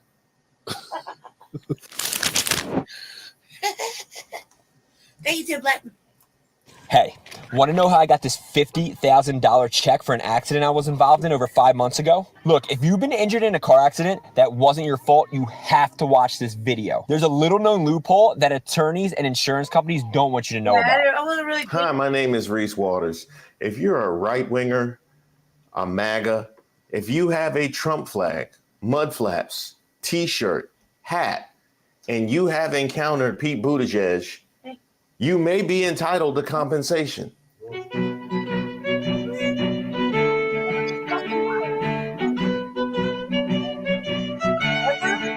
Hi, welcome to Street Politics. My name is Reese Waters. Don't forget to like the video and subscribe to the page. It is time that we as a family talked about Pete Buttigieg. Whether we're talking about choice and her stance on defending a woman's right to choose versus Donald Trump, who eliminated a right to choose in this country. Well, he sent it back to the states, to be fair. Let's be very clear. He is proud of the fact that he demolished the national right to choose in this country, period. But there are states that are figuring this out. I mean, there are some that are, I mean, it's nearly impossible, a 6-week ban or less. But there are others, there are states in this country that allow no restrictions up until the due date of a child. There was a national right to choose in this country, law of the land, for 50 years, which the vast majority of Americans believe was the right thing to do. But Donald Trump made a promise when he was a candidate, one of the few promises he actually kept, by the way. You know, he didn't keep his promise of 6% economic growth. He didn't keep his promise to drain the swamp. He did have a pandemic to deal with. But even before the pandemic, America went into a manufacturing recession, which really hurt places like where I come from in the industrial Midwest. But anyway, my point is, he broke his promise for that kind of economic growth. He broke his promise to pass an infrastructure bill, right? He said he would do that. He failed to do it. The Biden-Harris administration got it done. He even broke his promise to that January 6th mob when he said, I will be at your side when you march down to the Capitol. But he actually did keep 2 promises. He kept his promise to destroy the right to choose in this country. And he kept his promise on tax cuts for the rich. And if you want to know what a second Trump term would be like, I would start by looking at those rare promises that he actually managed to keep. He did say that he wanted to get rid of Roe v. Wade, but again, send it to the states where they are hashing this out and have very different women's access to abortion. And also, as you know, the Republican Party continues to be interested in a national abortion ban. Which he's disavowed completely. Yeah, he's disavowed a lot of things. I don't believe him. You think he lies all the time. You think that his pledge that he would not pass a national ban is one that it's one that's going to go down with most of the promises that he's made and broken. That man is a savage. He is the Democrats' version of Debo. You just send him in there when somebody need their head cracked. Right. If I'm hosting a show and I see Pete Buttigieg listed on the guest list, I'm gonna go ahead and send out my resume. It's time to get on Indeed. That man is dangerous. Your husband tweeted after Justice Brett Kavanaugh left a Washington restaurant due to protesters. The tweet reads, sounds like he just wanted some privacy to make his own dining decisions. Is that appropriate, sir? Look, when public officials go into public life, we should expect two things. One, you should always be free from violence, harassment, and intimidation. And two, you're never going to be free from criticism or peaceful protest, people exercising their First Amendment rights. And that's what happened in this case. Remember, the justice never even came into contact with these protesters, reportedly didn't see or hear them. And these protesters are upset because a right, an important right, that the majority of Americans support, was taken away. Not only the right to choose, by the way, but this justice was part of the process of stripping away the right to privacy. As long as I've been alive, settled case law in the United States has been that the Constitution protected a right to privacy, and that has now been thrown out the window by justices, including Justice Kavanaugh, who, as I recall, swore up and down in front of God and everyone, including the United States Congress, that they were going to leave settled case law alone. So yes, people are upset. They're going to exercise their First Amendment rights. And as long as that's peaceful, that's protected. Compare that, for example, to the reality that as a country right now, we're reckoning with the fact that a mob summoned by the former president let me follow up, Mr. Secretary. The United States Capitol for the purpose of overthrowing the election and very nearly succeeded in preventing peaceful transfer of power. I think common sense can tell the difference. But as a high-profile public figure, sir, are you comfortable with protesters? Oh my God. Oh my God, oh my God, Cancel. Protesting when you and your husband go to dinner at a restaurant. Protesting peacefully outside in a public space? Sure. Look, I can't even tell you the number of spaces, venues, and scenarios where I've been protested. And the bottom line is this. Any public figure should always be free from violence, intimidation, and harassment, but should never be free from criticism or people exercising their First Amendment rights. So naturally, you knew he was going to bring it at the DNC. Pete Buttigieg.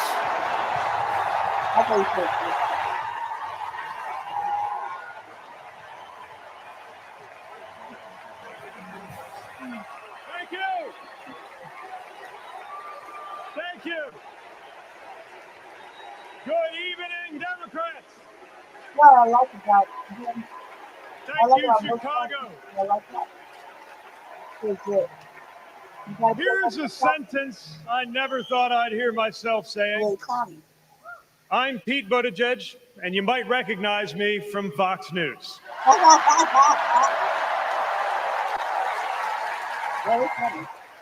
He be walking onto Fox News like Omar from The Wire. Hey, Laura Ingraham. Hey, Pete, Mayor Pete coming. Mayor Pete coming. That man got the whole roster's heads on his wall. You know, just like Rupert Murdoch. I believe in going anywhere, in service of a good cause. And friends, we gather in a very good cause, electing Kamala Harris and Tim Walz, the next president and vice president of the United States. The choice could not be clearer. Donald Trump rants about law and order, as if he wasn't a convicted criminal running against a prosecutor. As if we were going to forget that crime was higher on his watch. Talks about the forgotten man, hoping we'll forget that the only economic promise that he actually kept was to cut taxes for the rich. And don't even get me started on his new running mate. Let him fight.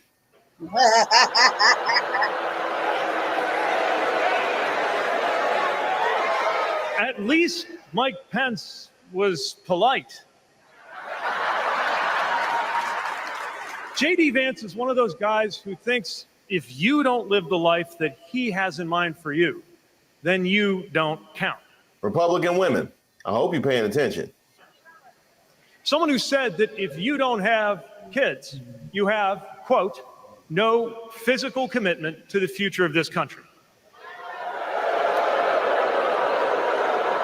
You know, Senator, when I deployed to Afghanistan, I didn't have kids then. Many of the men and women who went outside the wire with me didn't have kids either. But let me tell you, our commitment to the future of this country was pretty damn physical.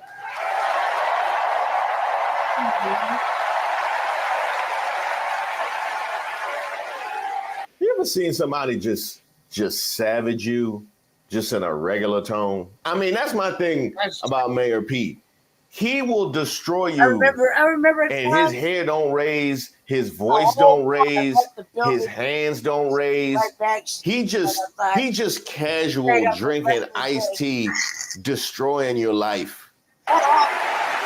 Choosing a guy like J.D. Vance to be America's next vice president sends a message. And the message is that they are doubling down on negativity and grievance. Committing to a concept of campaigning best summed up in one word: darkness. You remember? Darkness is what they are selling. The thing is, I just don't believe that America today is in the market for darkness. Talking to you, Will. I believe America is ready for a better kind of politics. Yes, politics at its worst can be ugly, crushing, demeaning, but it doesn't have to be.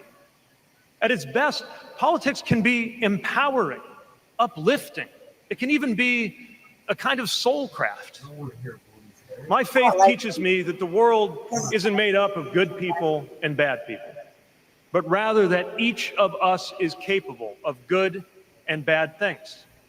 And I believe leaders matter because of what they bring out in each of us, the good or the bad. Right now, the other side is appealing to what is smallest within you. They're telling you that greatness comes from going back to the past. They're telling you that anyone different from you is a threat. They're telling you that your neighbor or nephew or daughter who disagrees with you politically isn't just wrong, but is now the enemy. I believe in a better politics, one that finds us at our most decent and open and brave. The kind of politics that Kamala Harris and Tim Walz are offering. And as you have felt these many days, that kind of politics also just feels better to be part of. There is joy in it, as well as power. And they know it too. That's why they love to attack the joy. Take care of it. Because they ain't got it. I got to go. And if all of that sounds naive, let me insist that I have come to this view not by way of idealism, but by way of experience. Not just the experience of my unlikely career. Someone like me serving in Indiana, serving in Washington, serving in uniform. I'm thinking of something much more basic. I'm thinking of dinner time at our house in Michigan. When the What? It's a slogan. What slogan? For campaign. Oh, I gotta look it up. I can't think of it right now. Oh, hey, put myself up here better. Just pass it over. Just slide it over. I'll take care of it. This gets me all kinds of memberships.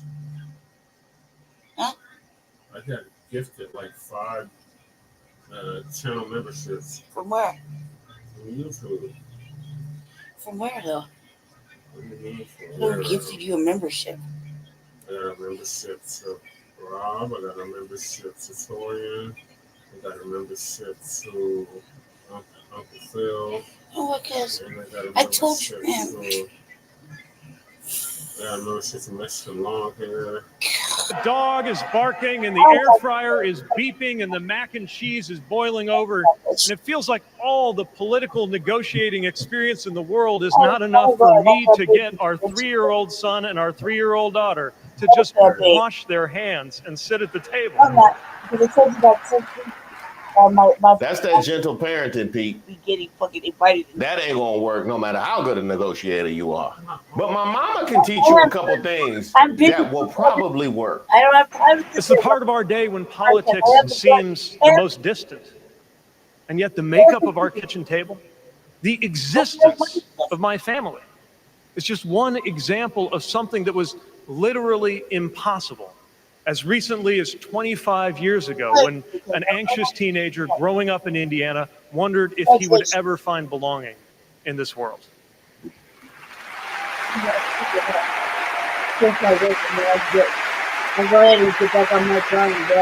This kind of life went from impossible to possible, from possible to real, from real to almost ordinary in less than half a lifetime. But that didn't just happen. It was brought about through idealism and courage, through organizing and persuasion and storytelling, and yes, through politics, the right kind of politics. The kind of politics that can make an impossible dream into an everyday reality.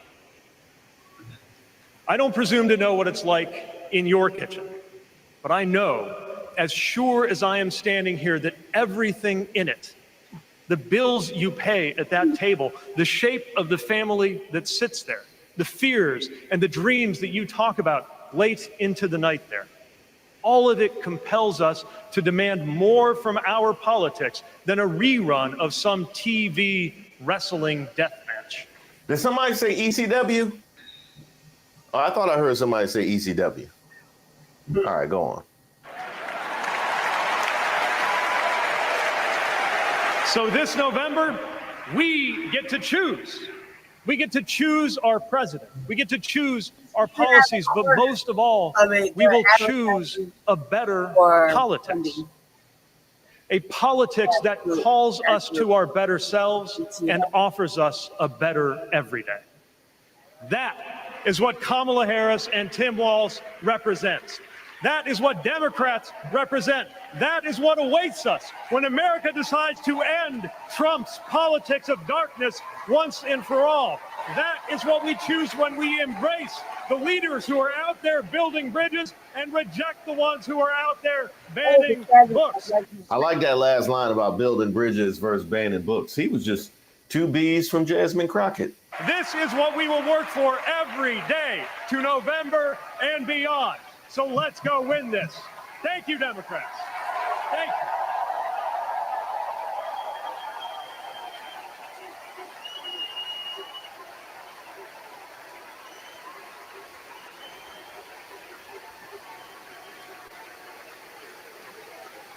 I love that speech from Pete Buttigieg. He's somebody who deserves and will get a lot more coverage from me, along with AOC and Raphael Warnock and Wes Moore. I did not forget Hakeem Jeffries. No.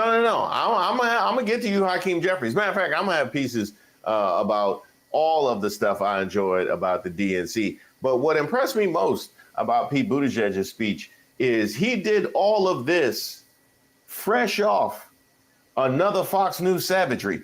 I didn't know that he would have anything left to be able to make a speech and to really give himself to the audience there in Chicago after the guilt he must feel after leaving the set this last time. Back to you, Mr. Secretary. The people that are being killed in places all over the country, they look like me, they don't look like you. And they're upset with the Democratic Party not taking it seriously. You guys sent the cavalry Not taking in. it seriously. Hold on, let me finish. You guys sent the cavalry. You guys sent the cavalry in for you guys for your protection. But the people of Chicago don't see that on a day-to-day basis. What are you guys going to do to stop the bloodshed in our community? Well, first of all, I was mayor of a city that faced that kind of pain. The toughest part of the job was dealing with gun violence, and the most heartbreaking part of the job was comforting or trying to comfort mothers who just wanted their child back. And the big question, I think, for politics, for policy, for media, is who is going to help them versus who is going to use them. The questions she's asking are the exact question any citizen should be asking, which is when you take office, what do you mean? Are you going to Are you keep your saying that promises? mother is being used? I'm saying that mother is asking the exact right question. And the question is, what are you going to actually do when you come into office? Now, we're getting a just lot tell of me people what you guys are speaking going to up do. about. Just tell me what you guys are. I'll tell you exactly what you've we're going done to stop the I will tell you. bloodshed. Actually confront gun violence.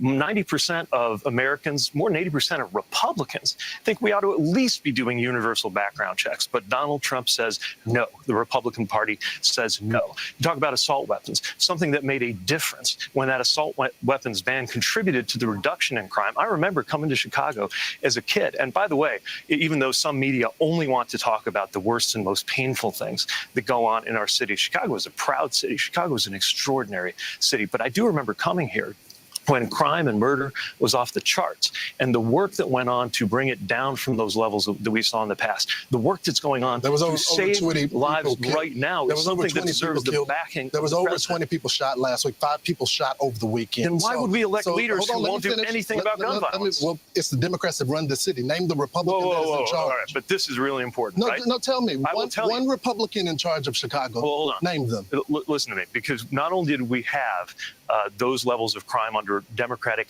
and Republican leaders, right? But if you'll try to cherry pick this for partisan purposes, you want to play that game? It's not we partisan. can talk about As I told you, Mr. Mayor, they look like me, not you. Yeah, and so is the case in Boston, where there is a much lower murder rate, and also a Democratic mayor. We could talk about how the murder rate in Mississippi is double what it is in Illinois. Now, I could go around saying that the murder rate in Mississippi is double what it is in Illinois because Mississippi has a Republican governor and Illinois has a Democratic governor. But you and I both know it just doesn't work that way. I got you, Mr. Mayor. That's that stink face you make when you see Sean Kemp dunking his prime. Just pity mixed with fear, mixed with awe. Hi, my name is Reese Waters. If you're a right winger, I think the problem a MAGA, is that if you have a Trump flag, answer the question. You just gotta dance around the question. And old boy didn't really ask the question. He could ask the question better. I think that sometimes dealing with the whites, you had to ask them. I think you need to tell them, make questions like it in a telling way. Like in a telling way. There's another way to talk to them, because the way that brother was handling it, it was kind of distracting, really. You're talking to a Democrat, and then you keep asking which Republican was there. You know what I mean? Then what are they gonna do? Well, he should have framed it the best way. Like, why about the Democrats? You've been pandering to black people all year. What are you gonna do about this high? What are you gonna do about this crime rate? It's only affecting black people here. And we're not talking about the real black issues here. Let's talk about black issues, Pete. You know what I mean? Like that. Like, you understand what I'm saying? I don't think he was coming at him that way. It was kind of like open-ended and vague in a weird way, right? Yeah. Less descriptive, I guess. Yeah. Like, Pete, I want to talk about black issues. What are you going to do to reduce the gun violence against black people in Illinois? Pete, like that. It is something like that. You know what I mean? Like, that's all I want to talk about. No. I don't want to talk about them. I want to talk about us. Something like that. Mud flaps, T-shirt, hat, something like and that. you have encountered Pete Buttigieg. I don't even know if that's the right way. You may be entitled to compensation. Sincere thanks to everybody who's reached out to me. Did you hear what he said? He said, if you have had an encounter with Pete Buttigieg. you may be entitled to compensation. Like a car ad. All right. How long have I been on, Jesse? Let's see. Okay. Family, I'm going to end this right now because we have I think part 2, right? Part 2 of Frontline Black News coming up in roughly 2 hours. And the doll needs to take care of something immediately. So I'm going to come back, family. Don't worry. I will be back. Probably most likely tomorrow afternoon. I have some stuff I got to take care of. So most likely tomorrow afternoon. Maybe not. Maybe, what is it tomorrow? Tomorrow's Tuesday, yeah. Wednesday. I'll probably be back Wednesday because we also have Shabaka's Black Experience Enhanced tomorrow it's Tuesday, so at its usual scheduled time. And we also have part 3 of Frontline Black News also. Hopefully probably tomorrow too. So most likely Wednesday. Wednesday, right, Jesse? Yep. For the RVA. But right now I have to go so that we have a little downtime. I catch up on what's going on with the news, and Jesse's gonna get the Frontline Black News stuff together, and make sure the right stuff gets handled. So please join us later on at 10 o'clock for Frontline Black News. Us, me, Jesse, and Shabaka. So we'll cover a wide variety of things. 10 o'clock, okay? Anything you want to say to the people? Oh, look forward to probably Wednesday, hopefully. We could do a little interview with Jesse too as well. Where he talks about his campaign for the city. Okay? Great. Thank you for watching the Revolutionary Agenda. I'm your host, Seduction Doll, aka Lady J, aka Brandy Marie Gators. But letting you go. And welcome to Aurora after sundown. All right. Stay black, stay dangerous, and stay black, stay dangerous, and toodles till later on. Ta-ta for now. See you in a couple hours. 2 hours. Yep, about 2 hours. We're talking about some tangibles. All right. Stay black, stay dangerous. Peace.